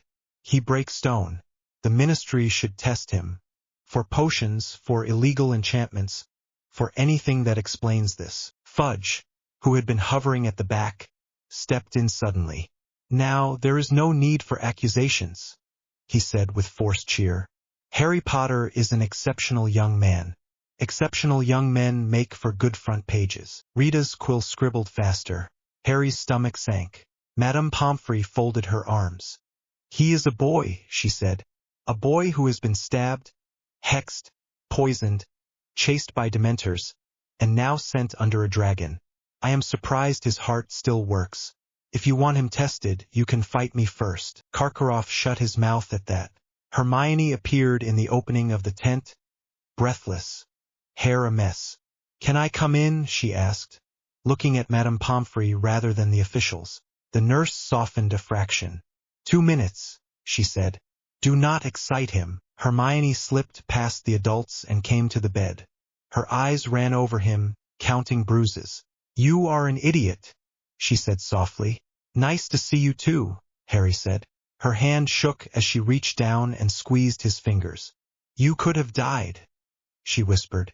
Good thing the dragon did not know how stubborn I am, he said. She let out a wet laugh that broke in the middle. Bagman started talking about scores then. 10 from Dumbledore, 9 from Madame Maxime, 7 from Karkaroff, a generous 10 from Bagman, and so on. Harry barely listened. It all blurred into numbers and noise. None of it changed the fact that his arm hurt and his friend was crying at his bedside. He expected Ron to come in next. He did not. Instead, Ron lurked in the doorway for a moment while Hermione argued quietly with Madame Pomfrey about staying longer. Harry caught a glimpse of him. He looked shocked and pale, freckles standing out against his skin. Harry's chest tightened. He pushed himself up a little. Ron, he called. Ron flinched, then walked in, hands jammed into his pockets. He stopped at the foot of the bed. Hermione, give us a second, Harry said. Hermione hesitated, then nodded and stepped outside. Silence stretched. Madame Pomfrey pretended to rearrange potions at the far end of the tent, clearly listening. You were under a dragon, Ron said finally. His voice was flat. Yes, Harry said. That was the task. You punched it, Ron said. You punched a dragon. Harry's fingers twitched. I went for a weak point, he said. Hermione helped me plan it. I did not just run in waving. Ron let out a breath. It sounded like it had been stuck. You could have died, he said. Properly. Not just broken bones. Flattened. Burned. Dead. That is what Hermione said, Harry muttered. Ron looked at his bandaged hand, at the bruises on his arms, at the way Harry winced every time he shifted. They were chanting your name, Ron said. Whole school. Even some of the visiting lot. You looked, he trailed off. Harry waited. Brilliant, Ron finished. You looked brilliant. Harry's jaw tightened. If you are going to say I enjoyed it, he said, then say it and go. Ron lifted his eyes. Did you? Harry thought about the moment when his fist connected, when the dragon's head had snapped aside and he had realized he was not going to die in that second. It felt good not to be helpless, he said quietly. It felt good to see something that big move because I pushed it. It did not feel good to hear them cheering like it was a joke. Ron swallowed. I am sorry, he said. The words came out raw. For the freak comment. For being a complete git. Harry stared at him. I was angry, Ron went on in a rush. Not at you. At everything.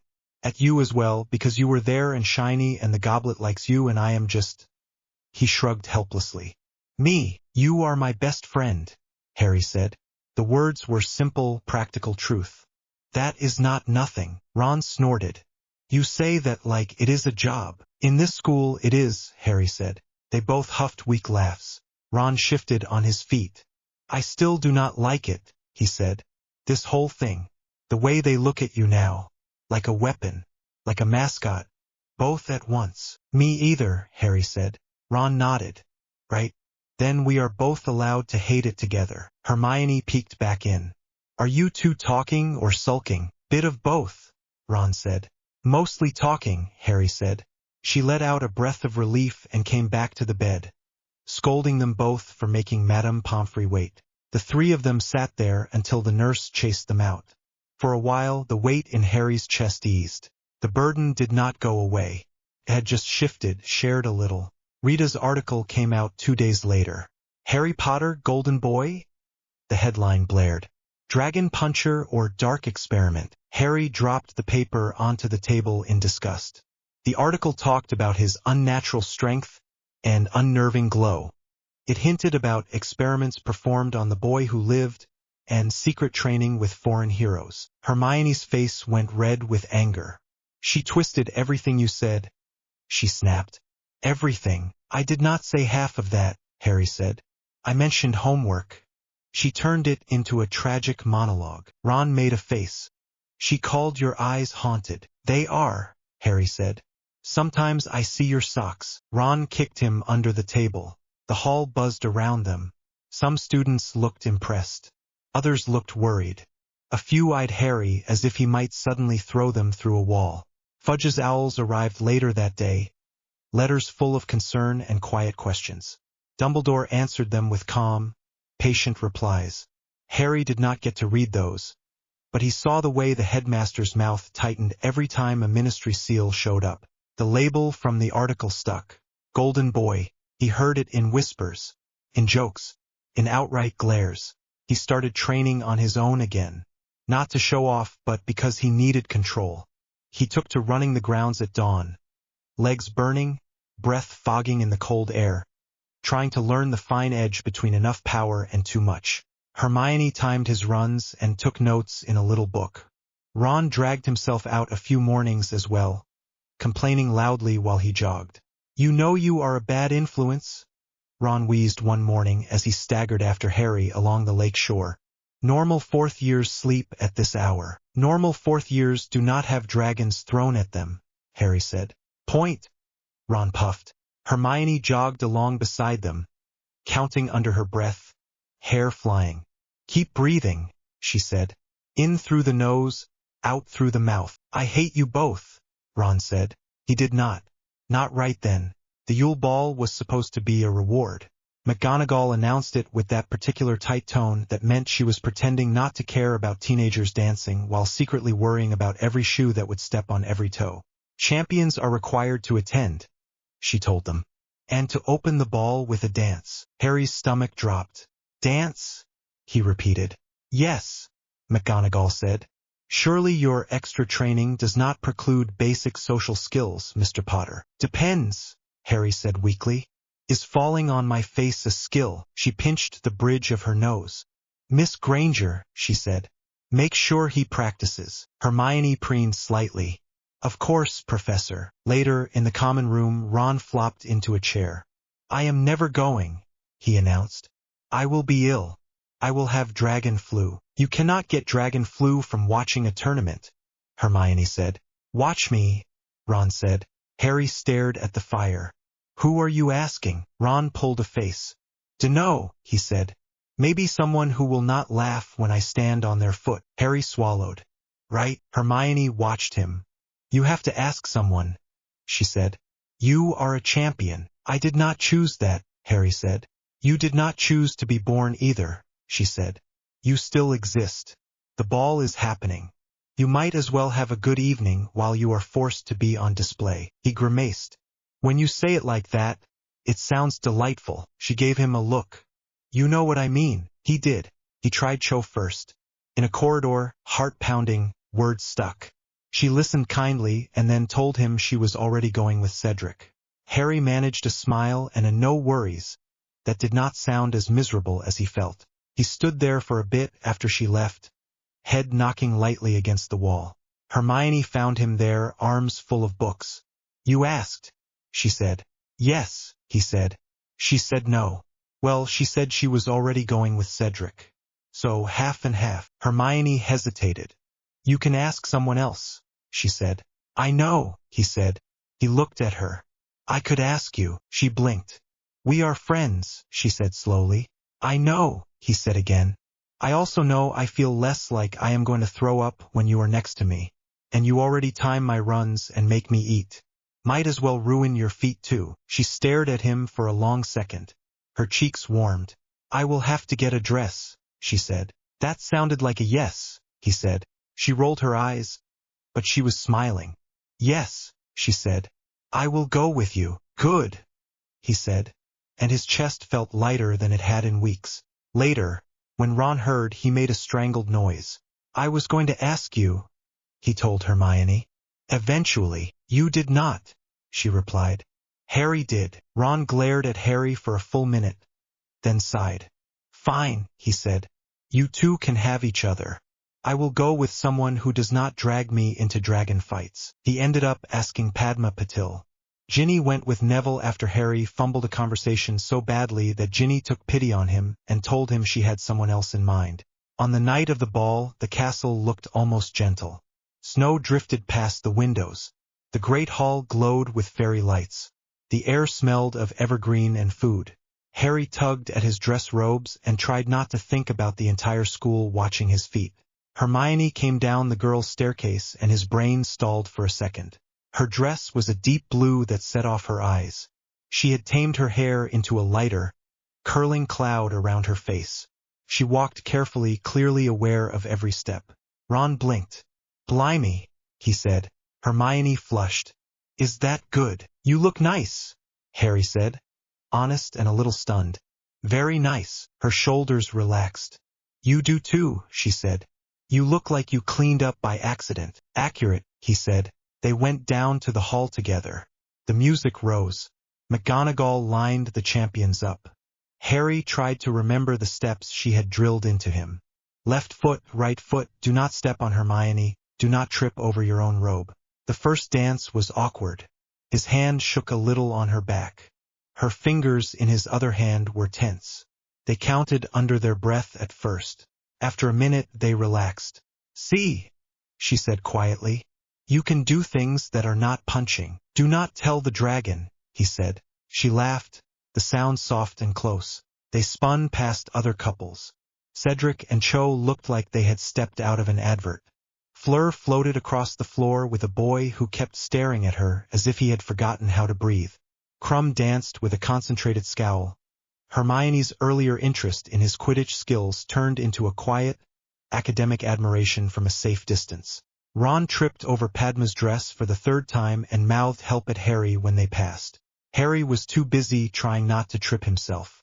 As the evening wore on and the formal part faded into normal party chaos, Harry and Hermione slipped out to the courtyard for some air. The cold bit his cheeks. His breath showed in small clouds. The sky was clear.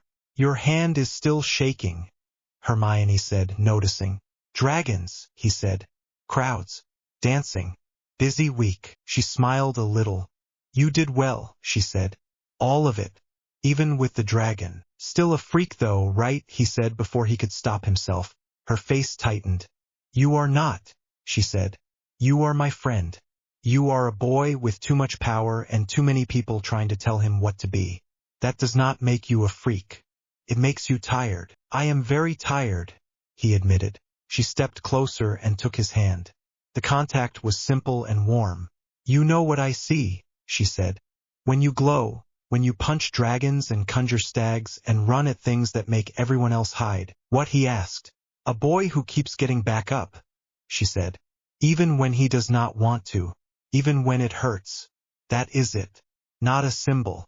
Not a weapon. Just you." He swallowed. His throat felt tight. "I like being just me with you," he said. "Good," she said softly. She leaned in and kissed him. It was not dramatic. No fireworks.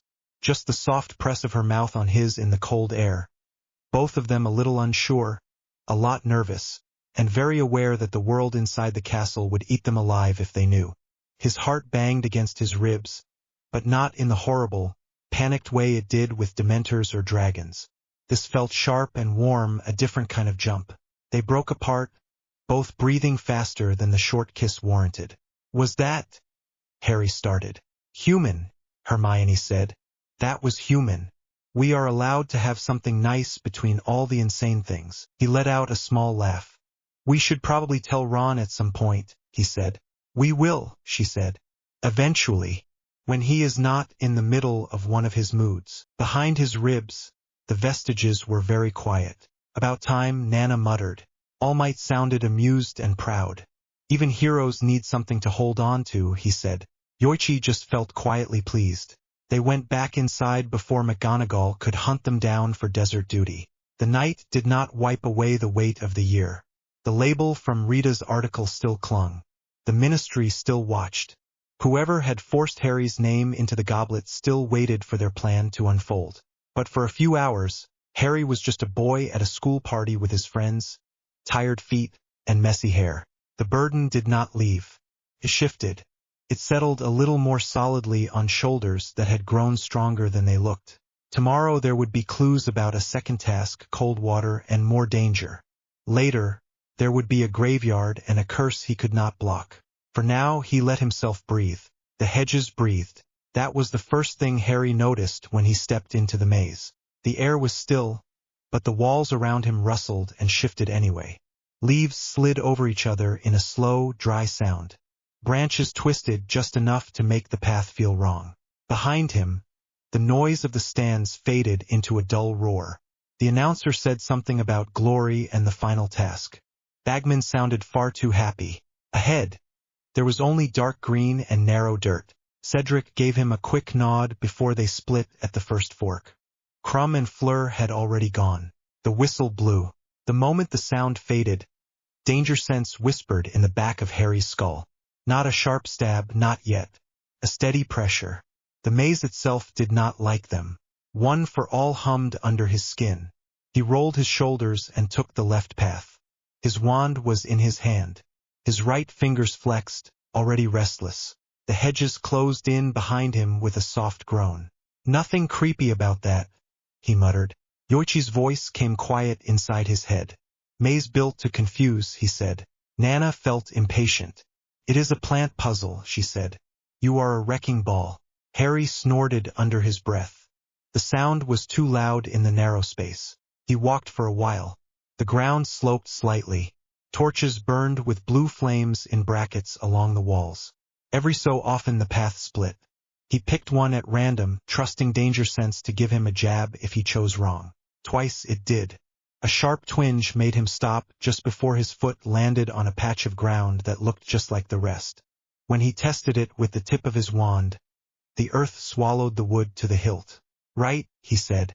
No thanks. He backed up and chose the other way. The maze tried other tricks. A mist rolled across one stretch of path and made his mind spin. For a second he was sure he was upside down. His stomach lurched. Dirt pressed at his back. Danger sense flared, angry.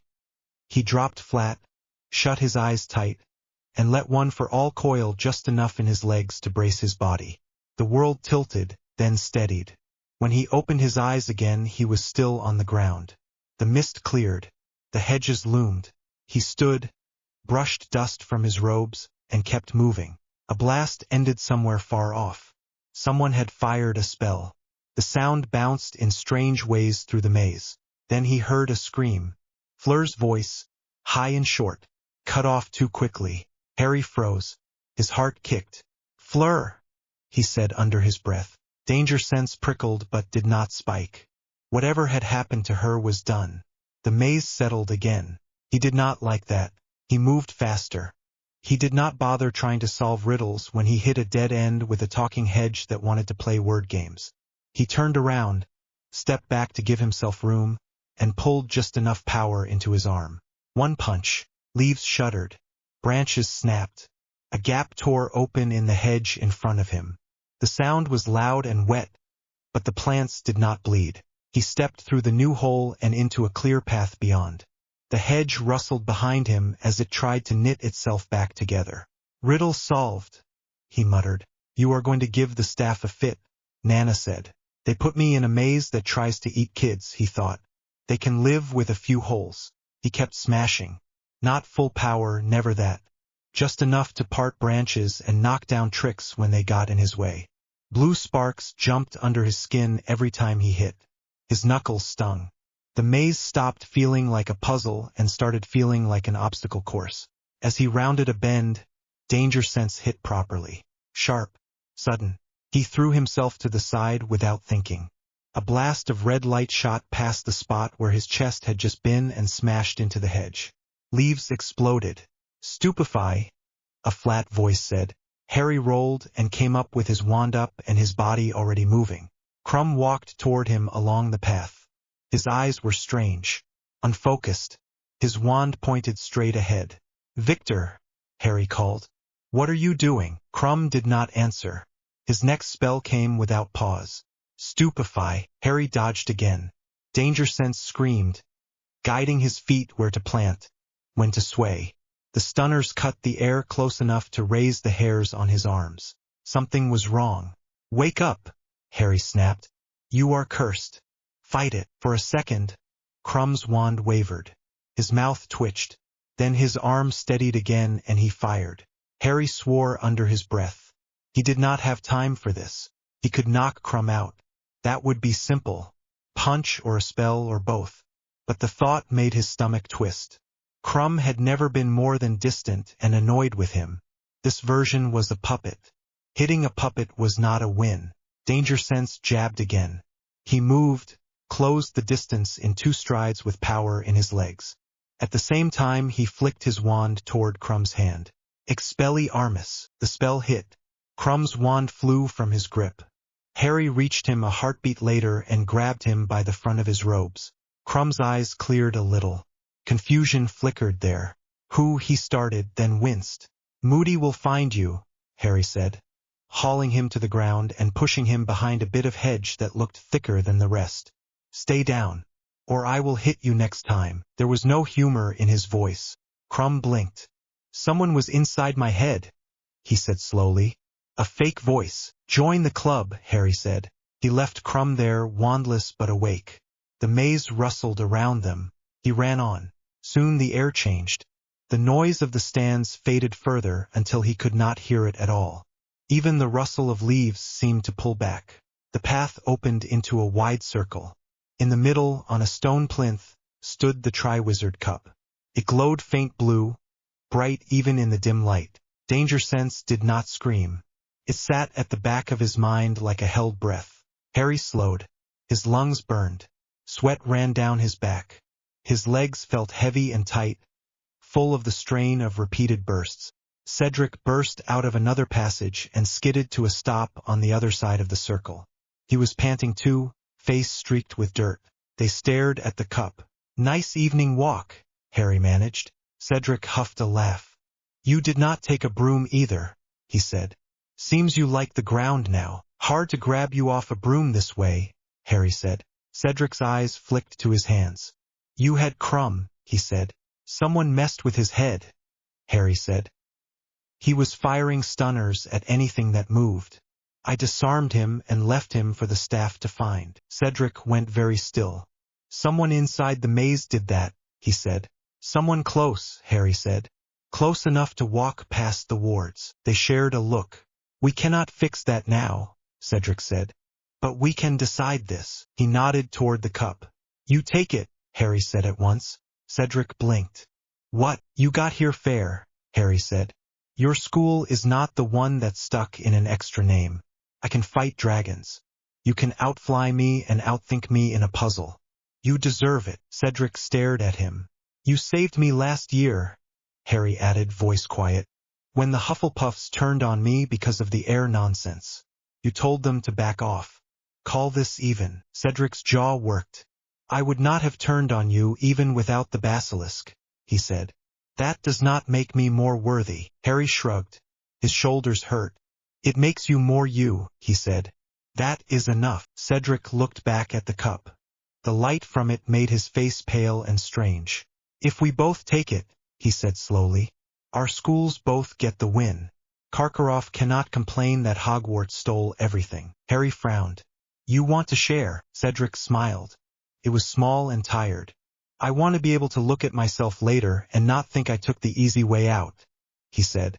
You got dragged into this. I volunteered. I am not leaving you standing here alone with that thing. Something warm twisted in Harry's chest. The vestiges stirred. Good man, Nana murmured. Yoichi sounded thoughtful. Shared burden. All right, Harry said. Together then. They stepped closer. Close, the cup hummed. The air around it buzzed against his skin. It did not feel like normal magic. There was something sharp under it. Something that made Danger Sense shift uneasily. On 3, Cedric said. Harry's hand hovered over one handle. Cedric's over the other. 1, Cedric said. Danger Sense jabbed. 2, jabbed again harder. Cedric, Harry said. Wait. 3, Cedric said. And they both closed their hands. The world yanked away. Portkey. Harry had no time to swear. He had no time to let Danger Sense do more than scream. Colors stretched. His stomach lurched. Then his feet hit ground hard.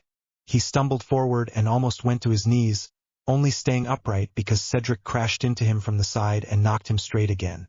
They stood in a graveyard. The air was cold and still.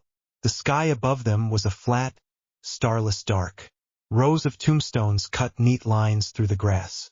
A few twisted trees stood at the edges, bare branches reaching up. The cup clattered to the ground beside them. It lay there dull. Harry's wand was still in his hand. Cedric's too. Danger Sense shrieked. "Cedric," Harry said sharply. "Move." He shoved him sideways without waiting for an answer.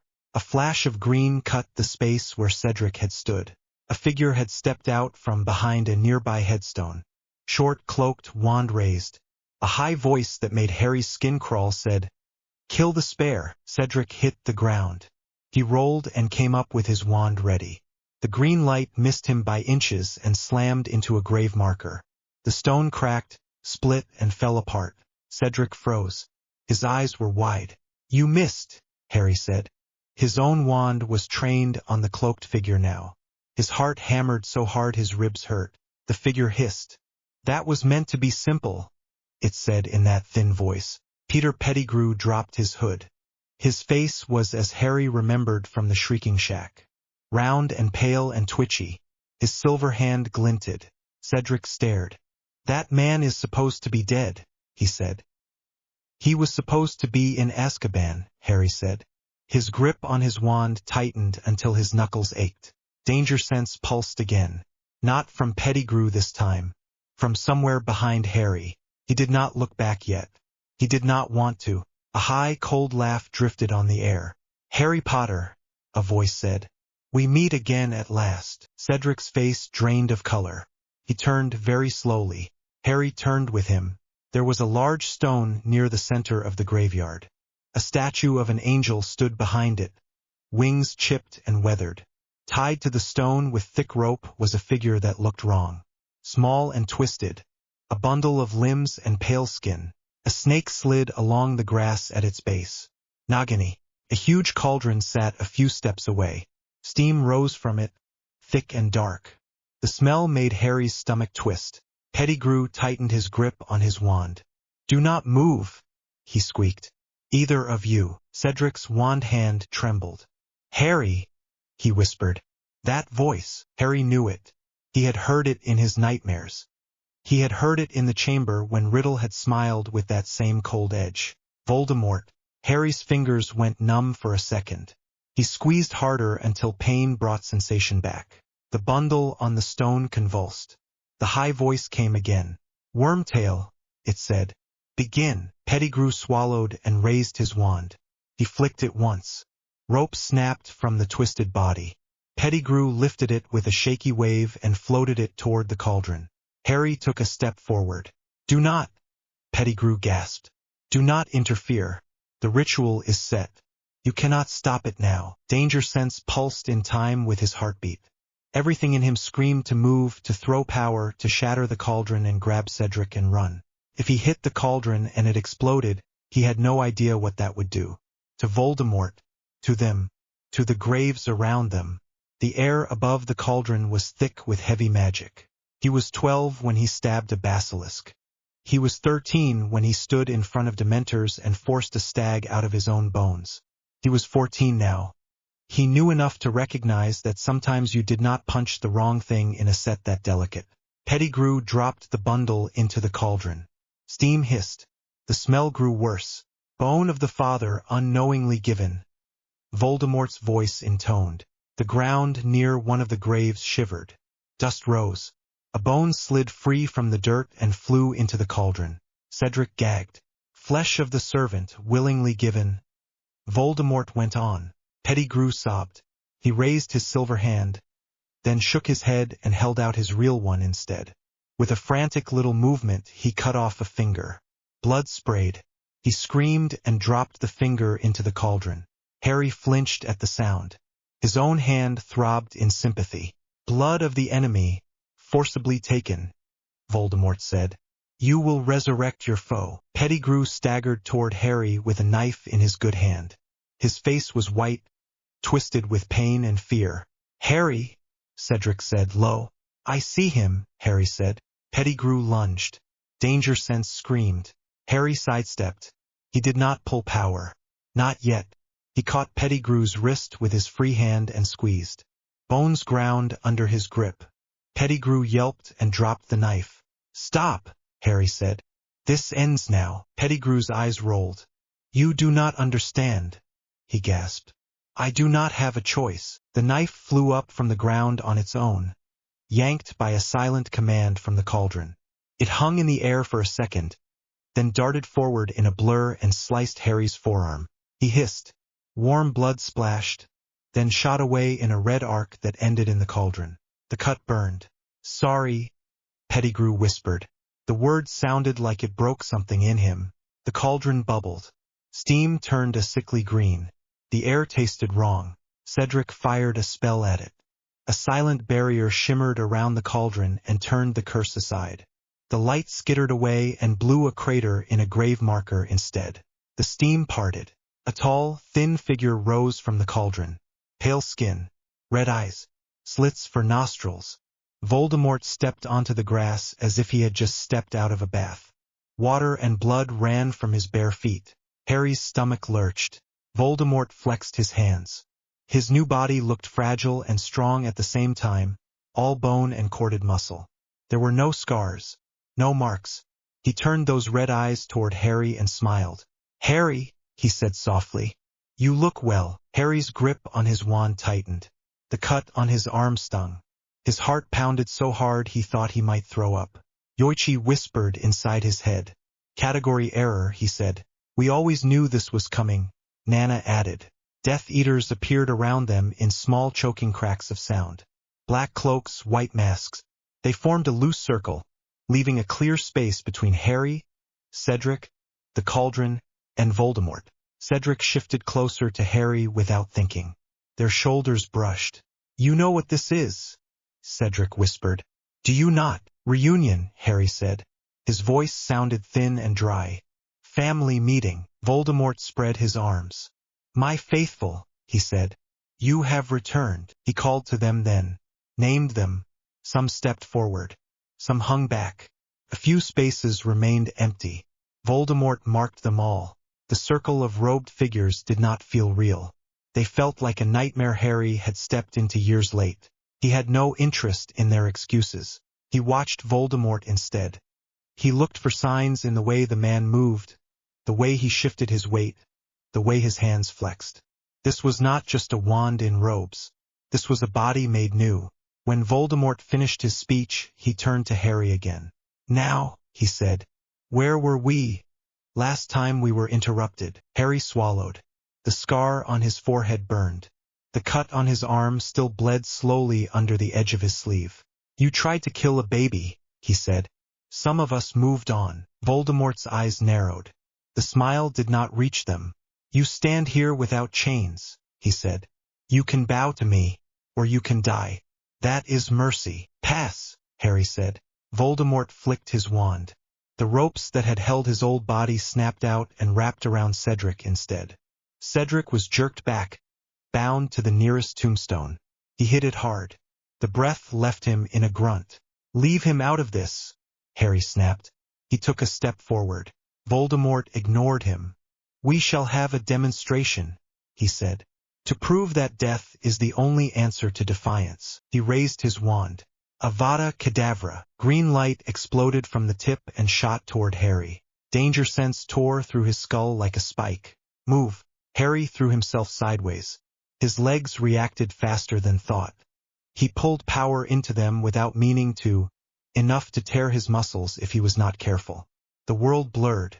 The curse missed him by the width of a hand. It hit an empty patch of ground and vanished. Several Death Eaters gasped. Voldemort's eyes widened. For a heartbeat, his face was naked shock. No wizard dodged the killing curse. Not like that. Harry hit the ground in a slide, dirt burning his palms. His lungs screamed. He rolled, came up on one knee, wand already lifting. "If you want me," he said, voice shaking, "you better aim better." The smart move, he knew, was to grab Cedric in the confusion and try to reach the cup. But the cup sat near the cauldron. Between them and a ring of Death Eaters and a Dark Lord who now knew his body could not outpace this boy for free. He did not see a straight line to escape. He saw an opening. Voldemort laughed. It was sharp. Again, he said.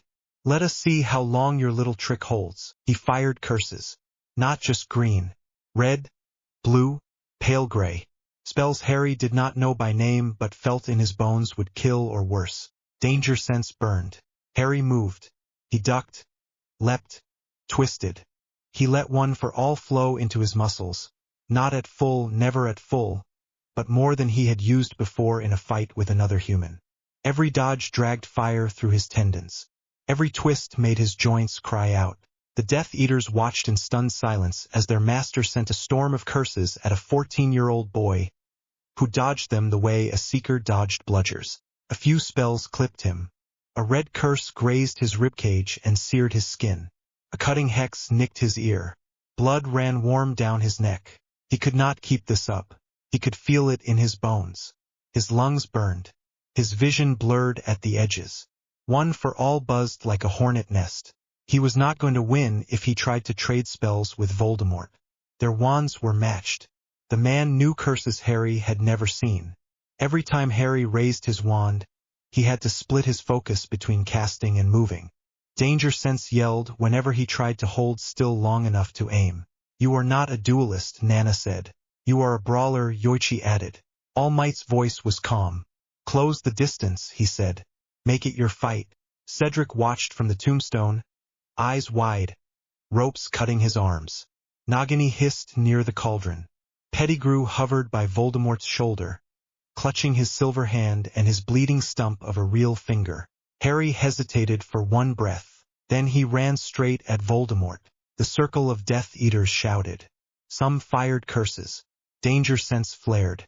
He pulled more of one for all into his legs than he had ever dared in front of other people. Pain tore through his muscles as they strained under the power. The air around him snapped. He blurred forward. A curse hit his shoulder. His arm went numb for a second and then burned like fire. He grit his teeth and kept going. Voldemort had spent his entire life at range. Wands. Distance. Fear.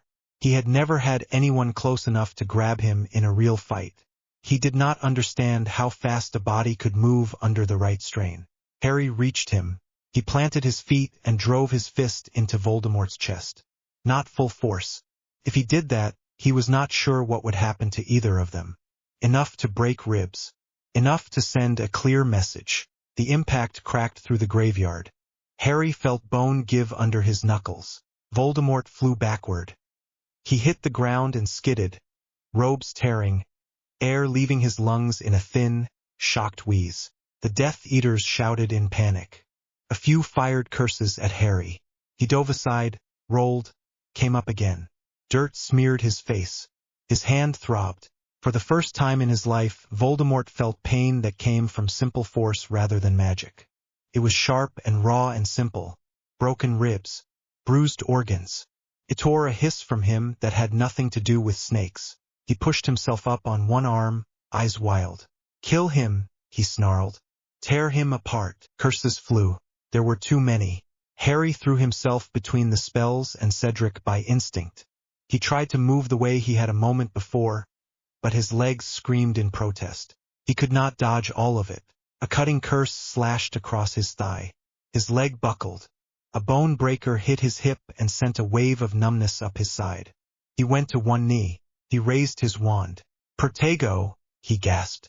The shield flickered under the weight of the curses. It held for a few seconds and then shattered. One for all tried to fill the gap. Power flooded his muscles again, desperate to answer the threat. His vision went white around the edges. Danger sense turned into a constant scream. A blasting curse slammed into his ribs. He felt something go. The pain was white and immediate. His breath vanished. Cedric shouted his name. Harry tasted blood. He forced himself to move. He used the last of his balance to lunge toward the nearest Death Eater. He grabbed the man by the robe front and slammed his head into the masked face. The mask cracked.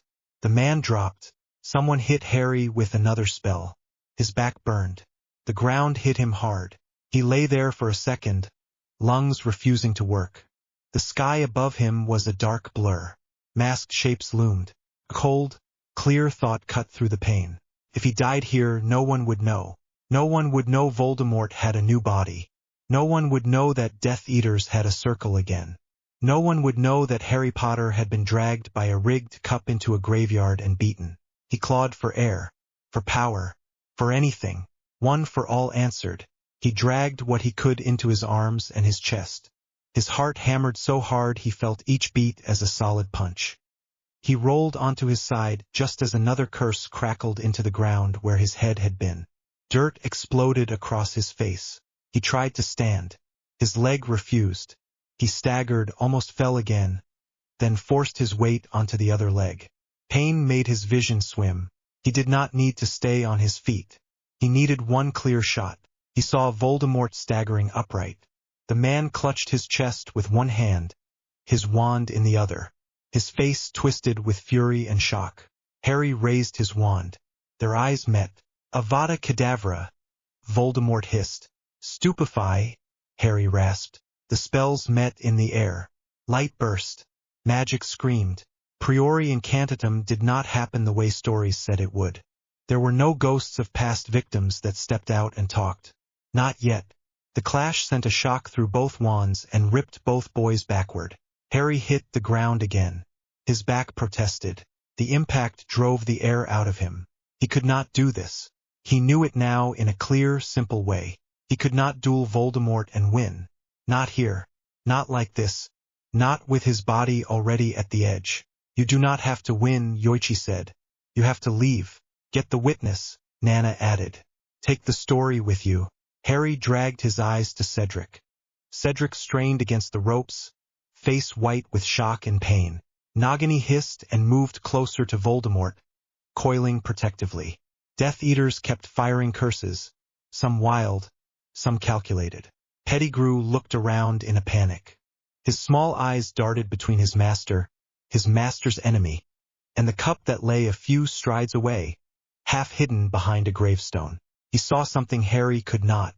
A shape of the future where Voldemort died here in a graveyard at the fist of a teenager, and every plan he had built crumbled. Pettigrew dropped to a knee beside Voldemort. My lord, he gasped. We must retreat. You are not whole. Your magic is still settling. The wards around the school, the staff, they will follow. This is not the time. Voldemort bared his teeth. I have him, he hissed. I will end this now. Harry forced his leg to move. He stumbled forward. Each step felt like knives in his muscles. Cedric shouted again. Harry, the cup, he yelled. Portkey. It brought us. Can take us back. Danger sense jangled. If he went for the cup, he would have to turn his back on Voldemort for a moment. That was enough time for a curse. He looked at the cup. Cedric. At Voldemort. Allmight's voice rumbled. Sometimes retreat is victory, he said. Harry made his choice. He pulled power into his legs one more time. Not as much as before. Enough for one sprint. Enough to get to Cedric. He ran. Voldemort fired curses. Death Eaters joined in. Light sliced the air around him.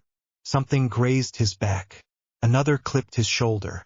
He ignored the pain. He reached Cedric and grabbed the ropes with both hands. He did not bother with spells. He pulled one for all up his arms and ripped. The ropes snapped. Cedric sagged forward. Harry hauled him upright, muscles screaming, and shoved him toward the cup. On 3, he gasped. No letting go this time. Cedric stared at him. His eyes were wide and bright with fear and something else. Harry, he said, you will not outrun them. Watch me, Harry said. Pettigrew moved at the same time. He grabbed Voldemort's arm with his silver hand and said a word Harry did not catch. A hook yanked at Harry's stomach. The cup flared. For one heartbeat they were in two places at once. Graveyard and field. Curses and cheers. Pain and noise. Then the graveyard vanished. They slammed onto the grass. Harry hit first. Cedric crashed into him. The cup bounced away and clattered across the ground. The world roared. They were back in the maze arena. The stands towered around them. Lights burned bright. The night sky above Hogwarts looked normal and calm. For For a second, no one moved. Then the sound hit. Screaming. Shouting. Someone cheered, then choked it off as they saw the state of the two boys in the center of the field. Harry rolled onto his back and stared at the sky. Every breath hurt. His leg throbbed. His ribs felt wrong. His hand screamed. Blood soaked his sleeve. Cedric made a small sound and forced himself to sit up. His face was gray. "Harry," he said. "You are bleeding. You should see the other bloke," Harry said, voice rough. Dumbledore was the first to move. He ran down from the stands faster than Harry had ever seen him move. McGonagall was close behind. Mad Eye clumped after them, Magical Eye whirling. Fudge came too, face pale and stiff. They reached the boys. Dumbledore dropped to a knee beside them, his calm eyes wide. "Harry," he said. "Cedric. What happened?" Harry tried to sit up. Pain flared. He hissed and settled for propping himself on his elbows. "The cup was a port key," he said. His voice carried further than he wanted. "The arena was very quiet. It took us to a graveyard. Pettigrew was there. Voldemort was there." The word hung in the air like a spell. Someone in the stands screamed. Fudge went red. "Do not say that name," he snapped. "Boy, you must be confused. You took a hit from that dragon. Trauma. The cup is safe. It was inspected." Cedric's head snapped up. "He is not confused," he said. His voice shook but held firm. "I saw him. He rose out of a cauldron. Bones and blood and all. He called the Death Eaters. They stood around us in a circle. He hissed and talked and tried to kill Harry. He cast the killing curse at him. Harry dodged it. No one dodges that. But he did." The stands erupted. Shouts, gasps, frantic questions. Harry felt every eye on him. McGonagall's face had gone white. "You saw him," she whispered. "With your own eyes." "Yes," Harry said. "New body. Same face from that diary. Same voice." Moody's magical eye spun wildly. His normal one was fixed on Harry. "Tried to kill you, did he?" he growled. "Yes," Harry said. His ribs hurt with every word. "Then he called his friends. He was winning. I could not match him with spells. So I ran at him instead." Fudge stared. "You what?" Harry blinked through the pain. "I hit him," he said simply. "In the chest. Hard. He went down. He did not like that." Hagrid let out a bark of shocked laughter that sounded more like a sob. Someone in the crowd shouted something about Muggle tricks. Fudge spluttered. "You attacked him with your fists. What was I supposed to do?" Harry snapped. The pain and the anger stripped the filter from his words. "Stand there and let him kill me because it is proper wizard dueling manners. He tried to murder me when I was a baby. He tried again tonight. I used what I had." The noise in the stands rose again. Words floated down. Hybrid. Thing. Weapon. Hero. Freak. Hermione pushed through the adults and dropped to her knees on Harry's other side. Her hands went straight to his injured arm. "Madame Pomfrey," she called. "He needs help. Now." Madame Pomfrey appeared with a floating stretcher and a face like thunder. "Later," Dumbledore said to Fudge, voice quiet but firm. "We will speak of what this means later. For now, the boy is bleeding." "He is not just a boy," someone muttered in the crowd. Hermione's fingers trembled on Harry's sleeve. Her jaw clenched. "He is," she said, just loud enough for him to hear. "He is a boy who survived him again. That is enough for today." Harry's vision blurred. The ground tilted. Madame Pomfrey's fussing became a distant buzz. He caught Cedric's gaze for a second as they lifted him onto the stretcher. "Back me up," Harry said weakly. Cedric nodded. "Every word," he said. The world went gray around the edges. Voices merged into one loud hum. He slid under. He woke to pain and white light. The hospital wing ceiling was familiar now. He stared at it for a few seconds, then tried to move. His body told him this was a bad idea.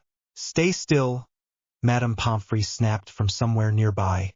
"You have cracked ribs, torn muscle fibers, a hairline fracture in your hip, and your hand is a disgrace. Honestly, Mr. Potter, if you were trying to dismantle your skeleton one piece at a time, you are doing a splendid job." "My compliments," he croaked. She glared. then softened just enough to push a potion to his lips. Tasted bitter and hot. Warmth spread through his chest. The pain ebbed from sharp to dull. Hermione sat in the chair beside his bed. Her hair was messy. Her eyes were ringed with dark circles. There was a book in her lap, but it was closed. "You are awake," she said. Her voice shook. "Again," he said. "We have to stop meeting like this." Tears sprang to her eyes. "Do not joke," she said. "Not this time." He blinked. "What did I miss?" "Fudge tried to say you were lying," she said, words tumbling now. "He said you wanted attention. He said you were confused. He said Cedric had been confounded. Dumbledore told him he was a fool. McGonagall nearly hexed him. Moody laughed like a madman. The papers are going to be a nightmare. Rita is probably writing right now. They keep using words like hybrid and threat. They keep talking about how you dodged the killing curse and punched a Dark Lord." Her hands shook. "I did not know if you were going to wake up," she said. He reached for her hand. His fingers were clumsy, but he managed to catch hers. Her grip was tight and warm. "I am still here," he said. "He is too. For now." Her mouth trembled. "You hit him," she said. "Someone finally hurt him in a way that does not make sense to him. He will not forget that." "I know," Harry said. Inside, the vestiges were silent. Not gone. Just quiet.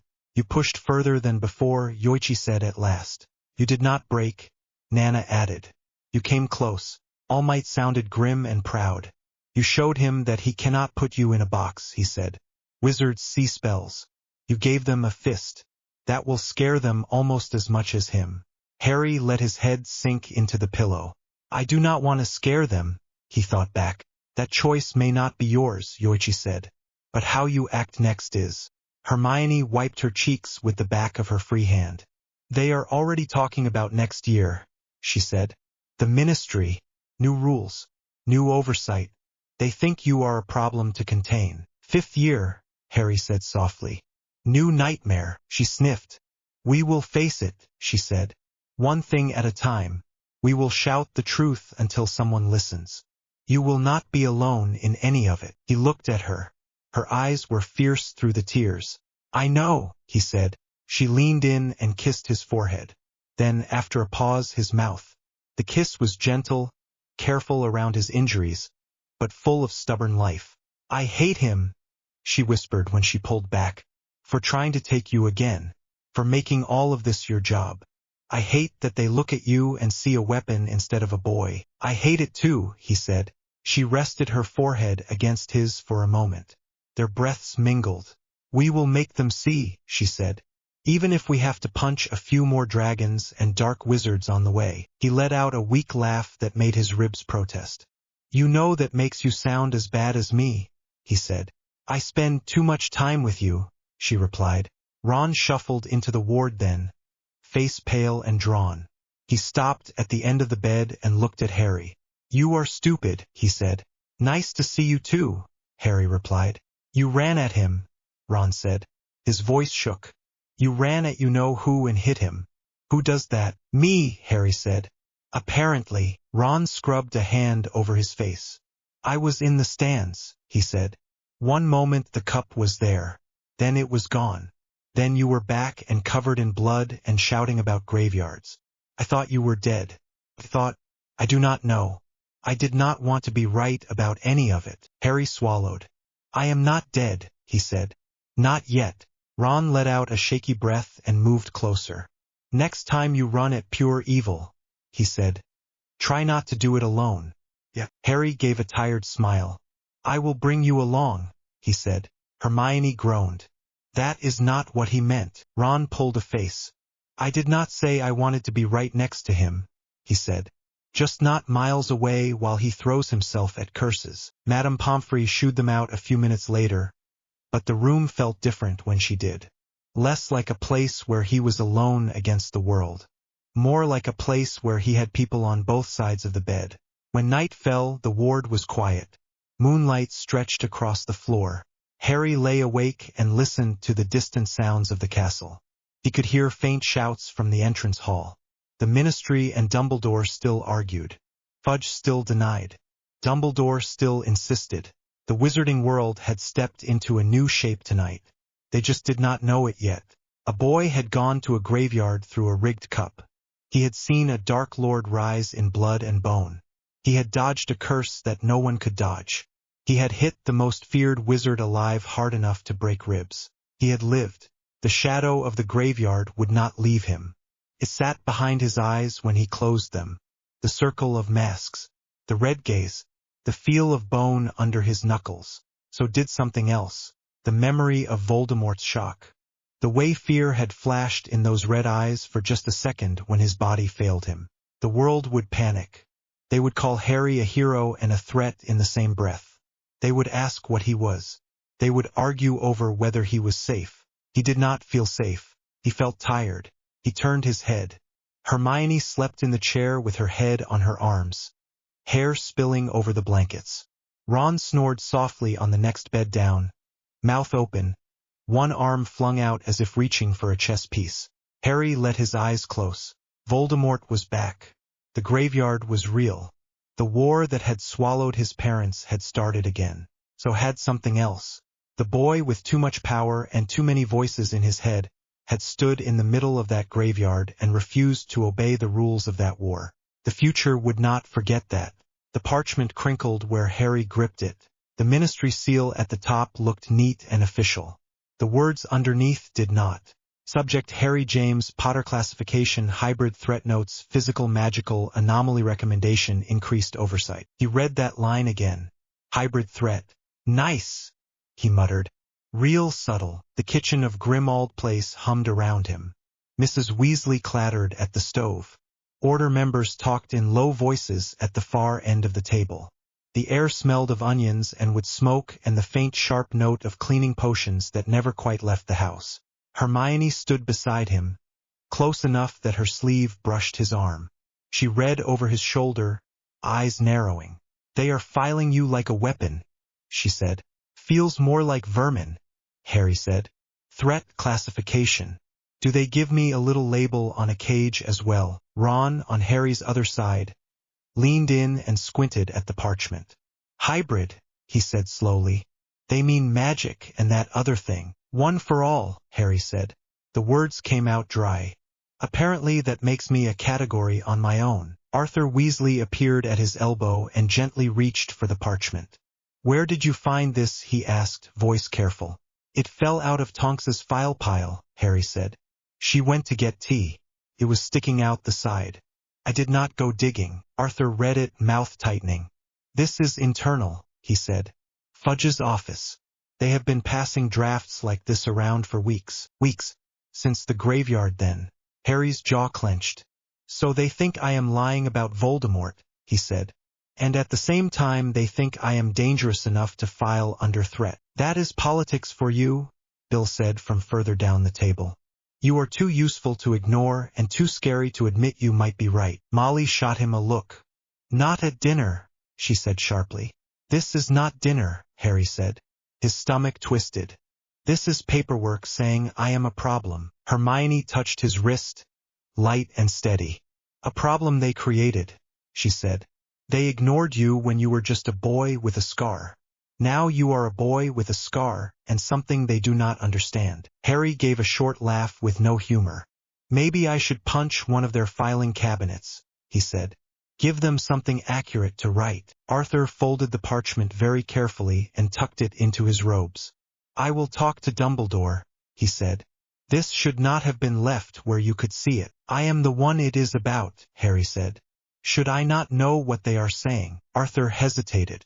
You should, he said quietly. But they do not think that way. The door at the top of the kitchen stairs banged open. Moody stomped down, staff in one hand, flask in the other. His magical eye whirled, then locked on Harry. Trial is tomorrow, he growled. You ready? Harry rolled his sore shoulder. Madame Pomfrey had fixed most of the damage from the graveyard, but his body still remembered. As ready as I will ever be for a room full of people calling me a liar, he said. Hermione's fingers tightened on his wrist. We will be there, she said. Not in the chamber, Moody said. Security. They only want the subject. Nice, Harry said. Hybrid threat comes with the deluxe isolation package. Moody snorted. They can call you whatever they like, he said. You walk in, you tell the truth, you walk out. Let them choke on it. He stomped past to raid the bread tin. Harry looked at the ceiling. The house creaked above them. Somewhere upstairs Sirius shouted at a portrait. Harry, Hermione said softly. We will be just outside. He nodded. I know. Knowing did not stop the knot in his chest. The ministry courtroom was cold. Harry sat in the chain chair in the center. The chains were slack, but the weight of them against his arms made his skin crawl. Rows of witches and wizards watched from stone benches. Some he recognized from the first time he had been here, when he had watched memories in Dumbledore's pensive. Some were strangers. Fudge sat at the raised desk, face stiff. To his right sat a short witch in a pink jacket, hands folded on a neat little clipboard. She had tight curls and a bow at her throat. She looked like she should be pouring tea in a pastel kitchen. Her eyes were dark and flat. Dolores Umbridge, she had introduced herself when she took her seat. Senior Undersecretary to the Minister. Danger sense hummed every time she smiled. Dumbledore stood to Harry's left, calm and straight in his deep blue robes. He had not looked at Harry much since the graveyard. He had been busy with the Order, with the Ministry, with something large that moved just out of view. He was here now. That counted. Fudge cleared his throat. The hearing of Harry James Potter, he said, reading from parchment. On charges of underage magic and disturbance of the peace. He glanced up, eyes flicking to Harry's hands. Harry had come without gloves. The skin over his knuckles and wrists showed faint new scars from the graveyard. Madame Pomfrey had healed the worst. The rest had stayed. There is also concern, Fudge went on, regarding his physical abilities and the reports of him attacking a tri-wizard dragon, and he who must not be named with his fists. A murmur ran around the room. Dumbledore's mouth twitched. Attacking, he repeated mildly. An interesting way to describe a child trying not to die. The lake of excuses is shallow, Dumbledore, Umbridge said with a sweet smile. Her voice was high and breathy. We are concerned for the safety of everyone. Children, staff, the public. When someone displays power that is not fully understood, we must classify that risk. She glanced at her clipboard. Hybrid threat, she read. That is the current term, is it not, Minister? Fudge shifted. Purely internal, he said. A draft. Nothing formal. Harry fought the urge to roll his eyes. Dumbledore's gaze sharpened. I had not been informed that my student was the subject of such classification, he said. Perhaps you could share the criteria that place a 14-year-old in the same category as a rogue dragon. A few of the witches on the benches hid smiles. Umbridge's own smile did not move. We do not wish to frighten anyone, she said. We simply note that young Mr. Potter has displayed unusual resilience to harm and unusual strength when under duress. He has also been present at nearly every major incident at Hogwarts in recent years. I was present at those incidents as well, Dumbledore said. Shall I expect a file in that category? That will do, Fudge snapped. We are not here to discuss secret files. We are here to discuss the Dementor attack in Little Whinging. He turned to Harry. You cast a Patronus in a Muggle neighborhood, he said. You frightened your cousin, caused panic, and broke the law. 2 Dementors came down the alley, Harry said. They were going for me and Dudley. If I had not cast it, my cousin would be dead or worse. You know that. A witch with square glasses on the bench leaned forward. There is no record of Dementors being dispatched to Surrey, she said. The ministry did not authorize it. So they went on a walk, Harry said. Right? Maybe they fancied a change of scenery. A few people snorted. Umbridge clicked her tongue. Sarcasm will not help you, Mr. Potter, she said. Dementors do not simply wander. Unless someone sent them. Perhaps someone with access to certain authorities. Her eyes slid to Dumbledore. Dumbledore's expression did not change. You are suggesting, he said calmly, that I ordered soul-sucking creatures to attack my own student. We are suggesting nothing, Umbridge said, voice sugar-sweet. We are only noting that the Dementors appeared near Mr. Potter at a time when he was claiming the return of you-know-who. His name is Voldemort, Harry said. Half the bench flinched. And I am not claiming. I saw him. Cedric Diggory saw him. We both gave statements. Statements from a boy classified as a threat, Umbridge said. And a boy who was under extreme duress after a tournament accident. Harry's hands shook on the chair arms. He pressed them down until the chains rattled softly. You call being dragged to a graveyard by a rigged cup an accident, he said. You call watching him crawl out of a cauldron an illusion. Fine. You can play with words. He is still back. He still tried to kill me. Again. Fudge banged the arm of his chair with his palm. Enough, he said. We are not putting you-know-who on trial. We are here to decide whether you broke the law and whether your uncontrolled abilities make you unsafe at school. Dumbledore lifted his wand. The law allows a Patronus when life is in danger, he said. I can supply multiple witnesses and 2 Aurors who have examined the alley. The traces there match Dementors. A few members of the bench shifted, glancing at one another. As for Mr. Potter's abilities, Dumbledore continued, they have saved lives. Student lives. Staff lives. Had the Ministry listened sooner, had it sent proper protection to Hogwarts instead of leaving a teenager to face basilisks and traitors, perhaps we would not be here discussing files and labels. The words hit harder than his usual gentle tone. Umbridge's smile went thin. Strong criticism from a headmaster who cannot keep his castle free of migraines and monsters, she said. Dolores, one of the older witches murmured, warning in her tone. Fudge scrubbed a hand over his face. Vote, he said. We are running in circles. They voted. For expulsion. Against. For warning. Against. The numbers tipped in Harry's favor by a narrow margin. The verdict landed like a stone in his lap. Cleared of all charges. Umbridge did not look pleased.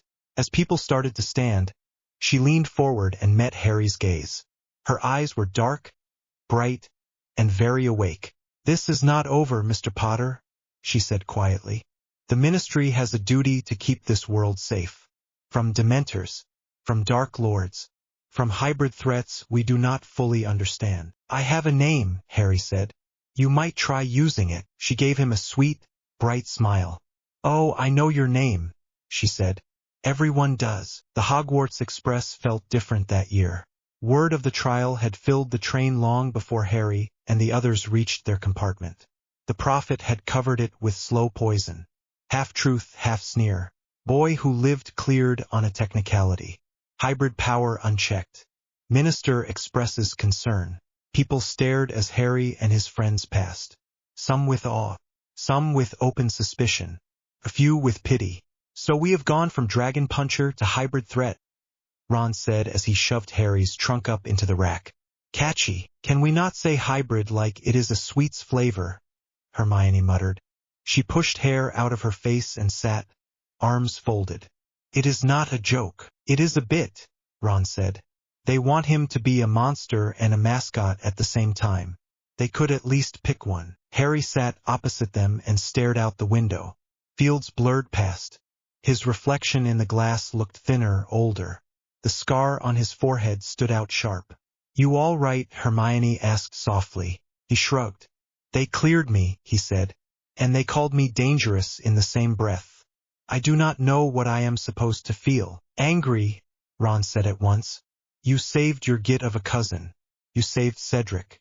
You saved all of us from the dragon. You dodged a curse no one dodges. They should be saying thank you, not giving you a classification. Ron, Hermione said.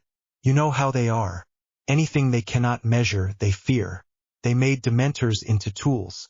They think they can do the same with Harry or lock him up if he refuses. Harry gave her a wry look.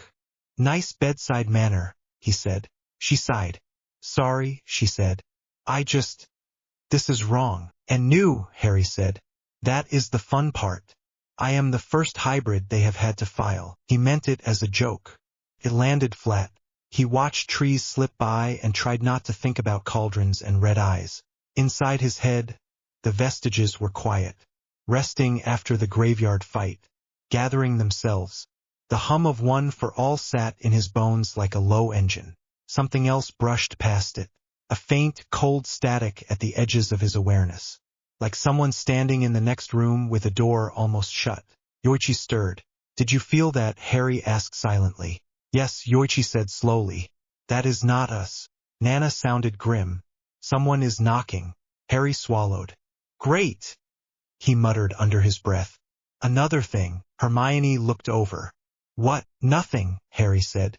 Just thinking about homework. She snorted. At least lie better, she said. He managed a small smile. Umbridge's cough cut through the start of term feast like a spell. Dumbledore had just begun his usual speech. Warnings about the forest. Filch standing by the wall. Plates full of food. The great hall felt almost normal. Then the new staff member gave a little hem-hem and rose to her feet. Dolores Umbridge looked smaller on the dais than she had in the courtroom. Pink jacket. Pink bow. Little cardigan with kittens embroidered near the cuffs. She looked like an aunt who put lace covers on everything. Good evening, she said, voice sweet. Minerva, Albus.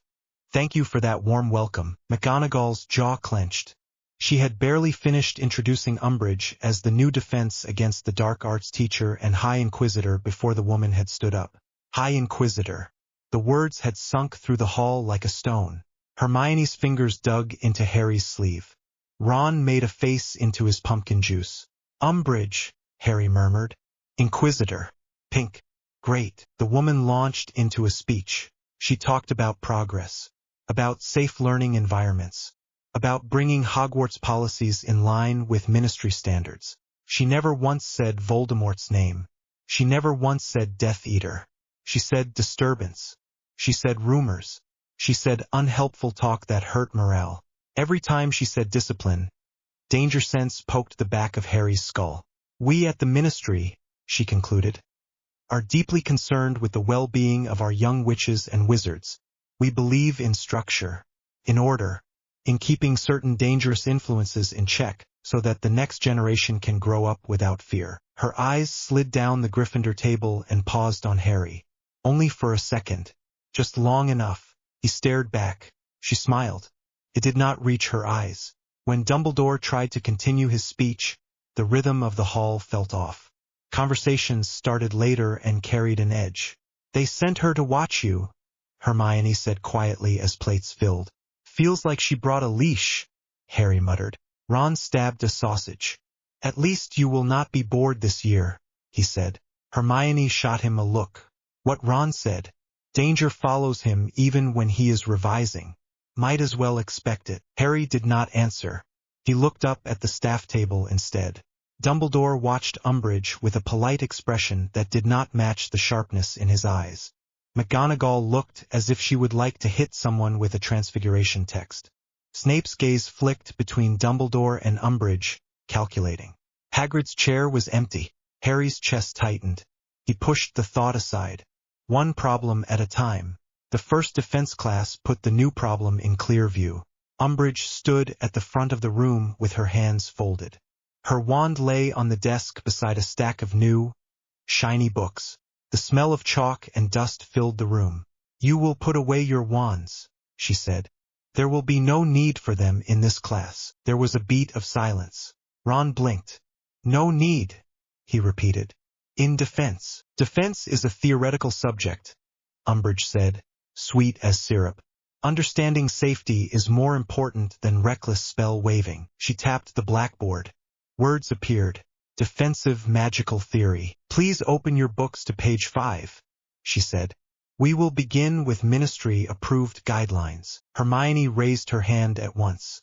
Yes, Miss Granger. Is there a practical component to this course? Hermione asked. The exam includes practical spells. It seems unwise not to practice. Umbridge smiled wider. The ministry has determined, she said, that practical spell work in school can lead to accidents, injury, and unnecessary anxiety. In these troubled times, children need comfort and structure, not mock battles. Troubled because a Dark Lord is back, Seamus muttered near the back. Umbridge's gaze snapped to him. 10 points from Gryffindor, she said, for spreading lies. He is not lying, Harry said before he could stop himself. The room went still. Umbridge turned to face him fully. Mr. Potter, she said, you are here as a student, not a witness. I was there, Harry said. Heat rose in his chest. In the graveyard, I watched him rise. I watched him call his followers. I watched him try to kill me. Again. That is not a lie. The word again slipped out before he could swallow it. Umbridge's lips thinned. Detention, Mr. Potter, she said. Tonight. My office. You will arrive at 7. We will correct this habit of harmful storytelling. Harry stared at her. For telling the truth, for disturbing your classmates with unsupported tales, and for talking back, she said. Another 10 points from Gryffindor. Ron made a low noise. This is rubbish, he said under his breath. Later, Hermione whispered. She glanced at Harry, worry sharp in her eyes. Harry clenched his jaw so hard it hurt. He opened his book because there was nothing else to do. The words on the page blurred. The chapter title read something about calm mind, safe world. He did not feel calm. Umbridge's office was pink. Harry had expected that. The lace curtains, the knitted doilies, the plates on the wall with little cats that moved slowly. He had not expected the smell of something sweet and sharp that made the back of his throat itch. Sit, Mr. Potter, Umbridge said, voice light. He sat in the straight back chair in front of her desk. His hands rested flat on his knees. He could feel one for all under his skin, buzzing, waiting. He kept it low. Parchment lay on the desk.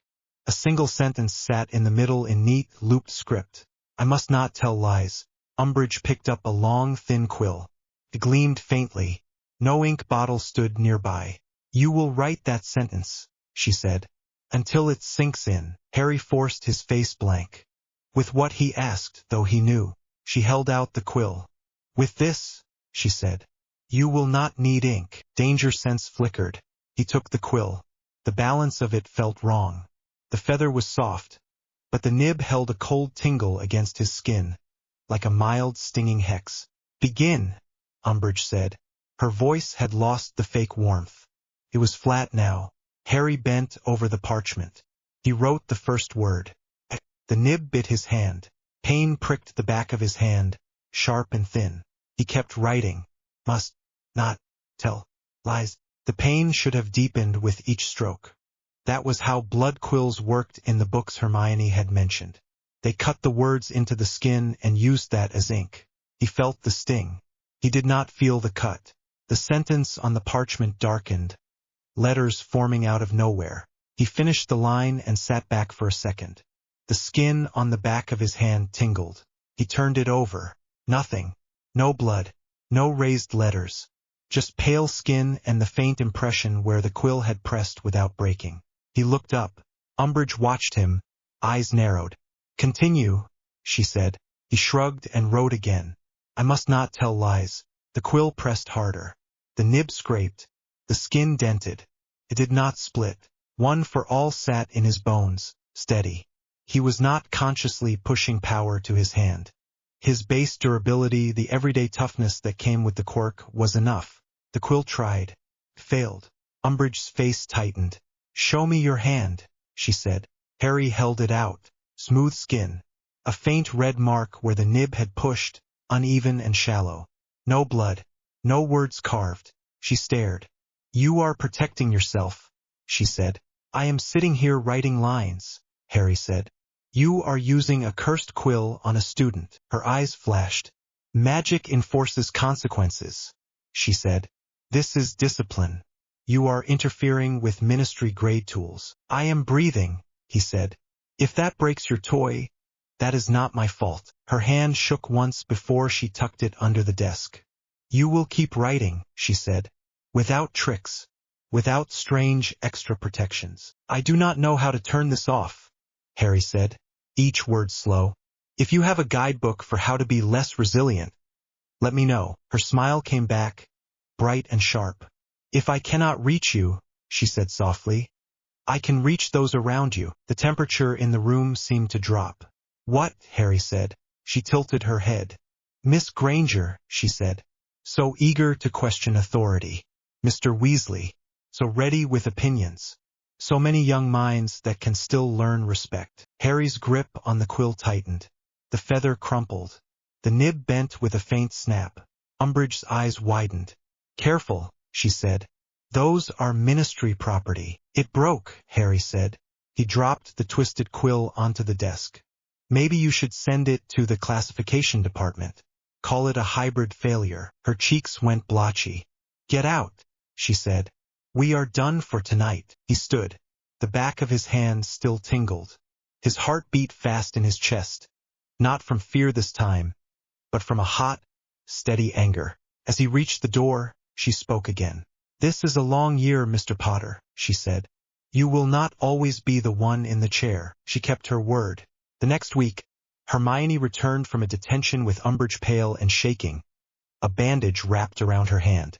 She used a different quill on me, Hermione said in the empty classroom they had claimed as a meeting place. Same idea. Carved the words right in. Madame Pomfrey had to work to heal it. Harry's stomach turned. What did you write? I must not question the ministry, Hermione said, mouth twisting. Over and over. She smiled the whole time. The cats on the plates watched. Ron's face went red. She hurt you, he said.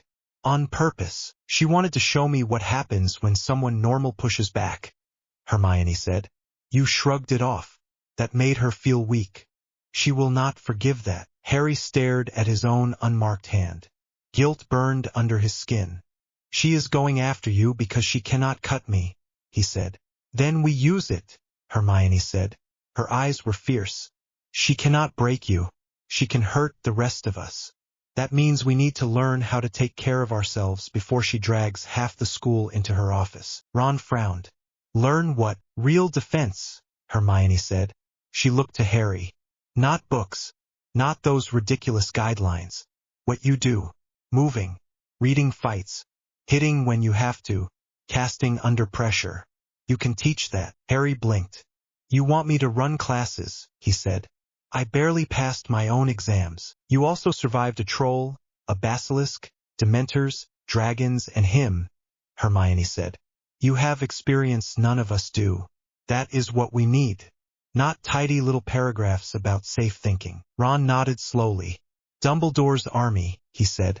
Only this time we actually train like you do. Hermione smiled despite herself.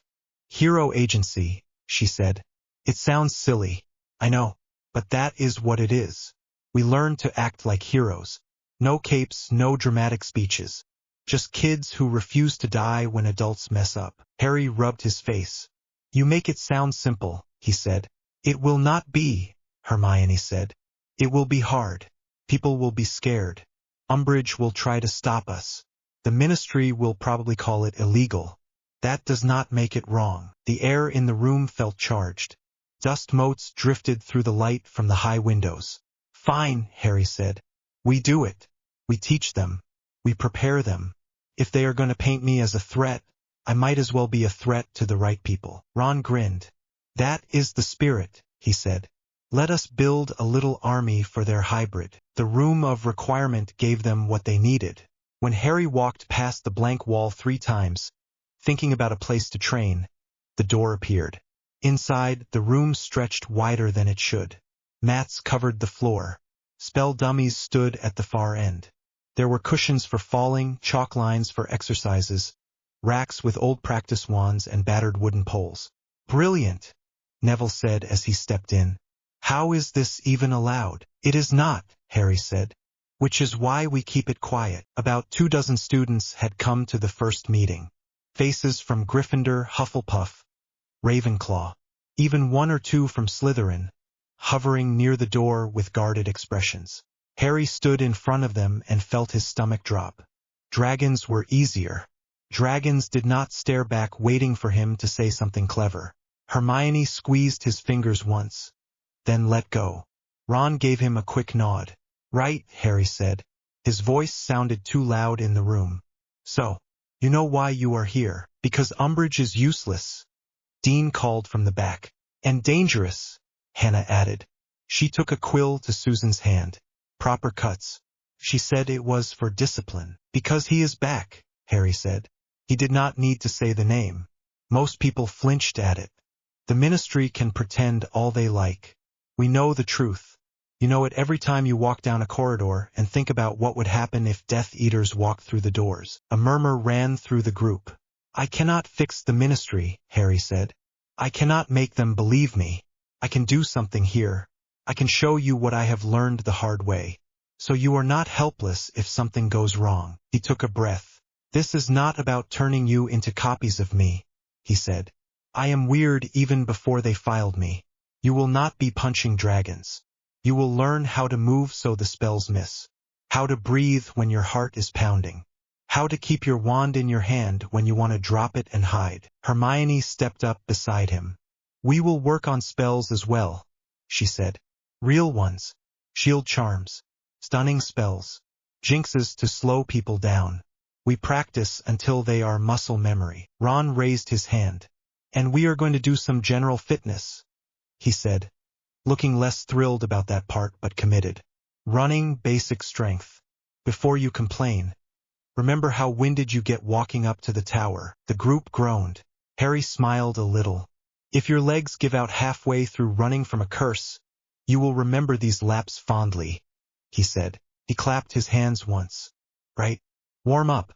10 laps around the room. Easy pace. They obeyed. Some grumbled. Some laughed.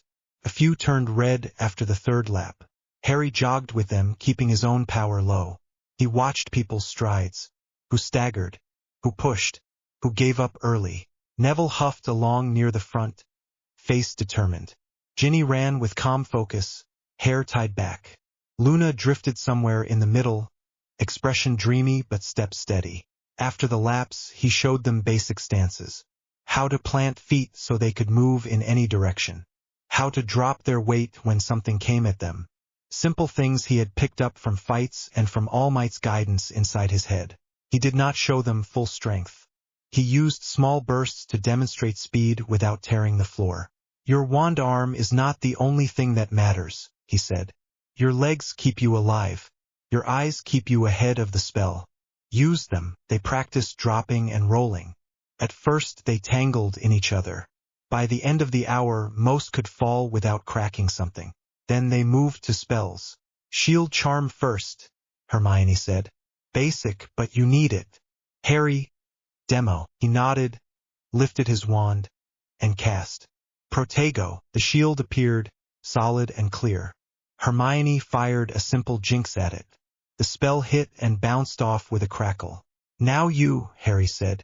He walked between the lines as they tried. Some produced flickers. Others got solid shields. A few could not manage anything yet. Do not think about being perfect, he told a trembling first year who had snuck in. Think about not wanting that spell on your face. Want the barrier. By the end of the session, people were sweating and panting. Faces were flushed. Neville sank down on a mat, chest heaving. That was harder than herbology, he said. But I did not fall over my own feet once. You did well, Harry said. Neville's mouth twitched into a shy smile. Feels strange, he said. Feeling strong without a wand trick. That is the point, Harry said.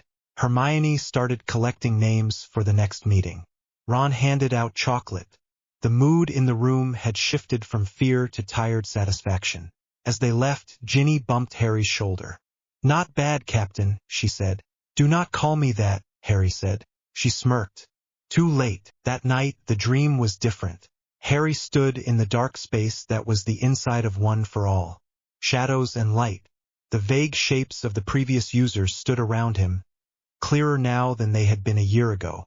Yoichi stepped forward, features defined. Nana stood with arms folded. Almight sat on an invisible something like a bench, watching. Training went well, Almight said. They moved less like spooked sheep this time. You were watching, Harry asked. I see what you see, Almight said. You are my successor. I am invested. Nana rolled her eyes. Do not get sappy, she said. Harry was about to answer when the air behind them shifted. The darkness at the edge of the space thickened. It was not normal shadow. Pulled. Sound thinned. Danger sense flared even here. Yoichi's face went tight. He is near, he said. Who? Harry said. His heart sped up. Even in a dream, his body responded. A shape moved in the dark. Not a clear figure. More a pressure. A feeling of something vast that crowded the edges of the space without stepping fully inside. When it spoke, the voice came from everywhere and nowhere. Smooth, cold, amused. Brother, it said. Yoichi stiffened. All for one, he said. The words held years of history. The pressure pressed closer. Harry felt it as a weight on his skin, heavier than Umbridge's stare, heavier than Fudge's file. So this is the boy, the voice said. The vessel that holds your little rebellion and something else. Magic. Interesting. You chose well. Harry's mouth went dry. Who are you? He asked, even though he knew the name already. A low chuckle rippled through the dark. I am the one who tried to steal my brother's gift, the voice said. Many times. I am the reason One for All exists at all. And now you stand here, a bridge between worlds. Flesh that can hold quirks and wands without tearing. Nana stepped forward, shoulders squared. You do not get to talk to him, she said. You lost. Stay outside. The pressure pulsed. Lost is a matter of timing, the voice said. I exist still. I adapt. When my own world became inconvenient, I reached for the next. Your boy made that easier when he connected the strands. Harry's heart hammered. You are not getting in, he said. You cannot stuff yourself into my head on top of all this. I have enough voices. The laugh came again, softer. You already carry more power than your frame should hold, the voice said. That interests me. Your ministry fears you as a hybrid threat. They are right to be afraid. Power without guidance becomes chaos. I have guidance, Harry snapped. I have them. He jerked his chin at the figures around him. That is the problem, the voice said. They are soft, sentimental. They will ask you to save people who would burn you. I offer a simpler path. Take what you want. Remove what hurts you. End the ones who call you monster before they turn you into one. Yoichi stepped between Harry and the dark. You are not welcome, he said. This boy is not your puppet. Power rolled off the edges of the space like distant thunder. For a second Harry felt the weight of it pressing at his mind, looking for cracks. One for All flared in answer, the combined will of the users rising like a wall. The space brightened. The pressure withdrew slightly. Not yet, the voice said. You cannot hold me forever. Bodies break. Wars come.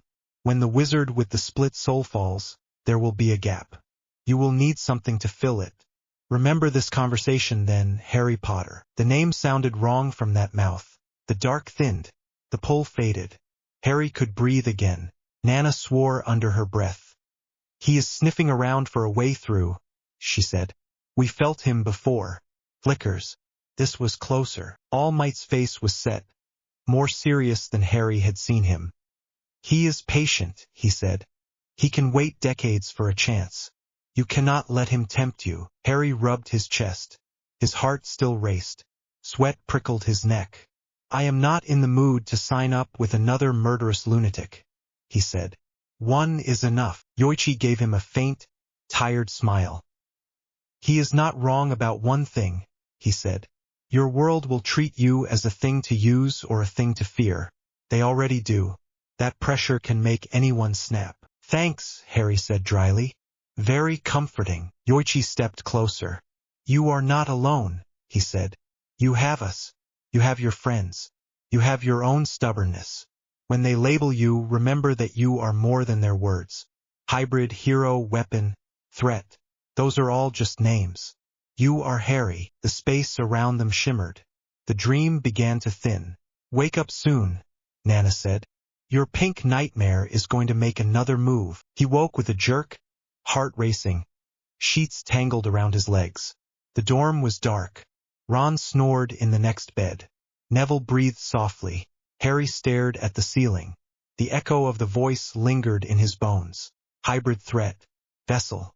Bridge. He sat up slowly and swung his legs over the side of the bed. His muscles ached from training, from detention, from the constant grind of this year.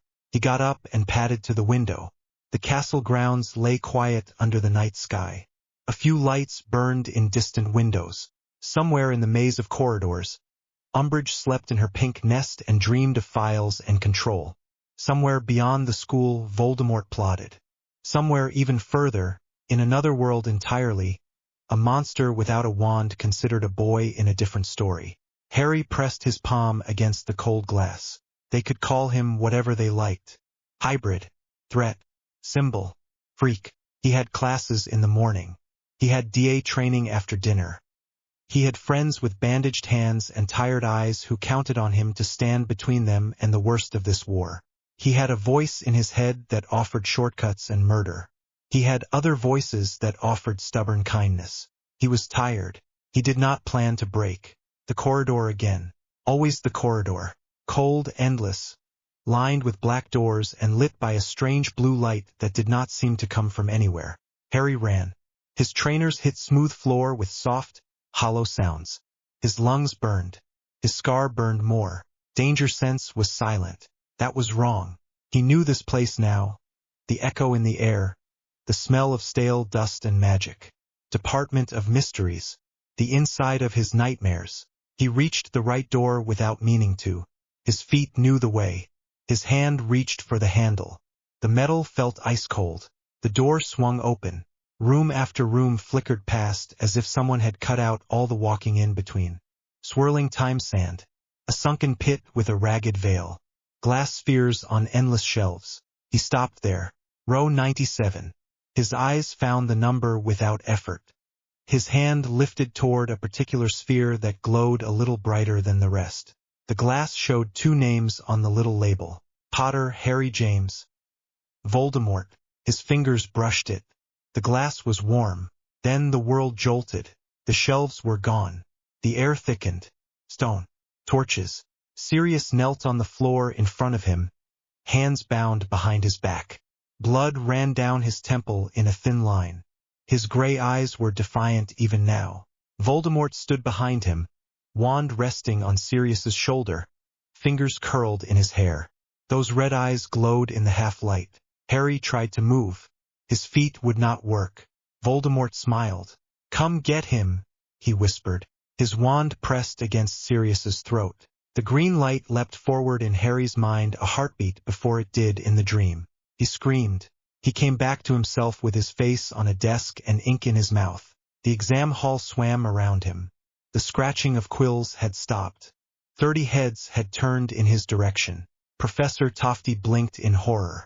"Potter," he said, voice thin. "What on earth?" Harry pushed himself upright. His heart hammered. His scar blazed. His quill lay snapped beside his parchment. The words on the exam swam uselessly. "Sorry," he managed. His voice sounded like it belonged to someone else. "Migraine. I am fine." He was not fine. Danger sense still sat quiet, pressed flat under the weight of something else. His head felt packed with ice and fire. Tofty fussed at him for a minute, then let him stagger out early. The corridor outside the exam hall was empty and cool. Harry leaned both hands on the stone and forced his breath to slow. The image would not leave his mind. Sirius on his knees. Voldemort's wand at his throat. Green light. He needed to move. Hermione and Ron found him pacing the common room 20 minutes later. The exam must have ended. The room was empty apart from them. Everyone else was still at their papers or at dinner. Hermione hurried to him. "Professor Tofty said you left early," she said. "What happened? Did you faint? Did your scar?" "Yes," Harry said. "It is him. He has Sirius. In the place I keep dreaming about. Department of Mysteries. He was torturing him." The words came in a rush. His throat felt raw. Ron went white. "You are sure?" Harry closed his eyes for a second and saw Sirius fall to his knees again. "Yes," he said. "I saw it. I felt it. It was not just a dream." Hermione bit her lip. "We have talked about this," she said, voice low. "He wants to use that scar. To plant things. To twist them. You told us Dumbledore thought so." "He wanted me to close my mind," Harry snapped. "Occlumency lessons with Snape, remember he spent more time calling me useless than teaching. I tried. It did not stop this. I saw him, Hermione. I will not sit here while Voldemort plays with my head and maybe tortures my godfather for real." He heard the wild edge in his voice and could not pull it back. Ron swallowed. "What do? "We check," Hermione said firmly. "We do not run straight into a trap without knowing it is real. We find out where Sirius actually is. Harry dragged a hand through his hair. How he is under house arrest. We cannot just pop over and knock. The fire in Umbridge's office, Hermione said. It is still on the Flu network. You used it once. We can use it again. We check Grimmauld Place. If he is there, this was a trick. If he is not, she did not finish. Harry's stomach lurched at the thought of crawling into Umbridge's office again. Pink walls and moving cats everywhere. His hand clenched. One for all hummed under his skin. Restless. Yoichi spoke in his head. Quiet and steady. Check first, he said. Do not let his fear steer your feet. Nana sounded grim. If it is real, you run, she said. But you do not leap blind. Harry nodded once, jaw set. All right, he said. We check. Ron glanced at the door. We will need a distraction, he said. Something big enough that she is nowhere near her office. Hermione hesitated. We could ask Fred and George. They did not have to go far. Half an hour later, two tall red heads leaned over a table in a quiet corner of the common room. Grins identical and wicked. Boxes of skiving snack boxes and half-assembled joke wands lay between them. You want what? Fred said. Mass distraction, Harry said. Full chaos. Fireworks, explosions, things that make Filch cry. You know. Your brand. George tapped his chin. And in return, Harry dug in his bag and pulled out a small pouch. Clinked softly. Seed money for the joke shop you keep talking about, he said. You know I am good for it. Tournament prize and all. Fred's eyes lit. How public are we thinking? As public as you can get away with, Hermione said, even as she made a face. You cannot hurt anyone.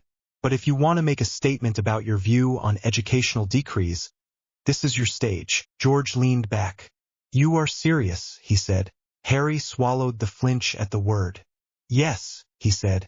And we are wasting time. Fred and George exchanged one glance. Give us 10 minutes, Fred said. And start counting, George added.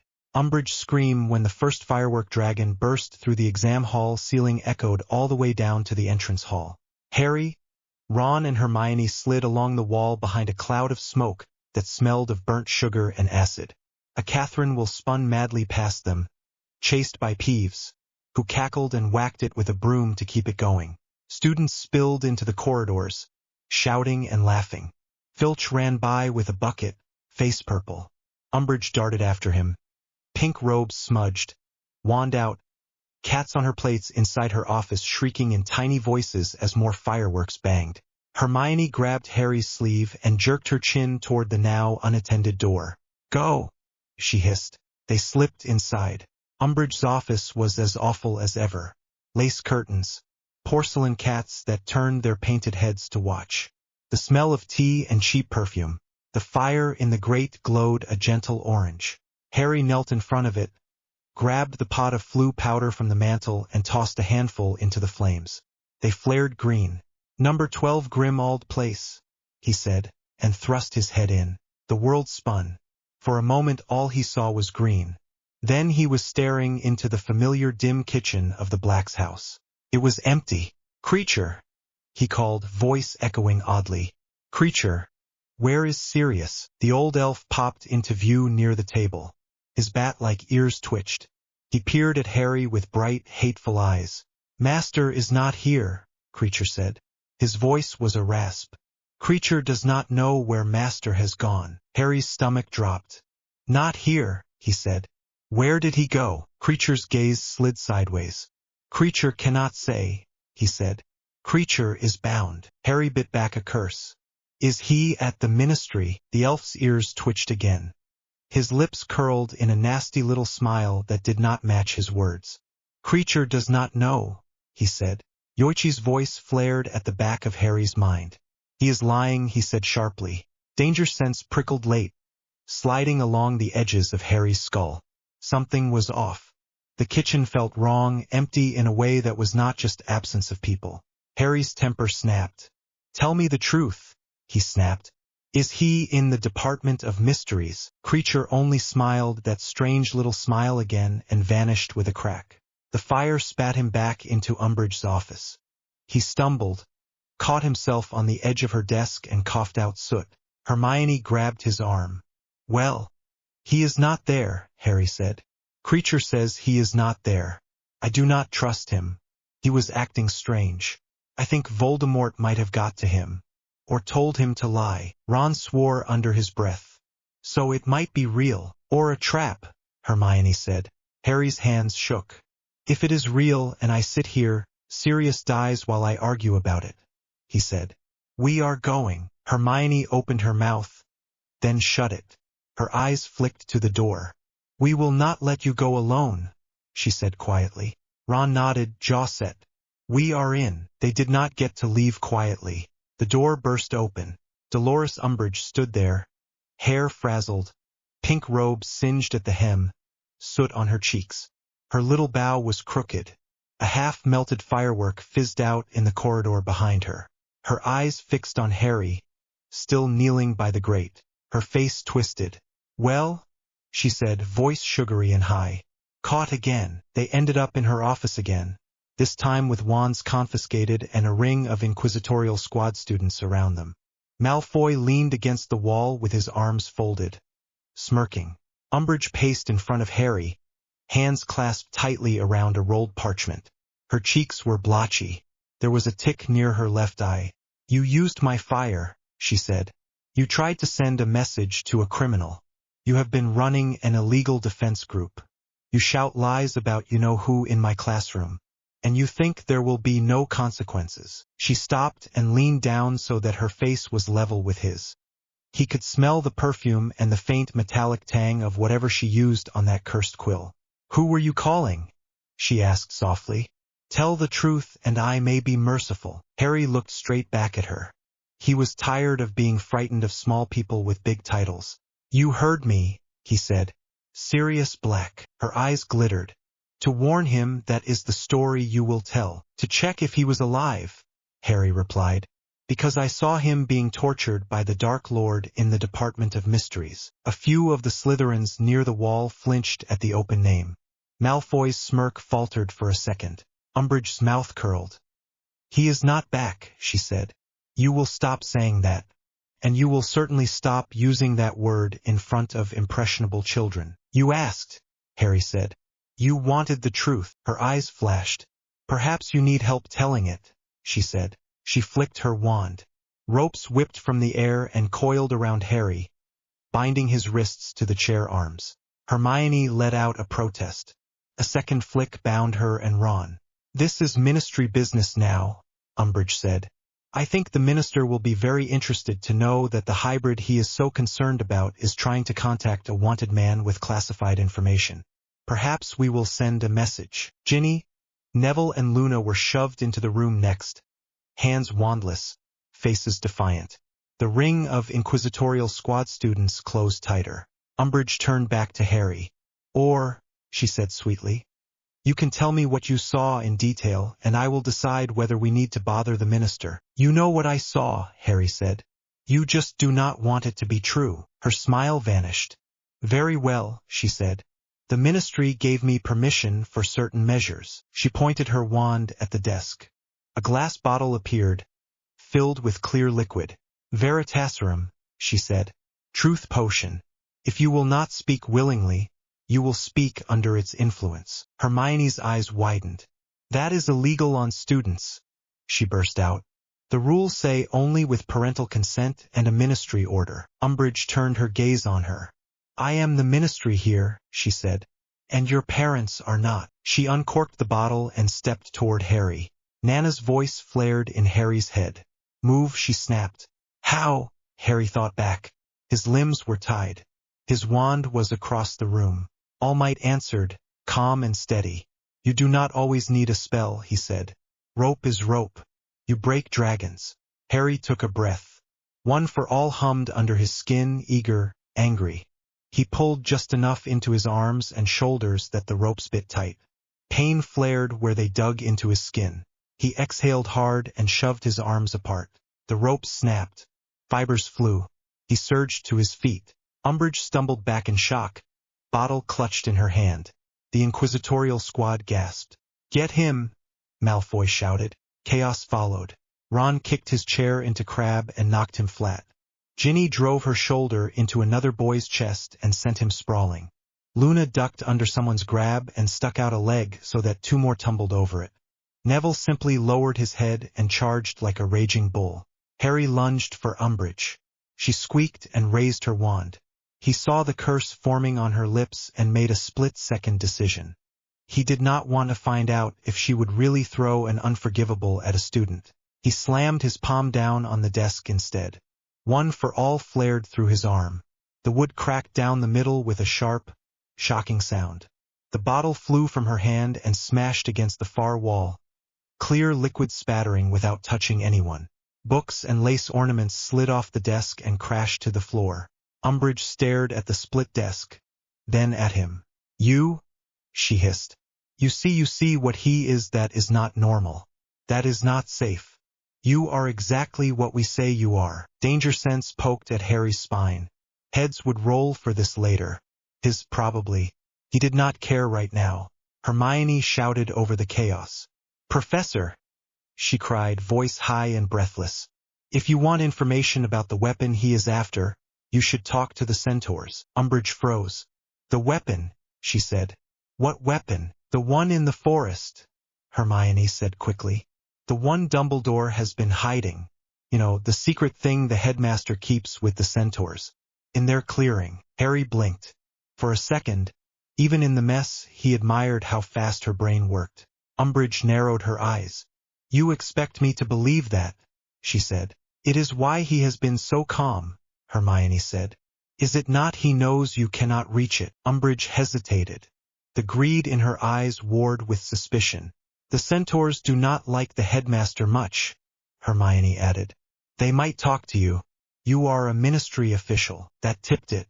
Flattery and the chance to seize something Dumbledore valued. "Fine," Umbridge said. She flicked her wand again. New ropes snapped around Harry. This time he did not bother to break them. She shoved her wand against his neck. "You are coming with us. That way you cannot cause more trouble." Hermione shot him a quick look that said "trust me" and stepped toward the door. The walk to the forest was a blur of pink, snapped branches and muttered threats. Centaurs shouting, arrows, Umbridge screaming. Harry barely registered any of it. The moment the creatures dragged her away into the trees, he pulled power into his arms and broke the ropes again. "Run," he said. "We have wasted enough time." The Thestrals were waiting at the edge of the grounds. Bony heads turned toward him. They smelled of earth and old rain. Ron squinted at the empty air. "Are you sure about this?" he said. Harry reached out and touched the nearest Thestral's neck. Its skin was smooth and leathery under his hand. "If you want to stay," he said. "Say it now." Ginny snorted and swung herself up onto a waiting back. "Not a chance," she said. Neville swallowed hard and did the same. Luna mounted hers with the ease of someone who had never doubted they were there.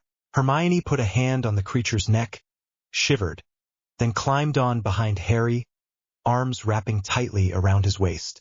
Ron hesitated a moment longer, then shook his head and grabbed another. They rose into the air with a lurch. Wind tore at Harry's hair. The castle shrank behind them. The grounds slid away. The sky stretched out, wide and dark. London glowed ahead like a pool of light. The ministry atrium at night was stranger than it had been in the day. Quieter, huge, the dark roof reflecting golden statues and dim lines of light from the fireplaces. They slipped in through the visitor entrance, hearts pounding, shoes loud on polished floor. No one stopped them.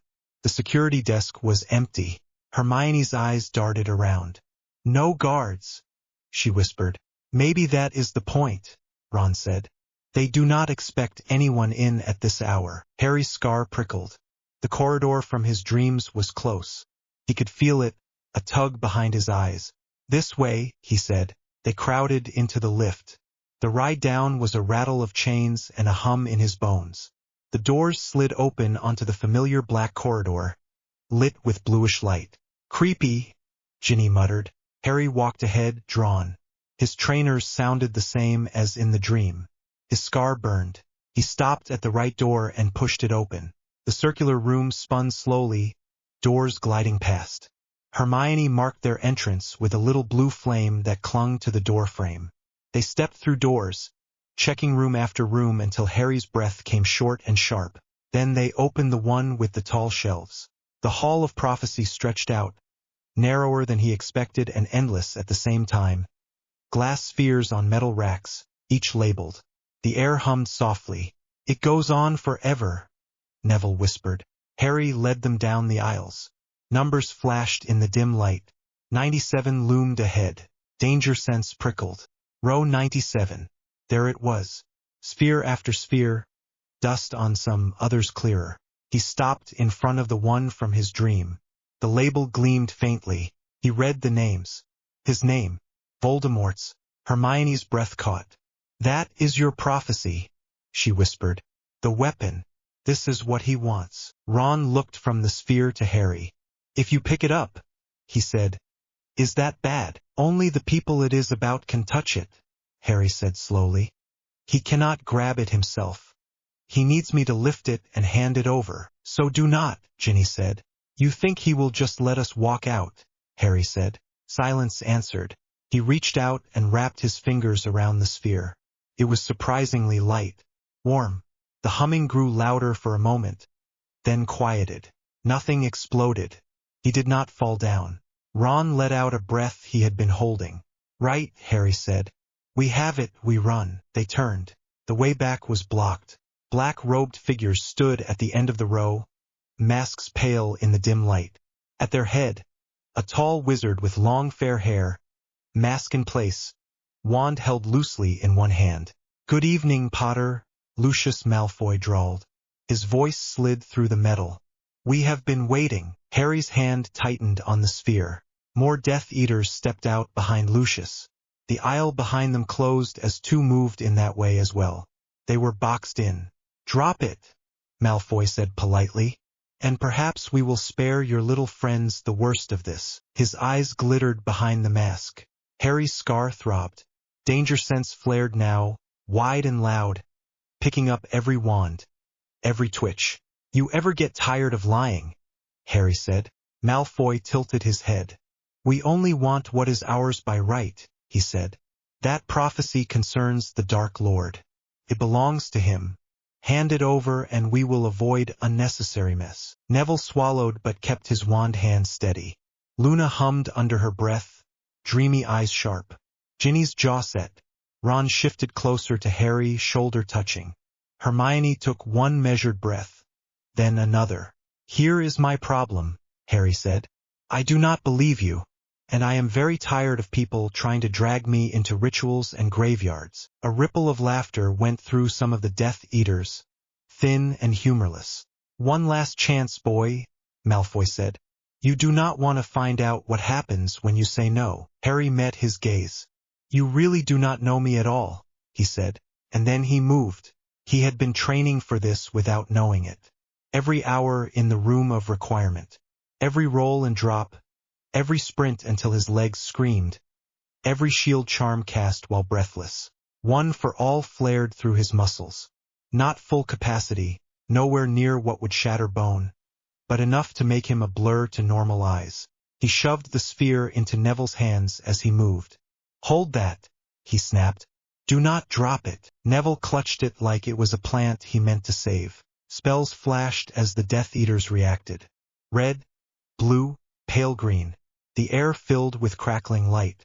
"Down!" Harry shouted. His friends dropped. Harry went forward. Curses sliced over where their heads had been. One hit a shelf. Glass spheres shattered in a cascading run of sound. Whispering voices spilling out in half-forgotten words that made the air vibrate. Harry reached the front of the group. Malfoy's wand swung toward him. "Expelliarmus!"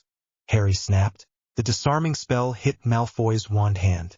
The man was seasoned enough to twist and lessen the effect, but it still jerked his arm sideways. His curse went wide and blew apart part of another shelf. More orbs crashed. Prophecies screamed and went silent. Curses came from both sides now. Harry dropped low, let danger sense guide his movement. He felt each spell as a sharp jab in the back of his skull a fraction before it flew, and his body answered. Roll to the left. Shoulder between shelves. Vault between two bursts of light. Plant a hand on the floor, spin, kick. His foot connected with a masked chest. The Death Eater went down with a wheeze. Ginny fired a bat bogey hex from the floor. Ron shouted a shield charm that took the brunt of a stunner for all of them. Hermione aimed high with a jinx that tangled a pair of Death Eaters by their ankles. Neville, still clutching the prophecy, swung it away from a reaching hand and head butted the wizard who had tried to grab it. Glass clinked in his hand but did not break. Harry parried a curse with a quick protego, felt the impact rattle his bones, grimaced, and fell back a step. Stun them, Malfoy barked. The Dark Lord wants the boy alive. That sentence did not include the words "and undamaged." A Death Eater raised his wand. The spell was unfamiliar. A sickly yellow arc danger sense screamed. Harry raised his hand, more reflex than plan. He thought stop and he thought reach. Power moved. Something snapped in the air behind his knuckles. A black line of energy whipped out from his palm, thin and fast, crackling with green sparks. It wrapped around the Death Eater's wrist before the man could finish the curse. The man shouted in surprise. Harry pulled. The wand flew free and smacked into Harry's other hand. The black energy faded as quickly as it had appeared, leaving his skin tingling. He stared down at his palm for a fraction of a second. Yoichi swore, sharp and startled. "Fifth user," he said. "That is Black Whip."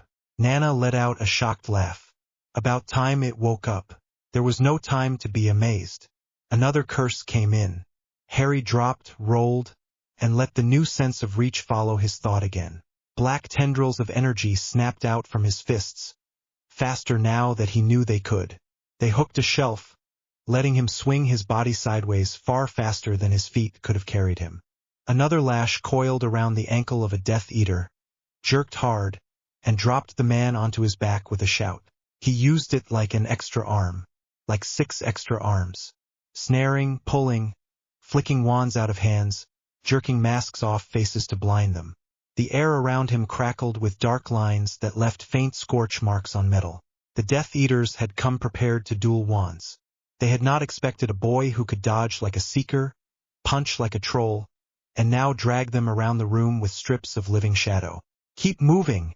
Harry shouted over the chaos. "Do not bunch up." The aisle erupted into a tangle of spells and black energy.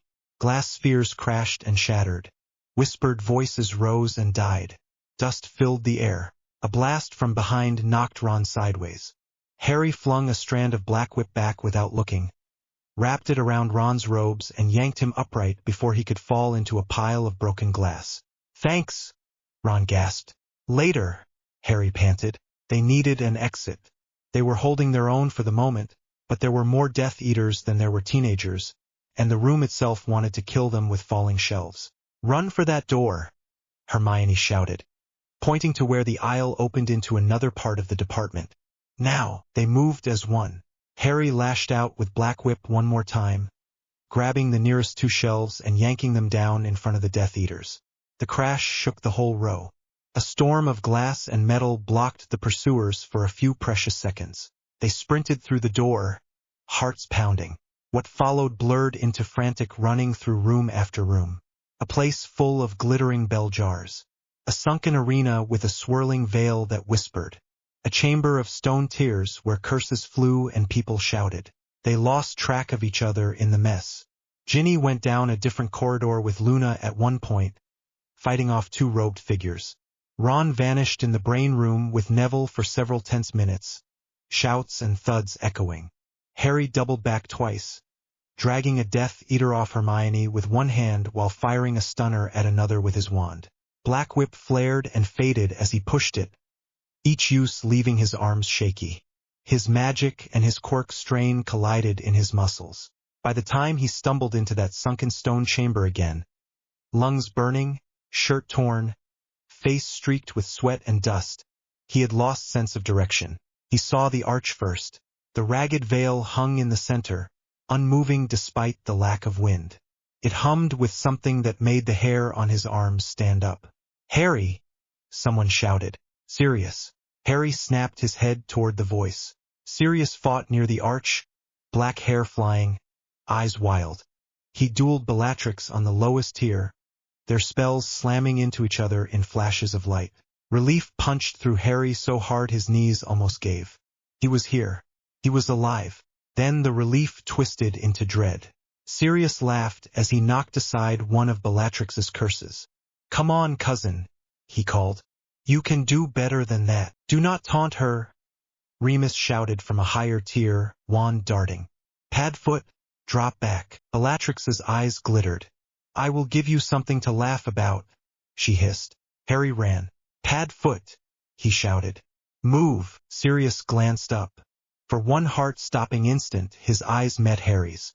Pride and worry flickered there. Then Bellatrix fired. The curse hit Sirius square in the chest. It was not green. It was red. A simple stunning spell, Harry thought wildly at first. Sirius would get back up. He always got back up. But his foot slipped on the edge of the dais. The momentum carried him backward. He fell through the veil as if pulled. The ragged curtain stirred for the first time. Harry reached. Black whip flared from his hand, snapping toward the arch. The tendril hit the veil. For a second, it caught. Harry felt something on the other side, cold and deep and pulling. The black energy shuddered like a live thing. Then it snapped. The veil fluttered and stilled. Sirius was gone. His laughter hung in the air for a heartbeat and then faded as if someone had shut a door on the sound. Silence crashed down. Harry's mind refused to accept it. "Sirius," he shouted again. "Padfoot, the joke is over. Come out." Nothing. He stumbled closer, eyes fixed on the arch. His chest hurt as if someone had punched straight through his ribs. Remus grabbed his arm. "Harry, no," he said, voice raw. "You cannot follow. He is gone." "He cannot be," Harry said. The words sounded thin. "It was only a stunner. I can get him. I can." He stepped toward the arch. Remus hauled him back with desperate strength. "Listen to me," Remus snapped. The composure he always tried to hold on to was gone. His eyes shone with grief and fear. "That is not a doorway. It is an ending. If you go through, you will not come back." Harry dragged against his grip. One for all surged under his skin in answer to his panic. For a second, Remus's fingers slipped as if they could not hold him. Allmight's voice slammed through Harry's head like a shout. "Do not lose your heart." Harry froze. Nana's voice followed, sharp. "You cannot save him by dying too." Remus tightened his grip, fingers digging into Harry's shoulder. "He would not want this," he said. "Do you hear me? He spent 12 years in Azkaban dreaming of you alive. Do not throw that away." The edges of the world blurred. Harry's vision narrowed to the torn curtain and the empty space beyond it. Then pain came in, bright and hot, from everywhere at once. His lungs dragged in a breath that felt like knives. The grief did not lessen, but his body pulled him back into itself. He sagged against Remus. Bellatrix laughed. Her cackle rang around the chamber, sharp and delighted. "I killed Sirius Black," she sang, dancing back a few steps. "I killed my dear old cousin." Harry's head snapped up. The grief in his chest changed shape. It hardened. One for all surged. Not careful, not measured. Not the 10% here and 20% there that Allmight had tried to drill into him. It flooded his muscles, howling to be used. The air around him crackled. Remus felt it. He flinched and loosened his grip without meaning to. Bellatrix's mocking voice scraped against the raw place in Harry's mind. He moved. He tore free of Remus's hand and sprinted up the tiered steps, faster than he had ever moved in his life. The stone blurred. The wind of his own passage roared in his ears. "Harry!" Remus shouted. "Stop!" He did not stop. He hit Bellatrix like a thrown boulder. His shoulder slammed into her chest. They both went down in a tangle of limbs. Her wand flew from her hand and clattered away. She gasped, wind knocked out of her. Harry rolled, came up with his fist already drawn back. He punched. One for all roared down his arm at near full strength. His knuckles met her ribs with a sound like a tree cracking. The stone beneath her fractured in a spider web pattern. Bellatrix screamed. The sound was high and shocked. Blood sprayed from her mouth. Her eyes went wide, more with disbelief than pain. She had never believed anyone would dare touch her like that, let alone a boy. Harry hit her again. He felt ribs give, bones splinter under his fist. A sickening, real feeling that had nothing to do with spells or gaudy light. Some distant part of him knew that if he kept going, he would kill her. Not with magic, not with an easy curse, but with simple, brutal force. Another voice rose inside him, slick and pleased. Yes, that one purred. This is what you were made for. Take the ones who hurt you, tear them down, remove them from the board. No more mercy. All for one's presence pressed at the edges of his mind. The great shadow that had spoken in his dreams leaned closer, excited, smelling blood and rage. Harry's fist drew back a third time. Remus reached them. He grabbed Harry around the shoulders from behind and hauled with everything he had. Enough! He shouted. Harry, stop! Harry strained against his hold. Muscles bunched, tendons stood out in his neck. For a moment, Remus's arms felt like paper. Inside, Allmight shoved back against the dark whisper. Do not let him steer you, he said. You are not his. Yoichi added his voice, gentle and firm. You are not a tool of anyone's hate, he said. Nana's presence burned, sharp as a slap. I know what it is to want to smash until nothing hurts, she said. It never fixes the hole. Harry's breath tore in and out of his lungs. Sirius was gone. Bellatrix lay broken at his feet, wheezing. Every part of him screamed to finish it, to make her pay. Hermione's face flashed in his mind, pale and fierce in that little empty classroom as she demanded they train. Ron's stubborn stance when he had said they would not let Harry go alone. The DA kids running laps, gasping and laughing, trusting him. He was their symbol of something. Not safe, not simple, but something that was not this. His fist trembled. He let it drop. He sagged in Remus's grip. Bellatrix's laughter came back, weak and ragged. Look at you, she croaked. Such power. And you still cannot do it. You still cannot kill when it matters. Harry stared at her, chest heaving. I am not you, he said, voice low. He did not know if he believed what that implied, but he needed to say it out loud. She spat blood and rolled away, grabbing for a fallen wand. Not hers. Danger sense flared. Harry jerked his head up. Voldemort appeared at the top of the stone steps, red eyes gleaming. He had changed since the graveyard. The new body had settled into itself, lines sharper, movements smoother. He moved with a horrible kind of grace, robes whispering over stone. The sight of him hit Harry like a blow. His scar flared white-hot. Death Eaters who were still standing scrambled back. Some limped, some clutched broken arms. They had expected their master to arrive at a tidy victory. Instead he stepped into a room of smashed stone, groaning allies and a 14-year-old boy standing over his favorite cousin with bloody knuckles. Voldemort's eyes moved from Bellatrix to Harry. Impressive, he said softly. You learn. Harry swallowed bile. You killed him, he said. His voice shook. Voldemort tilted his head. The mutt, he said. A regrettable waste of pure blood and a loyal follower. But a useful lever. Harry's fingers curled. He tightened his grip on his wand until his knuckles went white. The air in the chamber seemed to grow heavier. Harry, Remus whispered. Go. Get out. I will hold him. Harry knew that was not true. Remus was exhausted, wand arm shaking, eyes red with grief. Almight spoke inside his head. Your principal is coming, he said. Hold. A crack of magic echoed in the chamber. A flash of bright white appeared near the arch. Dumbledore arrived. He stepped out of flame as if he had simply walked through a door. His face was very old in that moment, lined and tired, but his eyes were clear and hard. Tom, he said quietly. Voldemort's mouth twisted. Albus, he replied. Bellatrix dragged herself toward him, clutching her ribs. He flicked a glance at her, cold and sharp, then back at Harry. Step aside, Harry, Dumbledore said. This is my fight. Harry wanted to argue, wanted to say he would not hide while others stood in front of him again. But his legs shook, his chest ached, his hands were slick with someone else's blood. He took a step back, then another, until Remus could pull him further up the stairs. The air between Voldemort and Dumbledore stretched tight. Then they moved. Harry had seen duels before. School duels. Fights with panicked Death Eaters in corridors. Even the graveyard, for all its horror, had been messy and one-sided. This was something else. Voldemort's curses were thin, fast slashes of light that cut through stone as if it were paper.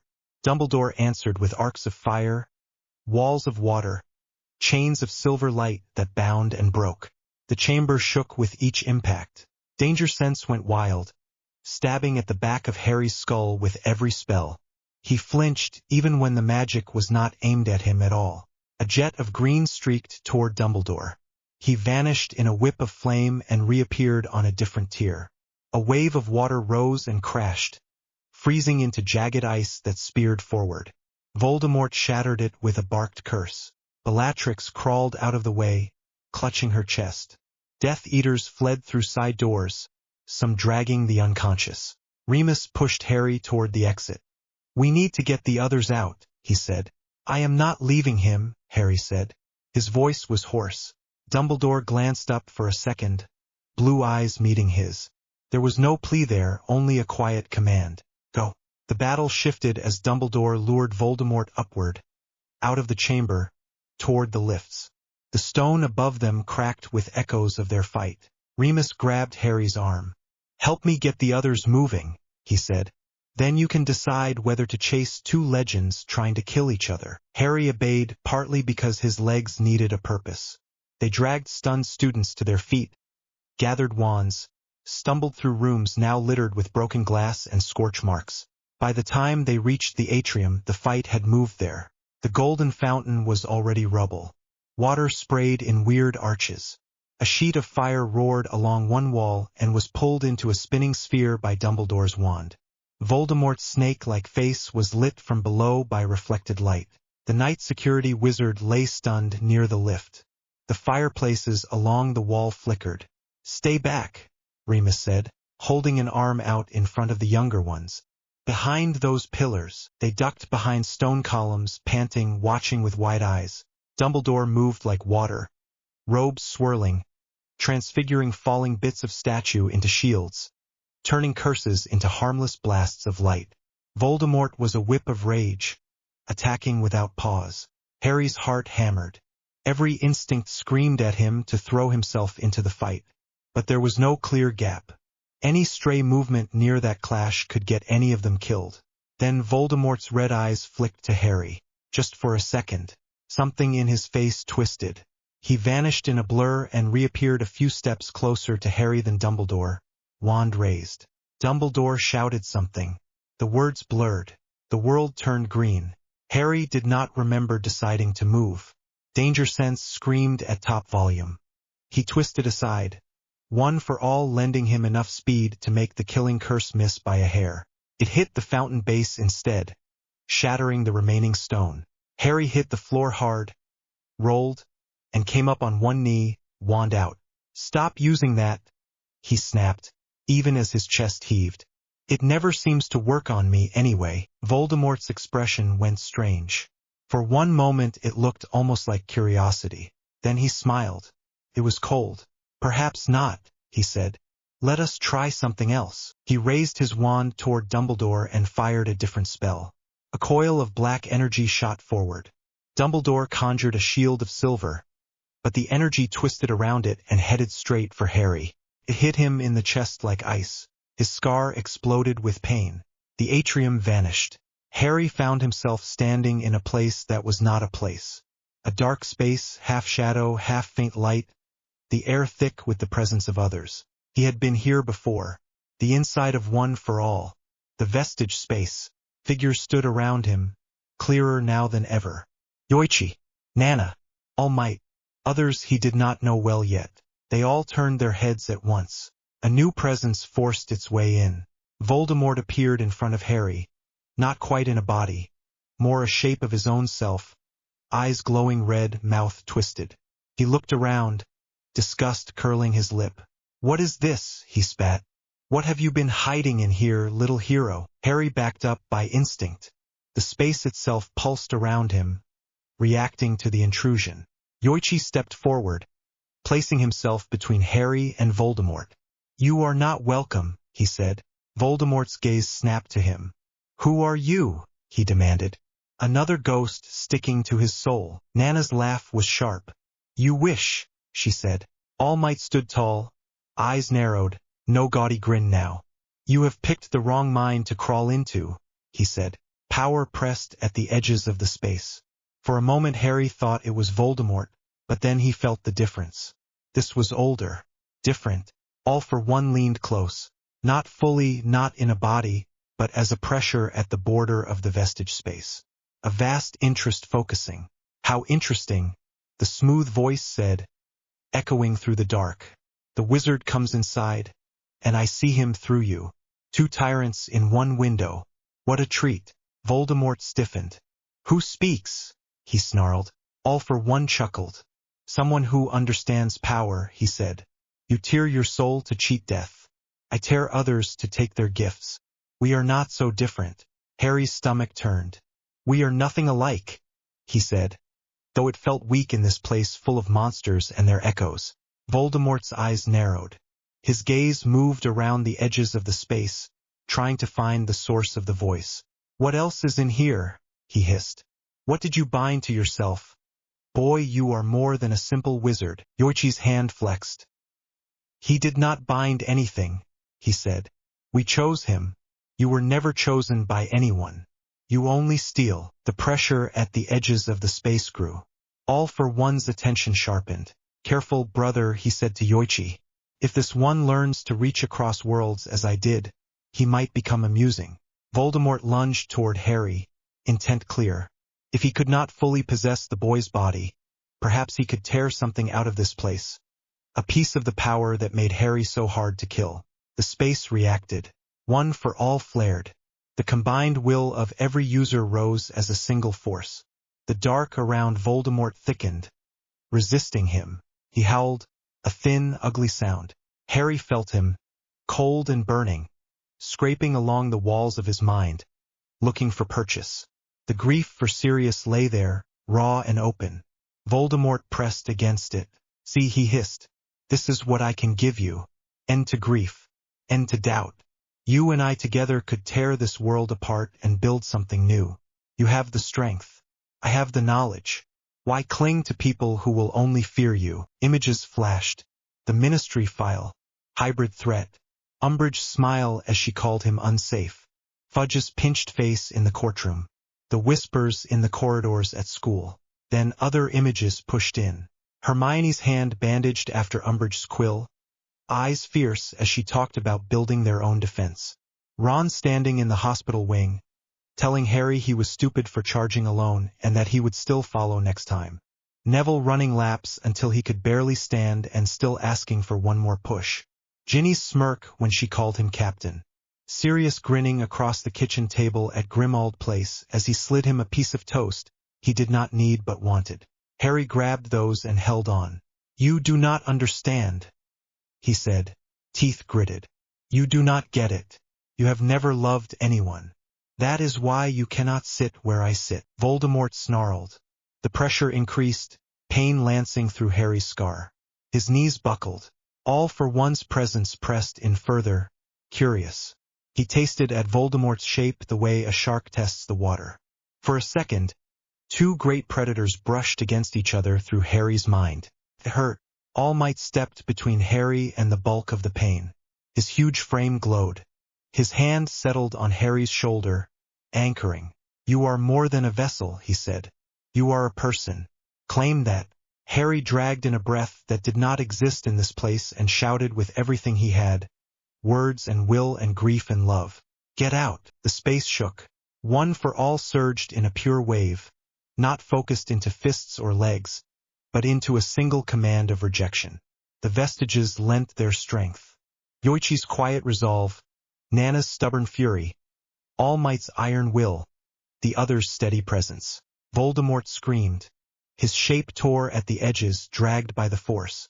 For a moment Harry saw something flicker in those red eyes that he had never seen there before. Fear. All for One pulled back as well, some sense of self-preservation there. This was not his playground yet. Not with the quirk as awake as it was and the host screaming no so loudly. The pressure broke. Voldemort was ripped out of Harry's mind like a splinter. The space steadied. Harry sagged. Yoichi caught his arm. Nana stood on his other side. Allmight looked tired, but he smiled. "Well done," he said. The world of stone and water came roaring back. Harry hit the atrium floor on his knees, gasping. His scar burned as if someone had pressed a brand to it. His chest heaved. His hands shook. Voldemort collapsed a few steps away, also on his knees. His eyes were wide, unfocused for a second, then filled with pure hate. The air hummed. The fireplaces around the walls roared to life. Ministry workers poured out, drawn by the noise and the damage. Cornelius Fudge appeared in a swirl of green, robes askew. Aurors followed, wands out, eyes wide. They saw him. Voldemort stood slowly, red eyes narrowing. His face twisted. He looked from Harry to Dumbledore, then to the cluster of ministry officials. For the first time since he had stepped into Harry's life, he looked like a man caught in the open. His form blurred. He vanished with a crack, pulling Bellatrix with him in a swirl of dark smoke. Silence filled the atrium. Harry pushed himself to his feet, swaying. Dumbledore stood near the fountain ruins, wand still raised, chest rising and falling. Fudge stared at the space where Voldemort had been. His face had gone waxy. His mouth opened and closed. "He is back," he whispered. No one laughed at him this time. Aurors fanned out, wands shaking.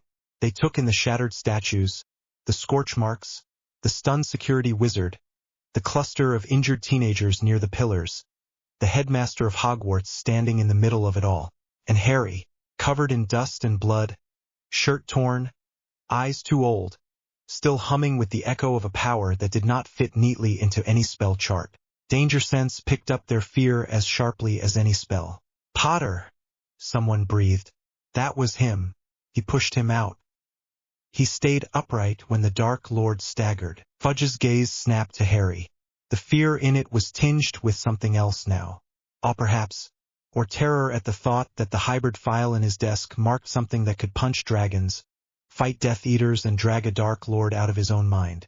Dumbledore stepped neatly into that look. His age fell away for a moment. He looked tall and terrible, a wizard who had just wrestled lightning. "You have your proof, Cornelius," he said. "Voldemort is back. He has been back. Every day you spent calling this boy a liar or a threat was a day you gave the enemy more freedom." Fudge swallowed. His hand shook. "I." He looked at Harry again. Harry met his gaze. He was too tired to hide anything. The grief for Sirius sat raw in his eyes. The anger, the simple, stubborn refusal to fall. "You can file whatever you like," Harry said, voice low but clear. "Call me whatever you want. I am going back to school. I am going to mourn my godfather. I am going to help my friends learn how to survive the war you pretended was not happening. If you want to stop me, you had better find something stronger than a pink cardigan and a label on some parchment." Several Aurors stared. One choked on a half-laugh, half-sob. Fudge opened his mouth, closed it, opened it again. His eyes darted to Dumbledore, to the shattered fountain, to the lingering scorch marks. "We will talk," he managed at last. "Later, in my office." Dumbledore's gaze did not soften. "We will," he agreed. "You, me, and the rest of the world that will need to know how close you came to losing everything because you did not listen." Remus reached Harry's side then, one hand light on his shoulder. His face was drawn and gray, eyes red, but his grip was steady. "Come on," he said softly. "Enough grand speeches. Madame Pomfrey is going to have words if we do not get you into a bed soon." Harry almost said he was fine. The words died in his throat. Every muscle hurt. His knuckles ached. His chest felt hollow. He nodded instead. They led the students to the fireplaces. Aurors cleared the path. None tried to stop them. As Harry stepped into the green flames, he glanced back once. Fudge stood in the middle of the atrium, parchment flapping uselessly in one hand, staring at the space where Voldemort had vanished and at the boy who had just walked past him alive. There was no room left in that picture for easy denial. The Ministry had seen the Dark Lord. And they had seen the hybrid they were so afraid of stand up to him and survive. The world had changed. Harry stepped into the flames, whispered Hogwarts, and let the magic pull him home. Harry fell out of the flue and hit stone on his hands and knees. For a second he stayed there, palms flat, lungs dragging for air that tasted of smoke and ash and something sharp from the Ministry atrium. A soft trill cut through the roaring in his ears. Fawkes sat on his golden perch near the window, feathers ruffled, eyes bright. The Phoenix watched Harry with a steady look that felt too calm for the way the world had just tilted. "Easy, Harry," Remus said behind him. A hand closed on his shoulder, strong and careful. "Up you get." Harry pushed himself upright. His legs trembled. He realized they were in Dumbledore's office, not the hospital wing. All the odd silver devices on the shelves whirred and clicked. Most of them looked damaged. One lay melted on its side. Another puffed weak smoke. Dumbledore stepped out of the flue behind them, followed by Tonks, Kingsley, Neville, Ginny, Luna, Ron and Hermione in a flurry of soot and coughing. Madame Pomfrey was already there. She must have been waiting. Her face went pale when she saw the state of them. "Headmaster," she snapped, moving at once. "What have you done to them this time? They look as if they went 3 rounds with a troll in the middle of a thunderstorm." "In some ways," Dumbledore said quietly. "It was worse." He looked old. Harry had never seen him look this tired. His robes were scorched in places. There was a cut along his cheek that had not been there before. Madame Pomfrey did not argue. "Hospital wing," she said. "Now, all of you. If you try to tell me you are fine, I will stun you where you stand." "Remus," Dumbledore said. "Will you?" "I have them," Remus said. His hand squeezed Harry's shoulder again. "Come on, kids." They left the office in a crooked line. Harry walked because his legs remembered how, not because his brain told them to. Ron's sleeve brushed his.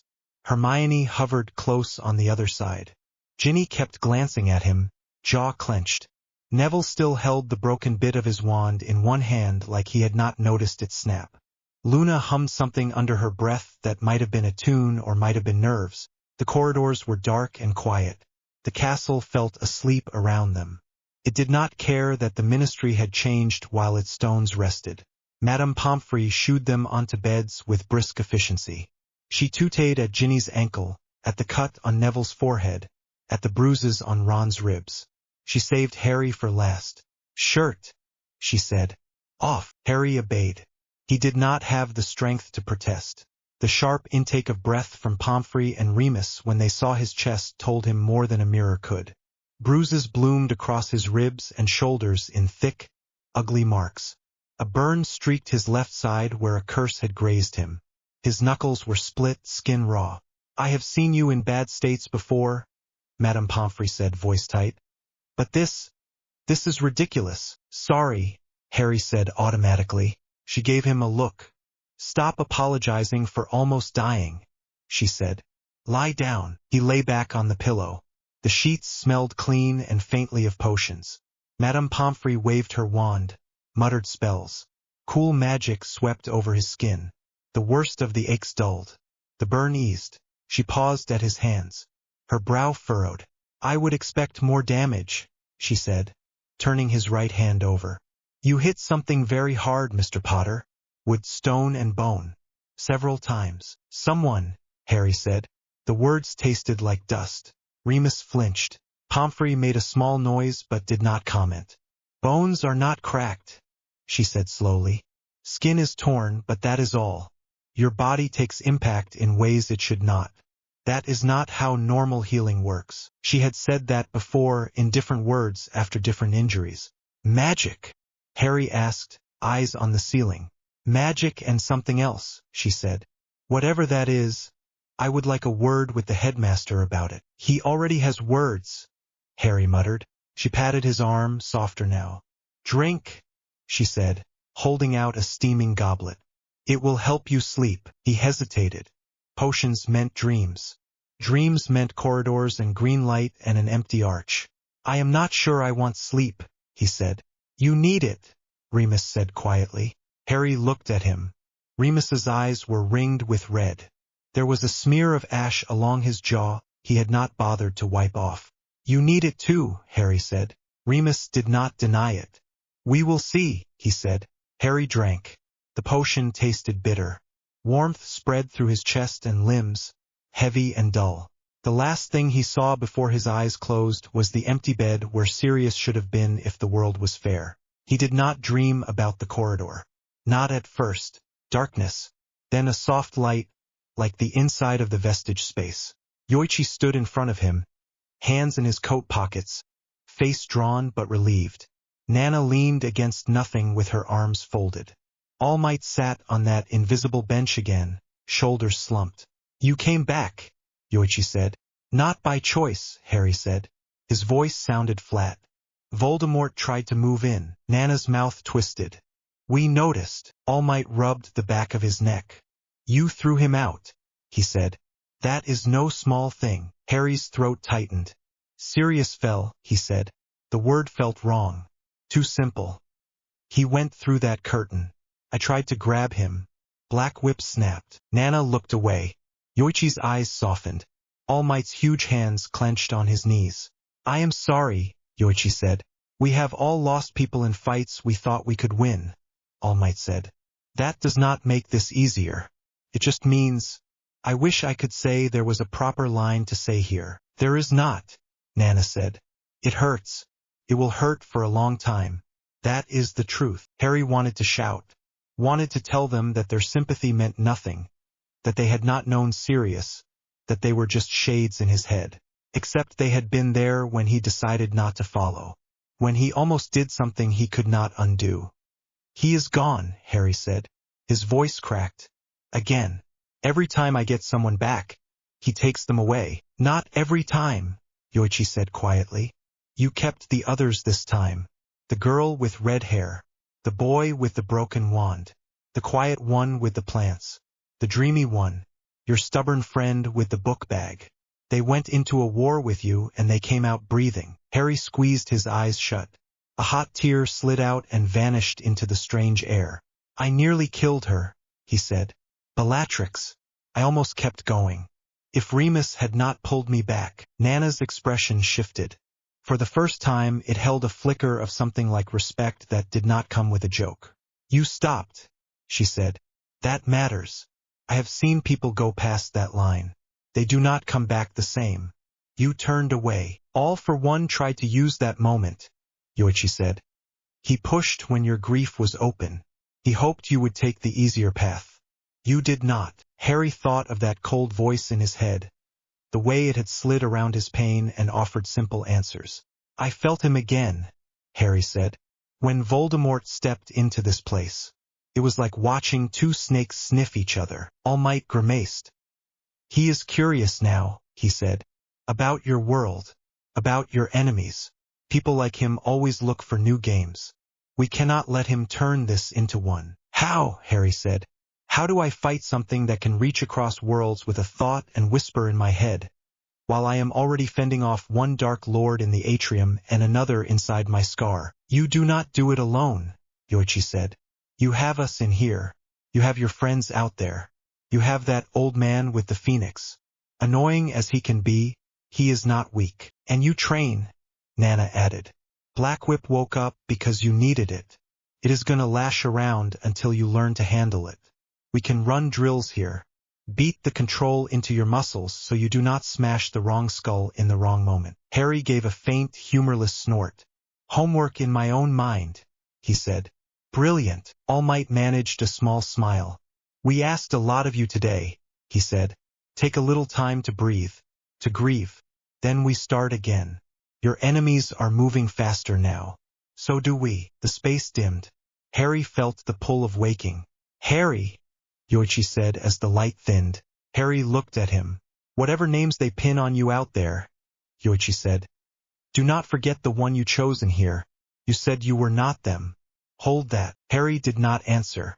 He let the dream fall away and the weight of his own body return.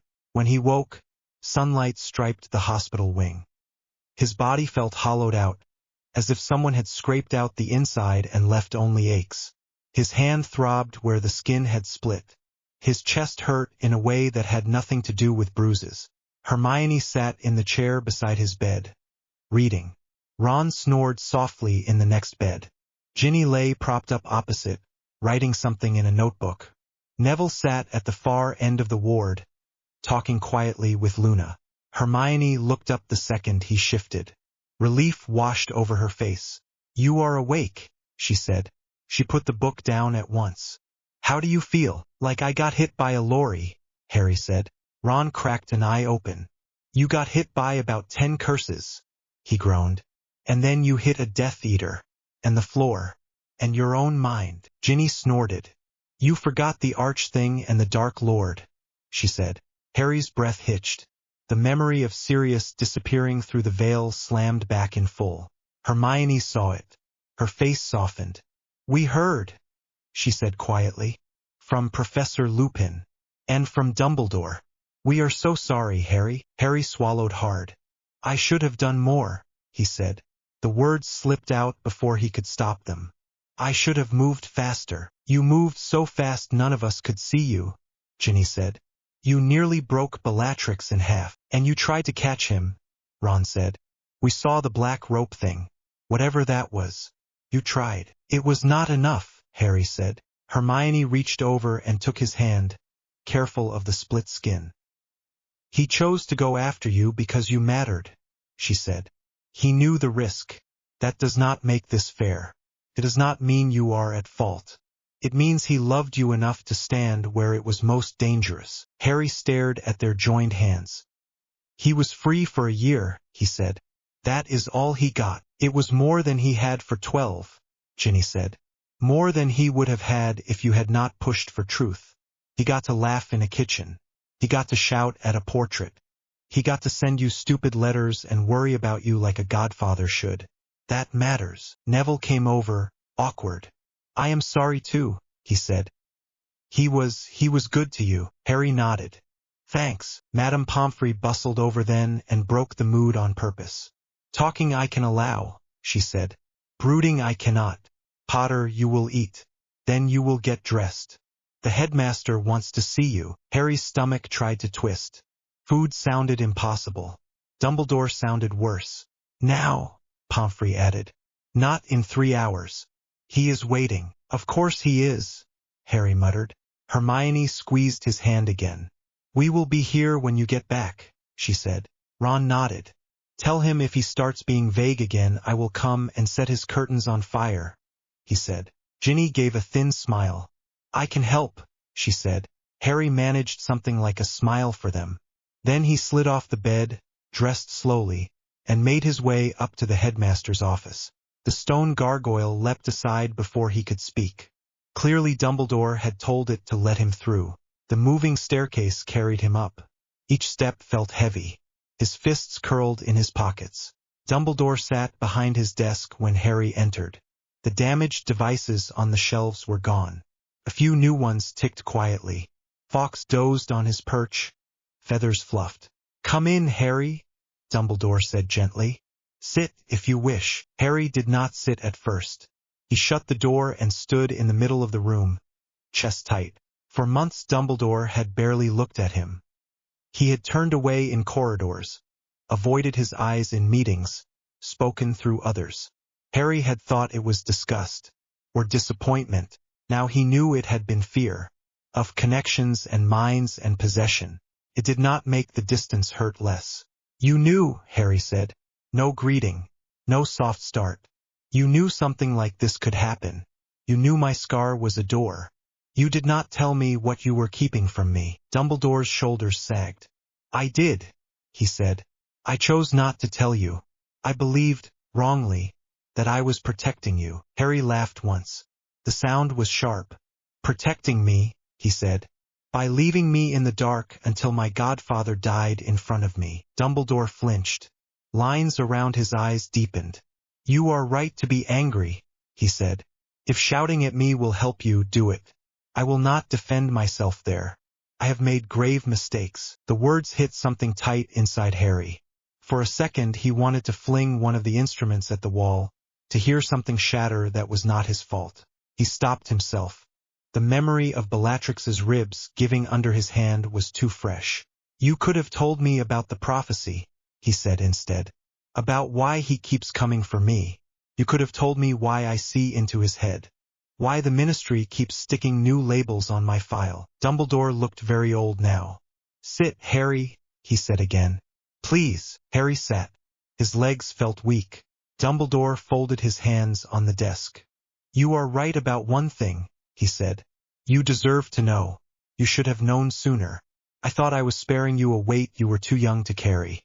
I see now that trying to spare you did not lift the weight. It only left you unprepared when it fell." He paused. Fawkes stirred, opened one bright eye, then settled again. "When you were born," Dumbledore said, "a seer spoke a prophecy. It named a child born at the end of July to parents who had defied Voldemort 3 times. It said that child would have the power to challenge him, and that the Dark Lord would mark him as his equal. That neither of you could live at peace while the other survived." He did not chant the words. He did not make it sound mystical. He said it like simple fact, and that somehow made it worse. "He heard part of it," Dumbledore went on. "He thought it meant you or Neville. He chose you. That night in Godric's Hollow he gave you that scar and bound your lives together. The rest you know." Harry stared at him. The story he had lived with for years shifted a little in his mind. Lily and James. A prophecy he had not asked for. A choice Voldemort had made. "So it is me or him," Harry said. "That is what it comes down to." "There is more," Dumbledore said softly. "The prophecy spoke of a power the Dark Lord does not understand. Something beyond his reach. When you were small, I thought that meant the simple things he has always despised. Love, friendship, your ability to care about others. I still believe that is at its core. But when your other power woke," he nodded to Harry's hands, "I realized the path had twisted further than I knew." Harry frowned. "One for all." "Yes," Dumbledore said. "I did not have a name for it at first. Only that you had been touched by something that did not feel like traditional magic. It sat in you like a coil of light. Old magic, yes, but layered. Many lives in one thread. My own spells slid around it as if it did not quite belong to this world." Harry thought of Allmight's laugh, of Yoichi's quiet patience, of the way all for one's voice had slithered through his head. "You knew I was carrying more than magic," he said. "I suspected," Dumbledore said. "Each time Madame Pomfrey complained that your bones healed too strong or your muscles tore less than they should, my suspicion grew. When you walked away from that dragon with more bruises than broken bones, it became certainty." "And you still did not tell me," Harry said. "I feared 2 things," Dumbledore said. "One, that if I brought your attention to the bond between your scar and your power, Voldemort would use that awareness to push further. 2, that if I explained the prophecy too soon, you would feel doomed to one path and nothing else. I wanted you to have a childhood, however flawed. Friends, classes, Quidditch, foolish, normal arguments with your housemates. I did not want you to live every day as if you were already marching toward a final duel." Harry's hands curled on his knees. "You failed," he said. "I did not have a normal year. I had dementors, basilisks, tournament tasks. Now this. You cannot pretend any of this was normal." Dumbledore closed his eyes for a second. When he opened them, they were bright with something that might have been tears. "No," he said. "I cannot. I chose wrong. By trying to hold things back, I left you without tools. If you had known Voldemort might send visions like that, perhaps you would have questioned what you saw sooner. Perhaps Sirius." He stopped. His voice caught on the name. Harry swallowed. Hearing the guilt in Dumbledore's voice did not make his own guilt fade, but it shifted its shape. "Why tell me now?" he asked. "Because he walked into the ministry in front of everyone because they saw me throw him out of my head." "In part," Dumbledore said, "because the lie has cracked wide open. There is no more use in pretending you are not what you are. To the ministry, to Voldemort, to the strange presence that brushed against my magic when I reached for you in the atrium." Harry blinked. "You felt him," he said. Dumbledore nodded once. "Something old, hungry, curious, not of our world. It watched you and the Dark Lord like a man at a window. I did not like the feel of it. All for one, Harry said. The name tasted foul. He is the one who made one for all. By accident. Yoichi's brother. He wants it back. Of course he does, Dumbledore said. Men like that always want what they have lost. Power. Control. They do not know how to let go. Harry studied him. You do not look surprised, he said. Dumbledore's mouth twitched. Just a little. Magic talks, he said. Old magic talks more. When you shattered my instrument last year just by clenching your hand, I listened. When you stood in front of my desk today with power coiled round you like a second skin, I listened again. I have spent my life studying the edges of what our spells can touch. You are past that edge. That does not make you less my student. Harry felt his throat tighten again. Anger, grief and relief mixed in a way that left him tired. So what now? He said. Do I train until I can punch holes in mountains and hope that when I meet him it all lines up? Do I let you and the ministry use me as a big glowing weapon? Dumbledore shook his head. You are not a weapon, he said. You are a person. The prophecy does not bind your every choice. It only says that in the end one of you must fall. How you live until then is still yours to shape. He leaned forward. You will train, he said, because you already have. Because you chose to teach others when the ministry would not. I will support that now openly. No more hiding in secret rooms from pink cardigans. You will learn to control your quirk so that it obeys you, not your anger. You will learn to guard your mind so Voldemort cannot walk in and all for one cannot watch for free. And Sirius, Harry said. Dumbledore's face softened again. We will grieve him, he said. You, me, Remus, the members of the Order.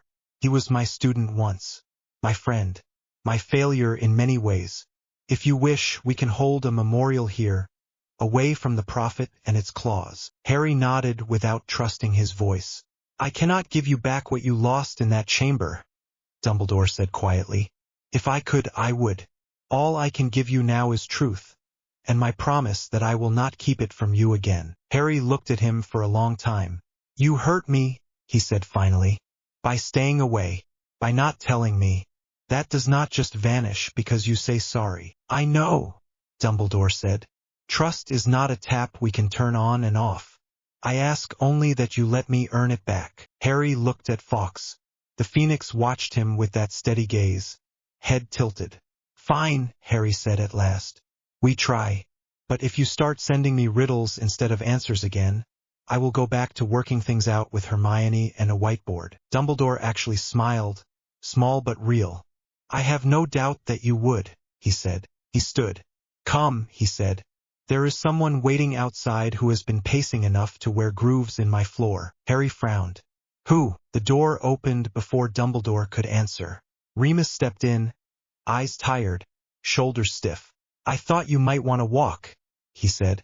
If you are up to it. Harry felt the ache in his chest shift. Yeah, he said. I am. They walked mostly in silence at first. Along corridors where portraits whispered. Downstairs where suits of armor watched them pass. Out through a side door into the grounds. The late afternoon air was cool. The lake lay still. The giant squid's tentacle broke the surface once and vanished again. Remus led the way to a small hollow near the edge of the forest where the trees opened enough to see the sky. We used to sit here, Remus said quietly. James, Sirius, Peter and I. We thought we were so clever. Sneaking out, plotting how to transform without getting caught. Harry sat on the grass. His fingers dug into the earth. I thought he was going to make it, he said. After Azkaban. After everything. I thought this was the start of something better. Remus lowered himself down beside him, joints creaking. So did I, he said. We had plans. A motorbike fixed up. A little house out in the country where I could visit on the full moon without worrying about curious neighbors. He wanted to take you flying properly, not just escaping from houses. Harry sucked in a breath. The image hurt and warmed at the same time. It is not fair, he said. The words came out small. No, Remus said. It is not. The universe does not balance scales the way we want. Good men die early. Bad ones linger. Sometimes there is no reason we can see. Harry let his head fall forward. I nearly killed her, he said. Bellatrix. I wanted to. I still do. Remus's jaw tightened. Part of me wanted you to as well, he said. I will not lie. I lost control in that chamber too. If you had not shoved forward when you did, she might have hit someone else. We do not get through this clean. He looked at Harry. What matters is that you stopped, Remus said. That you heard us. That you listened to that stubborn voice inside that did not want you to become what they say you are. Harry picked at the grass. All for One wants me to give up and be what they fear, he murmured. Voldemort wants me dead. The Ministry wants a neat label so they can sleep. I am tired of being something other people point at. Remus leaned back on his hands and studied the sky. When James and Lily chose you as your name, he said, they did not pick it because of prophecies or powers. They picked it because they liked it, because they thought it sounded right for a boy who would be stubborn and kind and very annoying when he got an idea into his head. Harry huffed. Sounds about right. Remus smiled. Faint but real. You carry a lot of things, he said. Prophecies. Powers from another world. Expectations. But you also carry that name. When it all presses too hard, remember that one. The rest sits on top of it. It does not erase it. They sat there for a long time, not saying much. At some point, Harry realized he was crying. Not loud, not dramatic. Just silent tears that ran down his face while he watched the sky. Remus did not say anything about it. He just sat next to him, present steady. It helped more than any speech. Life did not snap back to normal. It shuffled into a new shape. The prophet broke the story the next morning. Voldemort returns. Eyewitnesses say there was a photo of the smashed fountain in the Ministry atrium and, beside it, a grainy moving shot of Harry and Dumbledore arriving through the flue, wands out. Someone had caught the moment Voldemort's spell hit and bounced away, frozen at mid-frame. Fred and George sent a copy that had a big speech bubble drawn over Fudge's picture saying I was wrong. Sorry. Umbridge did not appear at breakfast, or lunch, or ever again. Rumors flew through the corridors. The sanest version said she had resigned for health reasons and gone back to the Ministry. The more interesting ones mentioned centaurs and an unfortunate incident with a pink cardigan. No one missed her. The educational decrees vanished from the notice boards. Filch looked almost disappointed, as if he had been robbed of his chance to expand the list of punishments. Dumbledore addressed the school in the Great Hall that evening. Voldemort has returned, he said, without flinching at the flinch.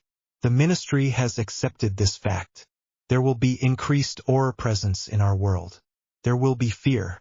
There will be mistakes. What there will not be is silence. You deserve the truth. He paused. His eyes rested on Harry for a second, then moved on. You will hear many things about Harry in the coming days, Dumbledore said. From papers, from parents, from people who enjoy clever phrases more than they enjoy thinking. Remember this instead. Last night, he and several of your classmates went into danger to save a man they loved. They faced Death Eaters and survived. They brought back proof when adults would not. That is not the work of a threat. That is the work of people who refuse to stand aside when others are hurt. Murmurs rippled through the hall. Some students watched Harry openly now, not with suspicion but with something like respect. Others still looked wary. Fear did not vanish overnight. Harry stared at his plate, ears burning. Later, he found notices pinned up in common rooms. Authorized defense training, voluntary sessions, practical work, led by qualified staff. Beside Dumbledore's signature, someone had squeezed in a line in smaller script. Assisted by Harry Potter and members of the former DA. Former, Ron said. That makes it sound like we are done. Hermione smiled a little. We are not, she said. We are just not illegal anymore. Ginny grinned. See, Captain, she said. We went pro. Harry rolled his eyes. Stop calling me that, he said. Make me, she said. He did not have the energy to argue. They held Sirius's memorial a few days later in that hollow near the forest. It was small. Just the Order, the DA kids who had gone to the Ministry, and a handful of teachers. No prophet. No Ministry officials. A framed photograph sat on a flat stone. Sirius laughed and waved from it, hair flying, eyes bright. The picture must have been from before Azkaban. He looked younger, lighter. Tonks spoke clumsily but honestly. Remus spoke only a little, voice raw. Dumbledore said a few words about a boy who had arrived at Hogwarts with more energy than sense and left a mark on every rule book. Harry did not speak. He could not. He stood with his hands in his pockets and listened. The words slid over him like rain. At the end, Dumbledore conjured a small flame that floated up and dissolved. It was simple, quiet. People drifted away in pairs and groups. Ron clapped Harry's shoulder and muttered that he was going to find food before his mum decided. He looked thin and tried to feed him twice his weight. Hermione gave Harry a quick hug and went with him. Ginny stayed. She waited until the others were out of earshot, then stepped up beside Harry and looked at the photo. I never got to know him properly, she said. Only glimpses at Grimmauld Place. He was loud. He was, Harry said. The word hurt less this time. He tried to be the 20-year-old he was when he went into Azkaban, in a house that reminded him of everything he hated. It did not always work. Ginny tucked a strand of hair behind her ear. He loved you, she said. That was easy to see. He looked at you like you were, I do not know, a second chance. Harry's throat tightened again. Yeah, he said. He would be furious if you used his death as an excuse to break yourself, Ginny said. Her voice was steady. He would probably shout. A lot. Throw things. Call you an idiot.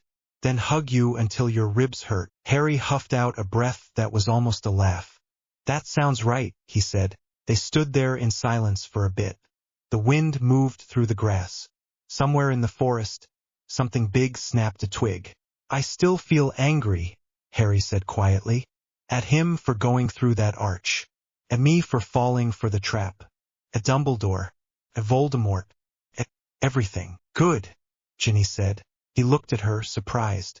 It means you are not numb, she said. When I came back from first year, after the diary, I felt empty. Like someone had scraped out parts of me and left cold mud instead. Harry winced. He had never forgotten that image of her in the chamber, pale on the floor. I did not talk about it, Ginny went on, because I thought no one wanted to hear. I thought it was my fault, that I had been stupid enough to write back. Took a long time to get angry at the right person. Tom. At the adults who ignored the signs. Not at myself. She looked at him, eyes brown and very clear. Do not make the same mistake, she said. Be angry. At them. Not at you. Harry swallowed. Easier said, he muttered. Of course, she said. Most things worth doing are. He looked back at the photo. Sirius laughed at something only he could see. Thanks, Harry said. He meant more than just for the words. Ginny bumped her shoulder against his. Any time, she said. You are not the only one who went through hell. We can take turns dragging each other out. He smiled, small but real. On impulse, before his brain could tell him it was stupid, he leaned over and kissed her cheek. Ginny blinked. For the first time that day, a flush climbed her neck. She stared at him for half a second, then stepped in and pressed a quick, firm kiss to his mouth. It was not dramatic. No fireworks. Just warm and a little shaky and very real. When she pulled back, she was smiling. That is for not dying, she said. Do that again and I might reconsider. Harry felt his face heat. I will do my best, he said. Good, she said. Now come on. If we stay out here much longer, Mum will think we have fallen in the lake and send a search party. They walked back toward the castle together. The ache in his chest stayed, but it had another thread woven through it now. Something quieter. Hope, maybe. The last weeks of term blurred. Classes carried on, thinner with some students missing. OWLs were done. Homework felt small after Death Eaters and Atrium battles. Defense sessions became busy. Dumbledore himself turned up to a few, standing at the back with an unreadable expression as Harry and Hermione ran drills and Ron shouted at people to keep their feet moving. McGonagall even demonstrated a disarming spell so sharp that a practice dummy's wand shot up and embedded itself in the ceiling. Hagrid came back from his mission with more scars and a flat refusal to talk about the giants beyond, big and not very friendly. Snape did not change much on the surface. He still sneered in his classroom. He still took points for breathing too loud. But there was a new tightness around his eyes when he looked at Harry. A flicker of something Harry could not read. Fear, anger, guilt. Maybe all three. The prophet swung hard the other way. They printed somber profiles of the boy who fought twice. Pictures of Cedric and Sirius. Columns speculating on what Harry's mysterious physical gifts meant. One reporter used the phrase hybrid hero. Another used living weapon. Harry stopped reading. He caught a glimpse of his file once when Dumbledore left some papers on a table in the staff room they were using for a defense session. Subject: Harry James Potter. Classification: strategic asset. They had crossed out hybrid threat and written the new words over the top. Hermione found him staring at it. "Do not give them that power," she said. "They can change names as much as they want. You know who you are better than they do." Harry folded the file closed. "Do I?" he said. She gave him that look that said she would drag him to the library and find a book on identity if she could. "You will," she said. "If we have to write it down ourselves." The last defense session of term ended with Fred and George sneaking in fireworks that spelled DA in bright letters across the room of requirement ceiling.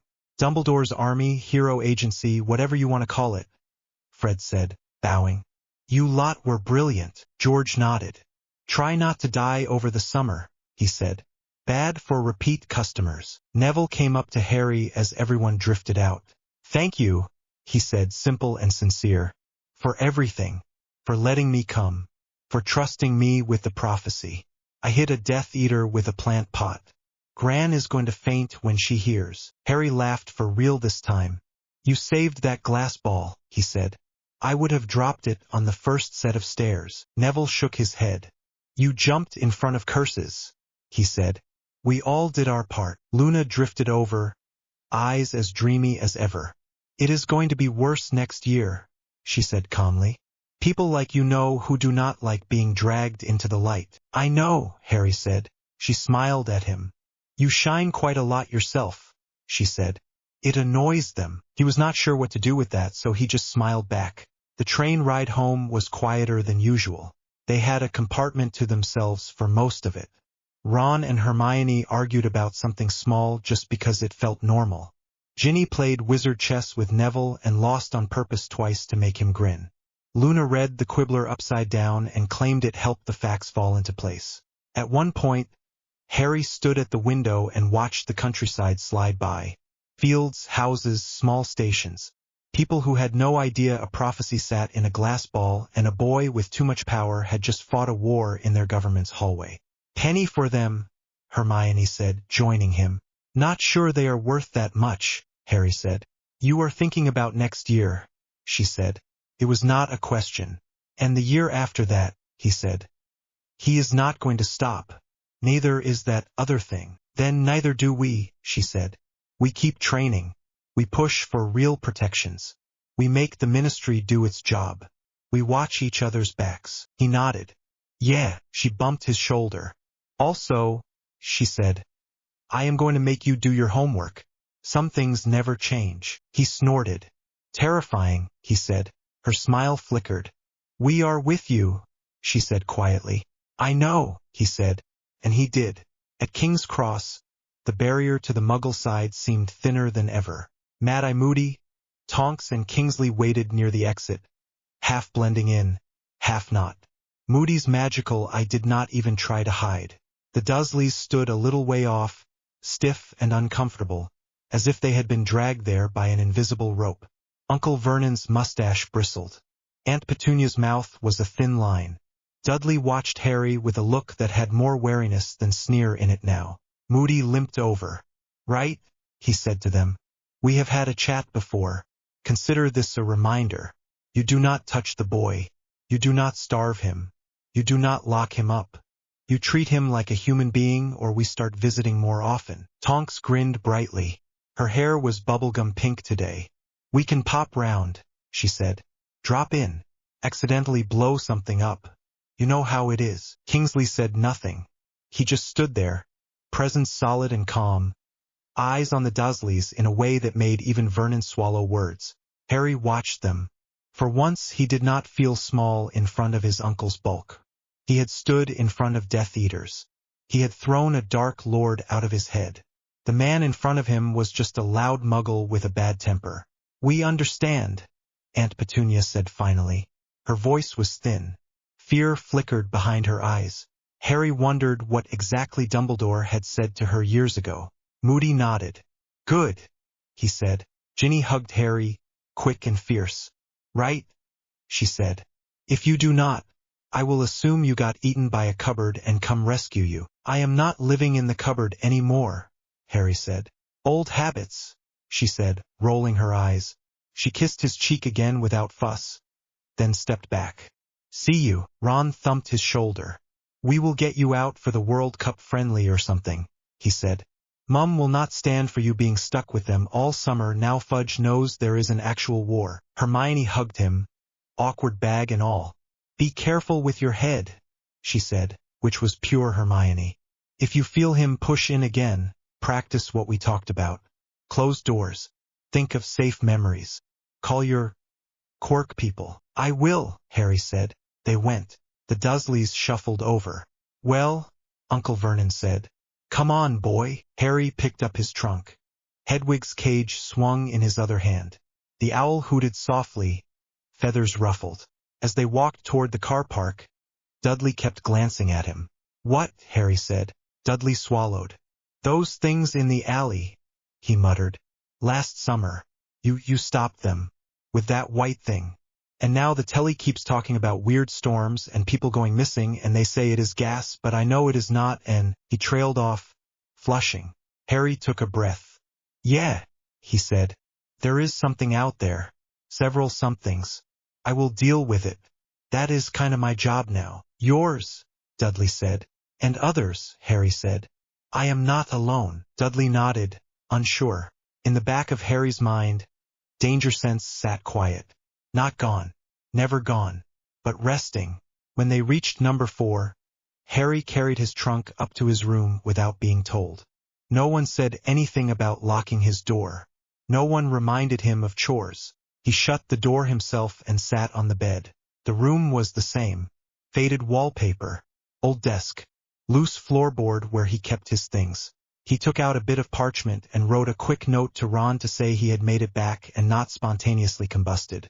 He wrote another to Hermione promising to actually try the occlumency exercises this time. He started one to Ginny, stared at the blank space for a long time, then wrote, "I miss him too," and left it at that. Then he got up and stood in the middle of the room. He rolled his shoulders. His hands flexed. "All right," he said quietly. 10%. He pushed power into his legs, careful, measured. Enough to make his muscles buzz, not enough to break bone. Allmight murmured in the back of his mind, counting beats. Nana barked corrections. Yoichi watched with that calm focus. Harry did push-ups until his arms shook, sit-ups until his stomach burned, slow kicks that practiced control instead of raw speed. Black Whip flickered once, a black line of energy that licked out from his palm and faded. "Good," Nana said. Again. Without the walls this time. He trained until sweat soaked his shirt and his lungs burned. Then he sat on the floor and leaned his head back against the bed. Outside, a car door slammed. A lawnmower started up 2 houses away. A dog barked. Normal sounds. Inside, a prophecy sat in a room full of broken glass. A Dark Lord planned his next move. A man from another world watched through cracks and waited. Harry closed his eyes. "You are not a weapon," he said out loud to himself, to the voices in his head, to anyone who might be listening. "You are Harry." No one answered. Not with words, but somewhere deep in his chest, One for All settled around that statement like it agreed. The wall shook. Dust rained down from the ceiling. The stones of the courtyard wall groaned as something huge slammed into the outside again. Harry braced one hand on the cracked stone and felt the impact travel through his arm. The air tasted of smoke and spell burn. His lungs ached from running. His scar prickled with heat. Danger Sense screamed at the back of his skull even before the next hit came. Incoming, he shouted. He dragged Ginny down behind the rubble with him. A heartbeat later, a boulder the size of Hagrid punched through the upper part of the wall, and smashed into the floor where they had just been standing. Shards of stone skidded across the flagstones. Ginny coughed, eyes watering. "That has to be the last one," she said. Her voice was raw. "Giants do not count their shots," Harry said. A roar answered him from outside. The ground vibrated. 3 years since the ministry. 3 years since the atrium. The war had stopped being whispers and become a map of burned houses and dark marks. The Horcrux hunt that Dumbledore had finally told him about had turned into a race against a madman who kept dividing his soul and a second monster who wanted to watch them all break. They had found them faster than any of Dumbledore's old notes had expected. Danger sense had buzzed whenever they came near objects that hummed wrong. The vestiges had muttered in his head when they touched magic that tasted like all for one's experiments. The ring under the gaunt shack. The locket ripped from a poisoned cave with black whip snapping across green water. The cup stolen from a dragon-filled vault where he had shoved a goblin out of the way and punched stone apart before a curse could collapse the tunnel. The diadem dragged out of the room of requirement just before the fiendfire rolled in.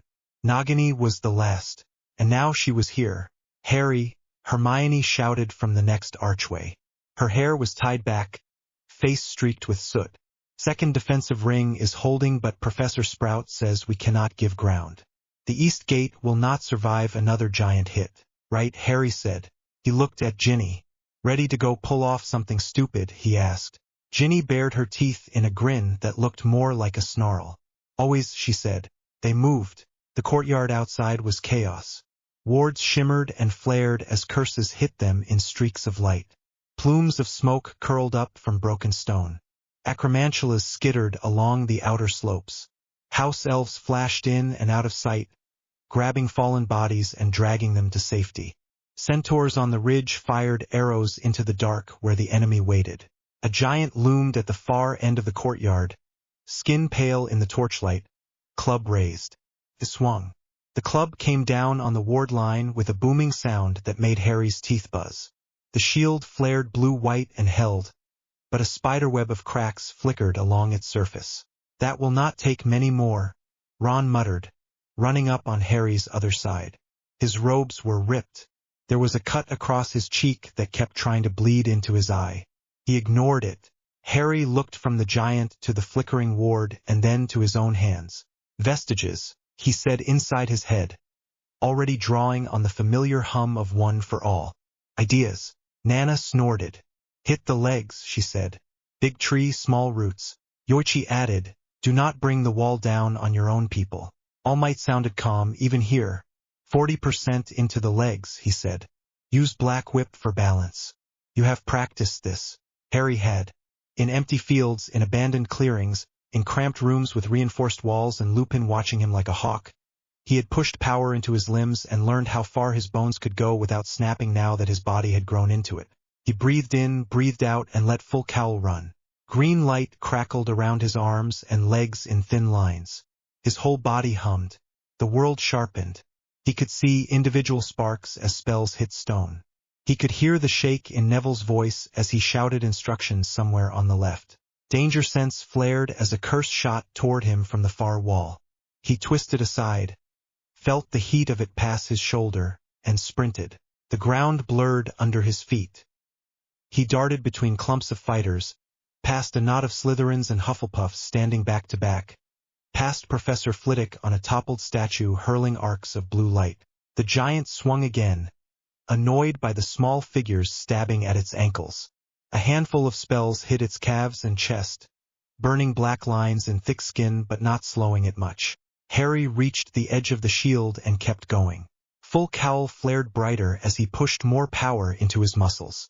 The ward parted for him with a hiss of recognition. Poppy had helped Dumbledore tune the castle to his magic. He knew him now.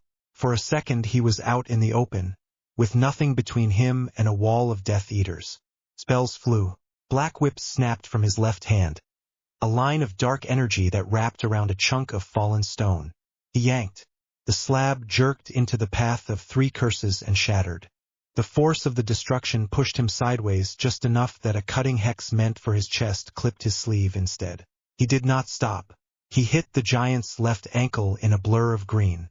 The impact echoed up his arm and into his shoulder. Pain flared along his bones but held. The massive joint buckled.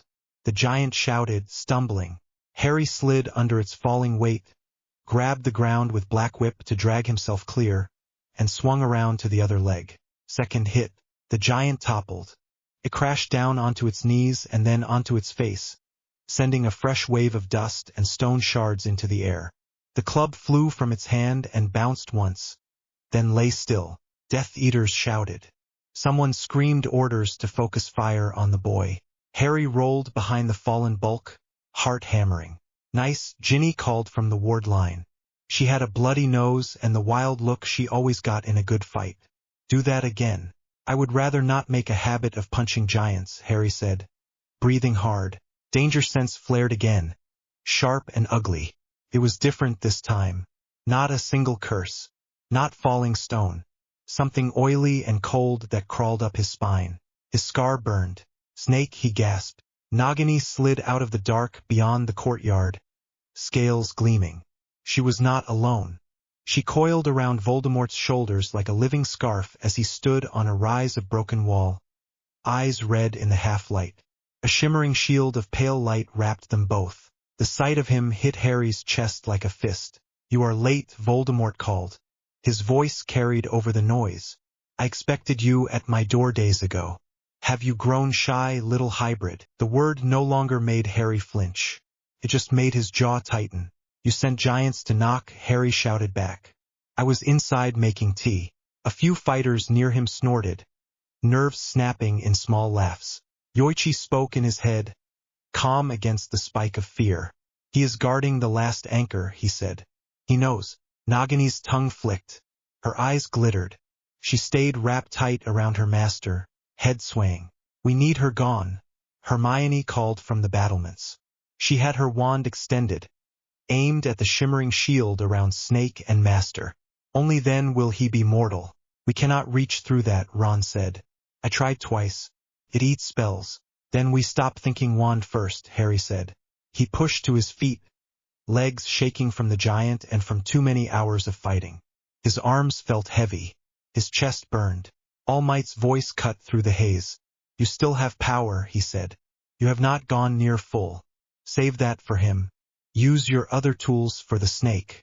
Who, Harry said under his breath as he looked up at the wall. Do we know who is very good at chopping the heads off things when they should not be bothering people? It clicked in the same instant as it did for the vestiges. Neville, they all said. Harry turned. Neville stood part way along the wall, hair plastered to his forehead with sweat, face set. He had grown taller over the last 3 years. There was a white-heeled line on his cheek from a curse that had hit him in a raid. In his hand was the sword of Gryffindor, gleaming in the firelight. Me, Neville said when he realized everyone was looking at him. Chosen by the hat, chosen by the snake problem, Ginny called. Hermione's voice cut in, urgent. We have created an opening once, she said. When he came inside the wards to taunt us last month. We nearly broke that shield when we hit it from all sides at once. Dumbledore said it draws directly on his soul, Harry said. Less of that now. Fewer anchors. It might crack. Voldemort did not call his snake a Horcrux out loud. He was not that careless. But his eyes narrowed as he listened. You think you have gained the advantage, he said. You have no idea how deep I have cut myself into this world. Deep enough that you feel it when we burn pieces away, Harry said. The air around them hummed. This was it. Nagini, the last anchor besides the scar. Harry drew in power. Not the full weight. Just enough to make his skin buzz and the air crackle. On my mark, he shouted. All spells on that shield. Everyone you have that can break, cut, or shove. Dumbledore's voice rose from somewhere on the left. Calm even now. Listen to him, he called. On his count. Harry swallowed. Even with Dumbledore at his back, the field felt like it belonged to him now. To all of them. To the collection of people the prophet had once called his tiny army, as if that was a joke. He raised his wand. 3, he said. Hermione braced her feet on the stone, jaw set. Ron lifted his wand with a grimace, left hand pressed to his ribs. Ginny aimed. Neville took one step along the wall, then another, sword in hand. McGonagall, Flitwick, Sprout, and the other teachers raised wands. So did Kingsley, Tonks, Lupin, and a line of Aurors who had survived long enough to learn that Harry's plans were as mad as they were effective. 2. Voldemort's eyes narrowed. The shield around him shivered as he fed it more of himself. Nagini hissed, scales rippling in anticipation. Allmight spoke in Harry's head, quiet. Aim not at the shield, he said. Aim through it. Believe it will break. 1. Harry said. He moved. The first spell out of his wand was not fancy. A simple, solid blasting curse, focused into a tight point. Fully powered. Behind it, from every direction, came cutting curses, piercing jinxes, transfigured spearheads of stone and steel. The shield took the first hits and held. The air shook. The magic around Nagini and Voldemort flashed white. Then the cracks appeared. Fine lines at first, spiderwebbing from where Harry's curse had hit. The more power they poured into it, the wider the cracks spread. The shield flickered. Now Harry shouted. He ran. He did not aim at Nagini with his wand. He left that to the others. He aimed himself. Full cowl flared, brighter than before. He pushed it hard into his legs and shoulders, enough that pain flared but bones held. Green energy traced his muscles. The world narrowed to the rise where Voldemort stood and the snake coiled around him. Danger sense howled. Curses flew at him from all sides. He did not track each one. He trusted his body to the training, his feet to the power, and his friends to cover the gaps. Spells hit the ground around him in bursts of light. Harry felt shields snap up from Hermione and Kingsley and a dozen others. A stunner grazed his shoulder and made his arm tingle. He did not stop. The shield in front of Voldemort shattered in a sound like breaking glass. For 1 second, Nagini was exposed. Neville moved. He dropped from the wall, sword raised, landing in a roll that brought him up near the rise. Voldemort spun, wand snapping toward him, eyes blazing. Crucio, Voldemort hissed. Neville jerked as the curse hit him. His back arched, face contorted. It should have dropped him. It did not. He took one agonized step forward anyway, muscles shaking under the spell. For my parents, he grated. He swung the sword. The blade passed through Nagini's neck in a clean silver arc. The snake's head flew. The body convulsed and fell away. A scream tore out of Voldemort, raw and wild. Harry felt it. The last anchor tearing. The wrongness that had filled the air since Voldemort came back stuttered. Voldemort reeled. His face twisted. For one heartbeat, he looked less like a snake-faced lord and more like a man who had suddenly found his legs cut out from under him. Harry reached him. He leaped the last few steps, fist drawing back. He wanted to end it there, to smash, to break, to skip the rest. Danger sense jabbed him in the skull. A wand moved, not Voldemort's, his own in the Dark Lord's hand. At some point in the last second, black fingers of magic had snapped out from Voldemort's free hand and grabbed Harry's wand. Black Whip twisted, tricked, used against him. All for one laughed in his head. Delighted. He learns, that smooth voice said. The wand jerked free of Harry's numb grip and flew into Voldemort's waiting fingers. You think I do not study my enemies, Voldemort hissed. His voice cracked under the raw rage of losing the last shard of his soul. You are not the only one who can steal a trick. He leveled Harry's wand at Harry's chest. Avada Kedavra. Green light erupted from the tip. There was no distance, no room to roll, no time for someone else to dive in. For one frozen instant, Harry realized this was what every other person had felt when that curse came for them. That helpless awareness, that thin line, all for one pressed in, excited. Let me, he murmured. You want him gone. I can push you beyond pain. We can erase him together. The idea of saying yes flickered. Harry could feel the depth in that offer. The sheer weight of power all for one could shove through him if he allowed it. Enough to smash more than a body. Enough to crack the world. Then he heard Sirius laugh in his head. He heard Dumbledore say, you are not a weapon. He saw Neville stepping through pain to swing a sword. He felt Ginny's kiss at the memorial and the promise tucked there. No, he snarled. He did not dive aside. He stepped forward. He put everything he had into one punch. Full cowl roared through him, not at 10 or 20 or 40%, But at the full 100 he had only risked in empty fields with mountains far away. Every muscle screamed. Every bone creaked. Every scar burned. He moved his fist an inch. Nothing more. The punch was not meant to hit Voldemort. It was aimed at the space between them. At the air the curse was cutting through.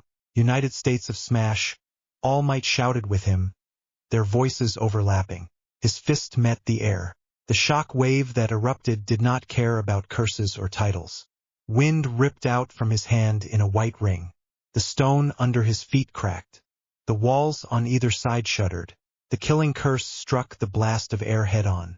For the first time, it met something that did not try to block it with magic or flesh. It met raw force. The green light twisted, torn apart by the pressure. It sprayed sideways in splinters. One fragment hit a stone pillar and turned it to dust. Another seared into empty air and faded. None reached Harry. The shock wave kept going. It hit Voldemort full in the chest. For a heartbeat, Harry saw every detail. The Elder Wand jerking in Voldemort's hand. Red eyes going wide in shock. Robes snapping back. Pale skin cracking. Then the unstable magic that held that body together, weakened by the loss of Nagini and all the others, tore. Voldemort's form disintegrated. Not in a neat puff, not in a clean collapse, but in a flurry of ash and fine powder that burst apart under the force of the blow. Bits of robe, brittle bone and dark magic mixed in the air and then were gone, carried away by the wind he had made. No body, no corpse to show off, just empty robes falling, empty wand spinning away. Harry's fist kept going through the motion. His knees buckled. Pain screamed up his arm. Something in his shoulder gave with a crunch. He dropped. The world tilted. Noise rushed back in. People shouting. Someone screaming his name. Inside his head, something else happened. The moment Voldemort's soul lost its anchor, it was ripped free. A wisp of black intent, shrieking, tried to cling to anything it could. It lunged for Harry again, as it had that night in Godric's Hollow, as it had at the Ministry. The vestige space flared. All for one pressed at the edge, eager to take this new piece and add it to his collection. Two monsters, one stepping away from dust, one leaning toward a window. Yoichi stepped forward. Nana, Almight, the other holders. They stood in a line between Harry and the grasping hand of pure hate. You have taken enough from him, Yoichi said. Find your own toys. Nana snapped at all for one. Almight planted his feet. This is where you stop, he said. Harry added his own will to theirs, a tired but stubborn push. He was done with being carved anything into. Scar, vessel, weapon. The ragged piece of Voldemort's soul hit that wall of will and shattered. All for one retreated. Annoyed. Not beaten. Never fully beaten. But held at the edge for now. The space steadied. Harry opened his eyes. He was lying on his back on cracked stone. The sky above him was gray and smoky. His right arm hurt so much that he could not feel his fingers. Every breath was a stagger. Ginny leaned over him, hair wild, face dirty, eyes wet. You mad idiot, she said. You did it. He managed a dry cough that might have been a laugh. You sound surprised, he croaked. Not surprised, she said. Just annoyed that you nearly broke everything to prove a point. She kissed him. It was messy and desperate and real. Voices built around them. People cheering, sobbing, shouting. Someone yelled that the mark on their arms was gone. Someone else just sat down and cried. Neville slumped nearby, still clutching the sword. His face was pale, but he was smiling through the exhaustion. Hermione had both hands over her mouth. Ron was on his knees, staring at the empty space where Voldemort had been. Dumbledore stood a little way off, wand in hand, shoulders sagging. He looked at Harry with something like relief and something like sorrow. It is over, Remus said quietly, stepping closer. His voice shook. You did it. Harry swallowed. His throat hurt. We did it, he said. Darkness pulled at the edges of his vision. Not the cold emptiness of Dementors, not the crushing force of a curse, but the simple exhaustion of a body that had gone past its limits. He let go. He woke in the hospital wing. Again. This time the silence felt different. Not the heavy quiet after disaster, waiting for the next blow, but a tired peace. His arm was in a sling. His chest hurt. His knuckles were wrapped. He could breathe without needing to think about it. Hermione was asleep in the chair beside him, book fallen open on her lap. Ron snored softly on the next bed. Ginny lay on her side on another, hair spread over the pillow, mouth slightly open. Madame Pomfrey appeared as soon as he shifted, as if she had a sense related to his movement. "Alive again," she said. "Against all reason. I should have a special chart for you." "How bad?" Harry asked. "Bad enough that, if you were anyone else, I would say do not even think about getting out of this bed for a week," she said. "You pushed that strange power of yours to the edge again. Your muscles took it better this time. Your bones did not snap. Your shoulder did dislocate. I put it back. It will be sore." He nodded. "He is gone," he said. She looked at him for a long moment. "Yes," she said. "He is. No mark in the sky. No body. Just the absence." Hermione woke with a start. Her eyes went wide when she saw him. "You are awake," she said, voice thick. Ron sat up too quickly and groaned. "Never do that again," he said. Ginny rolled over, blinked, then grinned. "You look awful," she said. "Feel worse," Harry admitted. They crowded close, saying it again and again in different words. "It is over.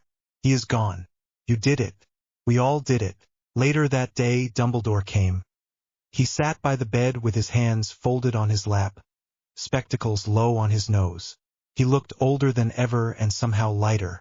"The Ministry wants you," he said without preamble. Harry snorted. "They can take a number," he said. Dumbledore smiled faintly. "They have already chosen several titles," he went on. "Special Advisor, War Hero, Chief Auror in Training, Symbol of Resistance. They would like to stand you in front of the world as proof that everything is back under control." "Back under control," Harry repeated, after they ignored it until it marched into their hall. "Quite," Dumbledore said. He studied Harry over his spectacles. "What do you want?" he asked. Harry looked at his bandaged hands, at the scar on his chest that would never fully fade, at the thin white lines on his friends' faces and arms where curses had grazed them, at the memory of Sirius's laugh, of Remus's tired smile, of all the people who had not walked out of this war. "I do not want to be their weapon," he said slowly, "or their excuse to pretend the work is done." "Good," Dumbledore said. "Then you will say so, loudly if needed." Harry frowned. "And do what instead?" he asked. "Go back to Privet Drive. Pretend I do not hear monsters in my head and smell spell burn when I close my eyes." Dumbledore's gaze softened. "You have always liked teaching," he said. "You do not admit it, but you have. The DA. The way you explain spells until Neville feels he can hold his wand without shaking. The way you speak to first years when they ask if the rumors are true."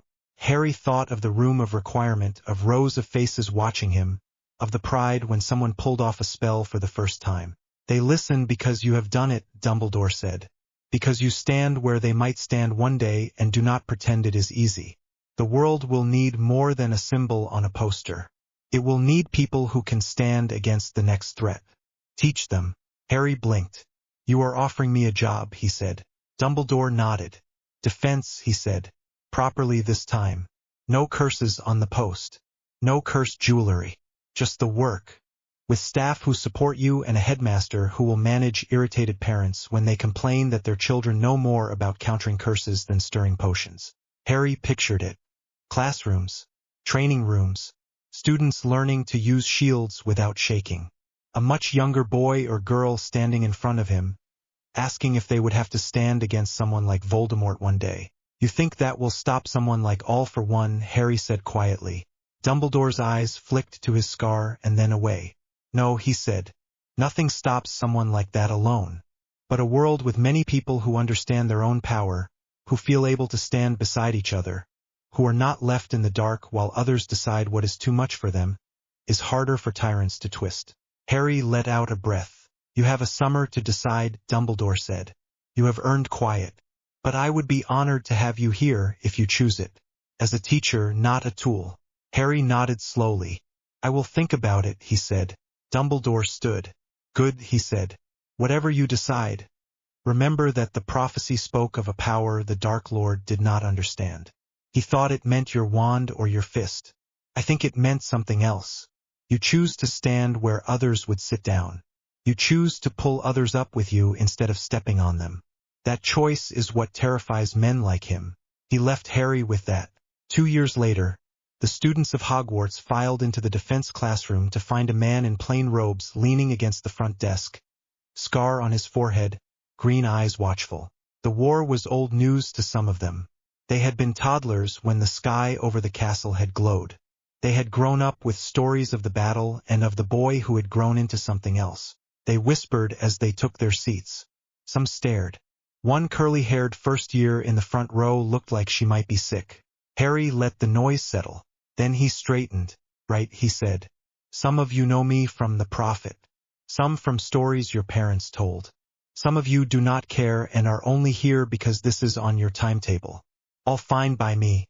What matters is this. You will learn how to keep yourself alive when things go wrong. You will learn how to help the person next to you.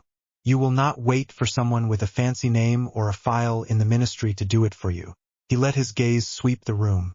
I am not going to make you heroes, he said. That is not my job. I am going to give you tools.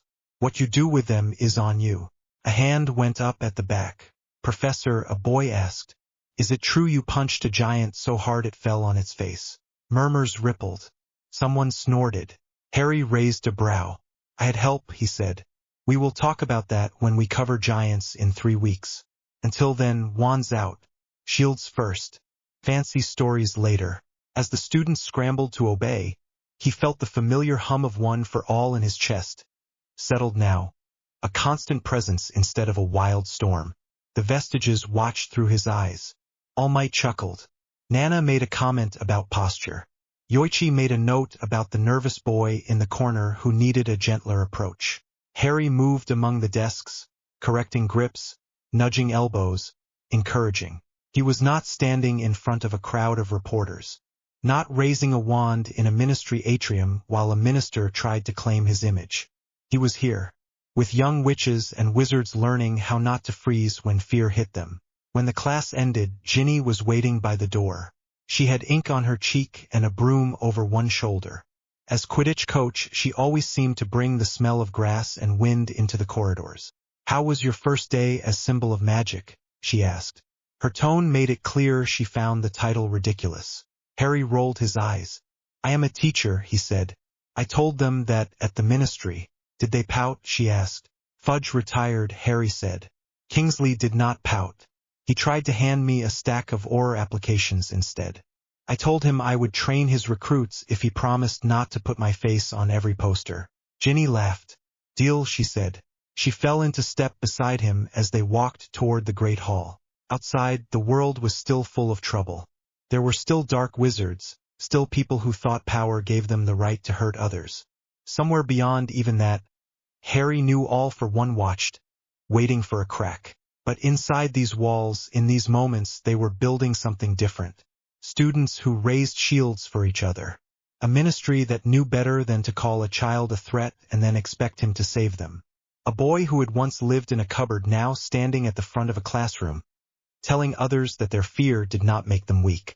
As they reached the doors, Ginny hooked her fingers through his. Tired? She asked. Always, he said. Then he smiled. Worth it, though. She squeezed his hand. Come on then, she said. Food. Lesson plans. A life that does not involve giants. No promises, Harry said. She snorted. They stepped into the hall together. The noise of students talking, laughing and arguing rolled over them. It sounded, for the first time in a long while, like a future.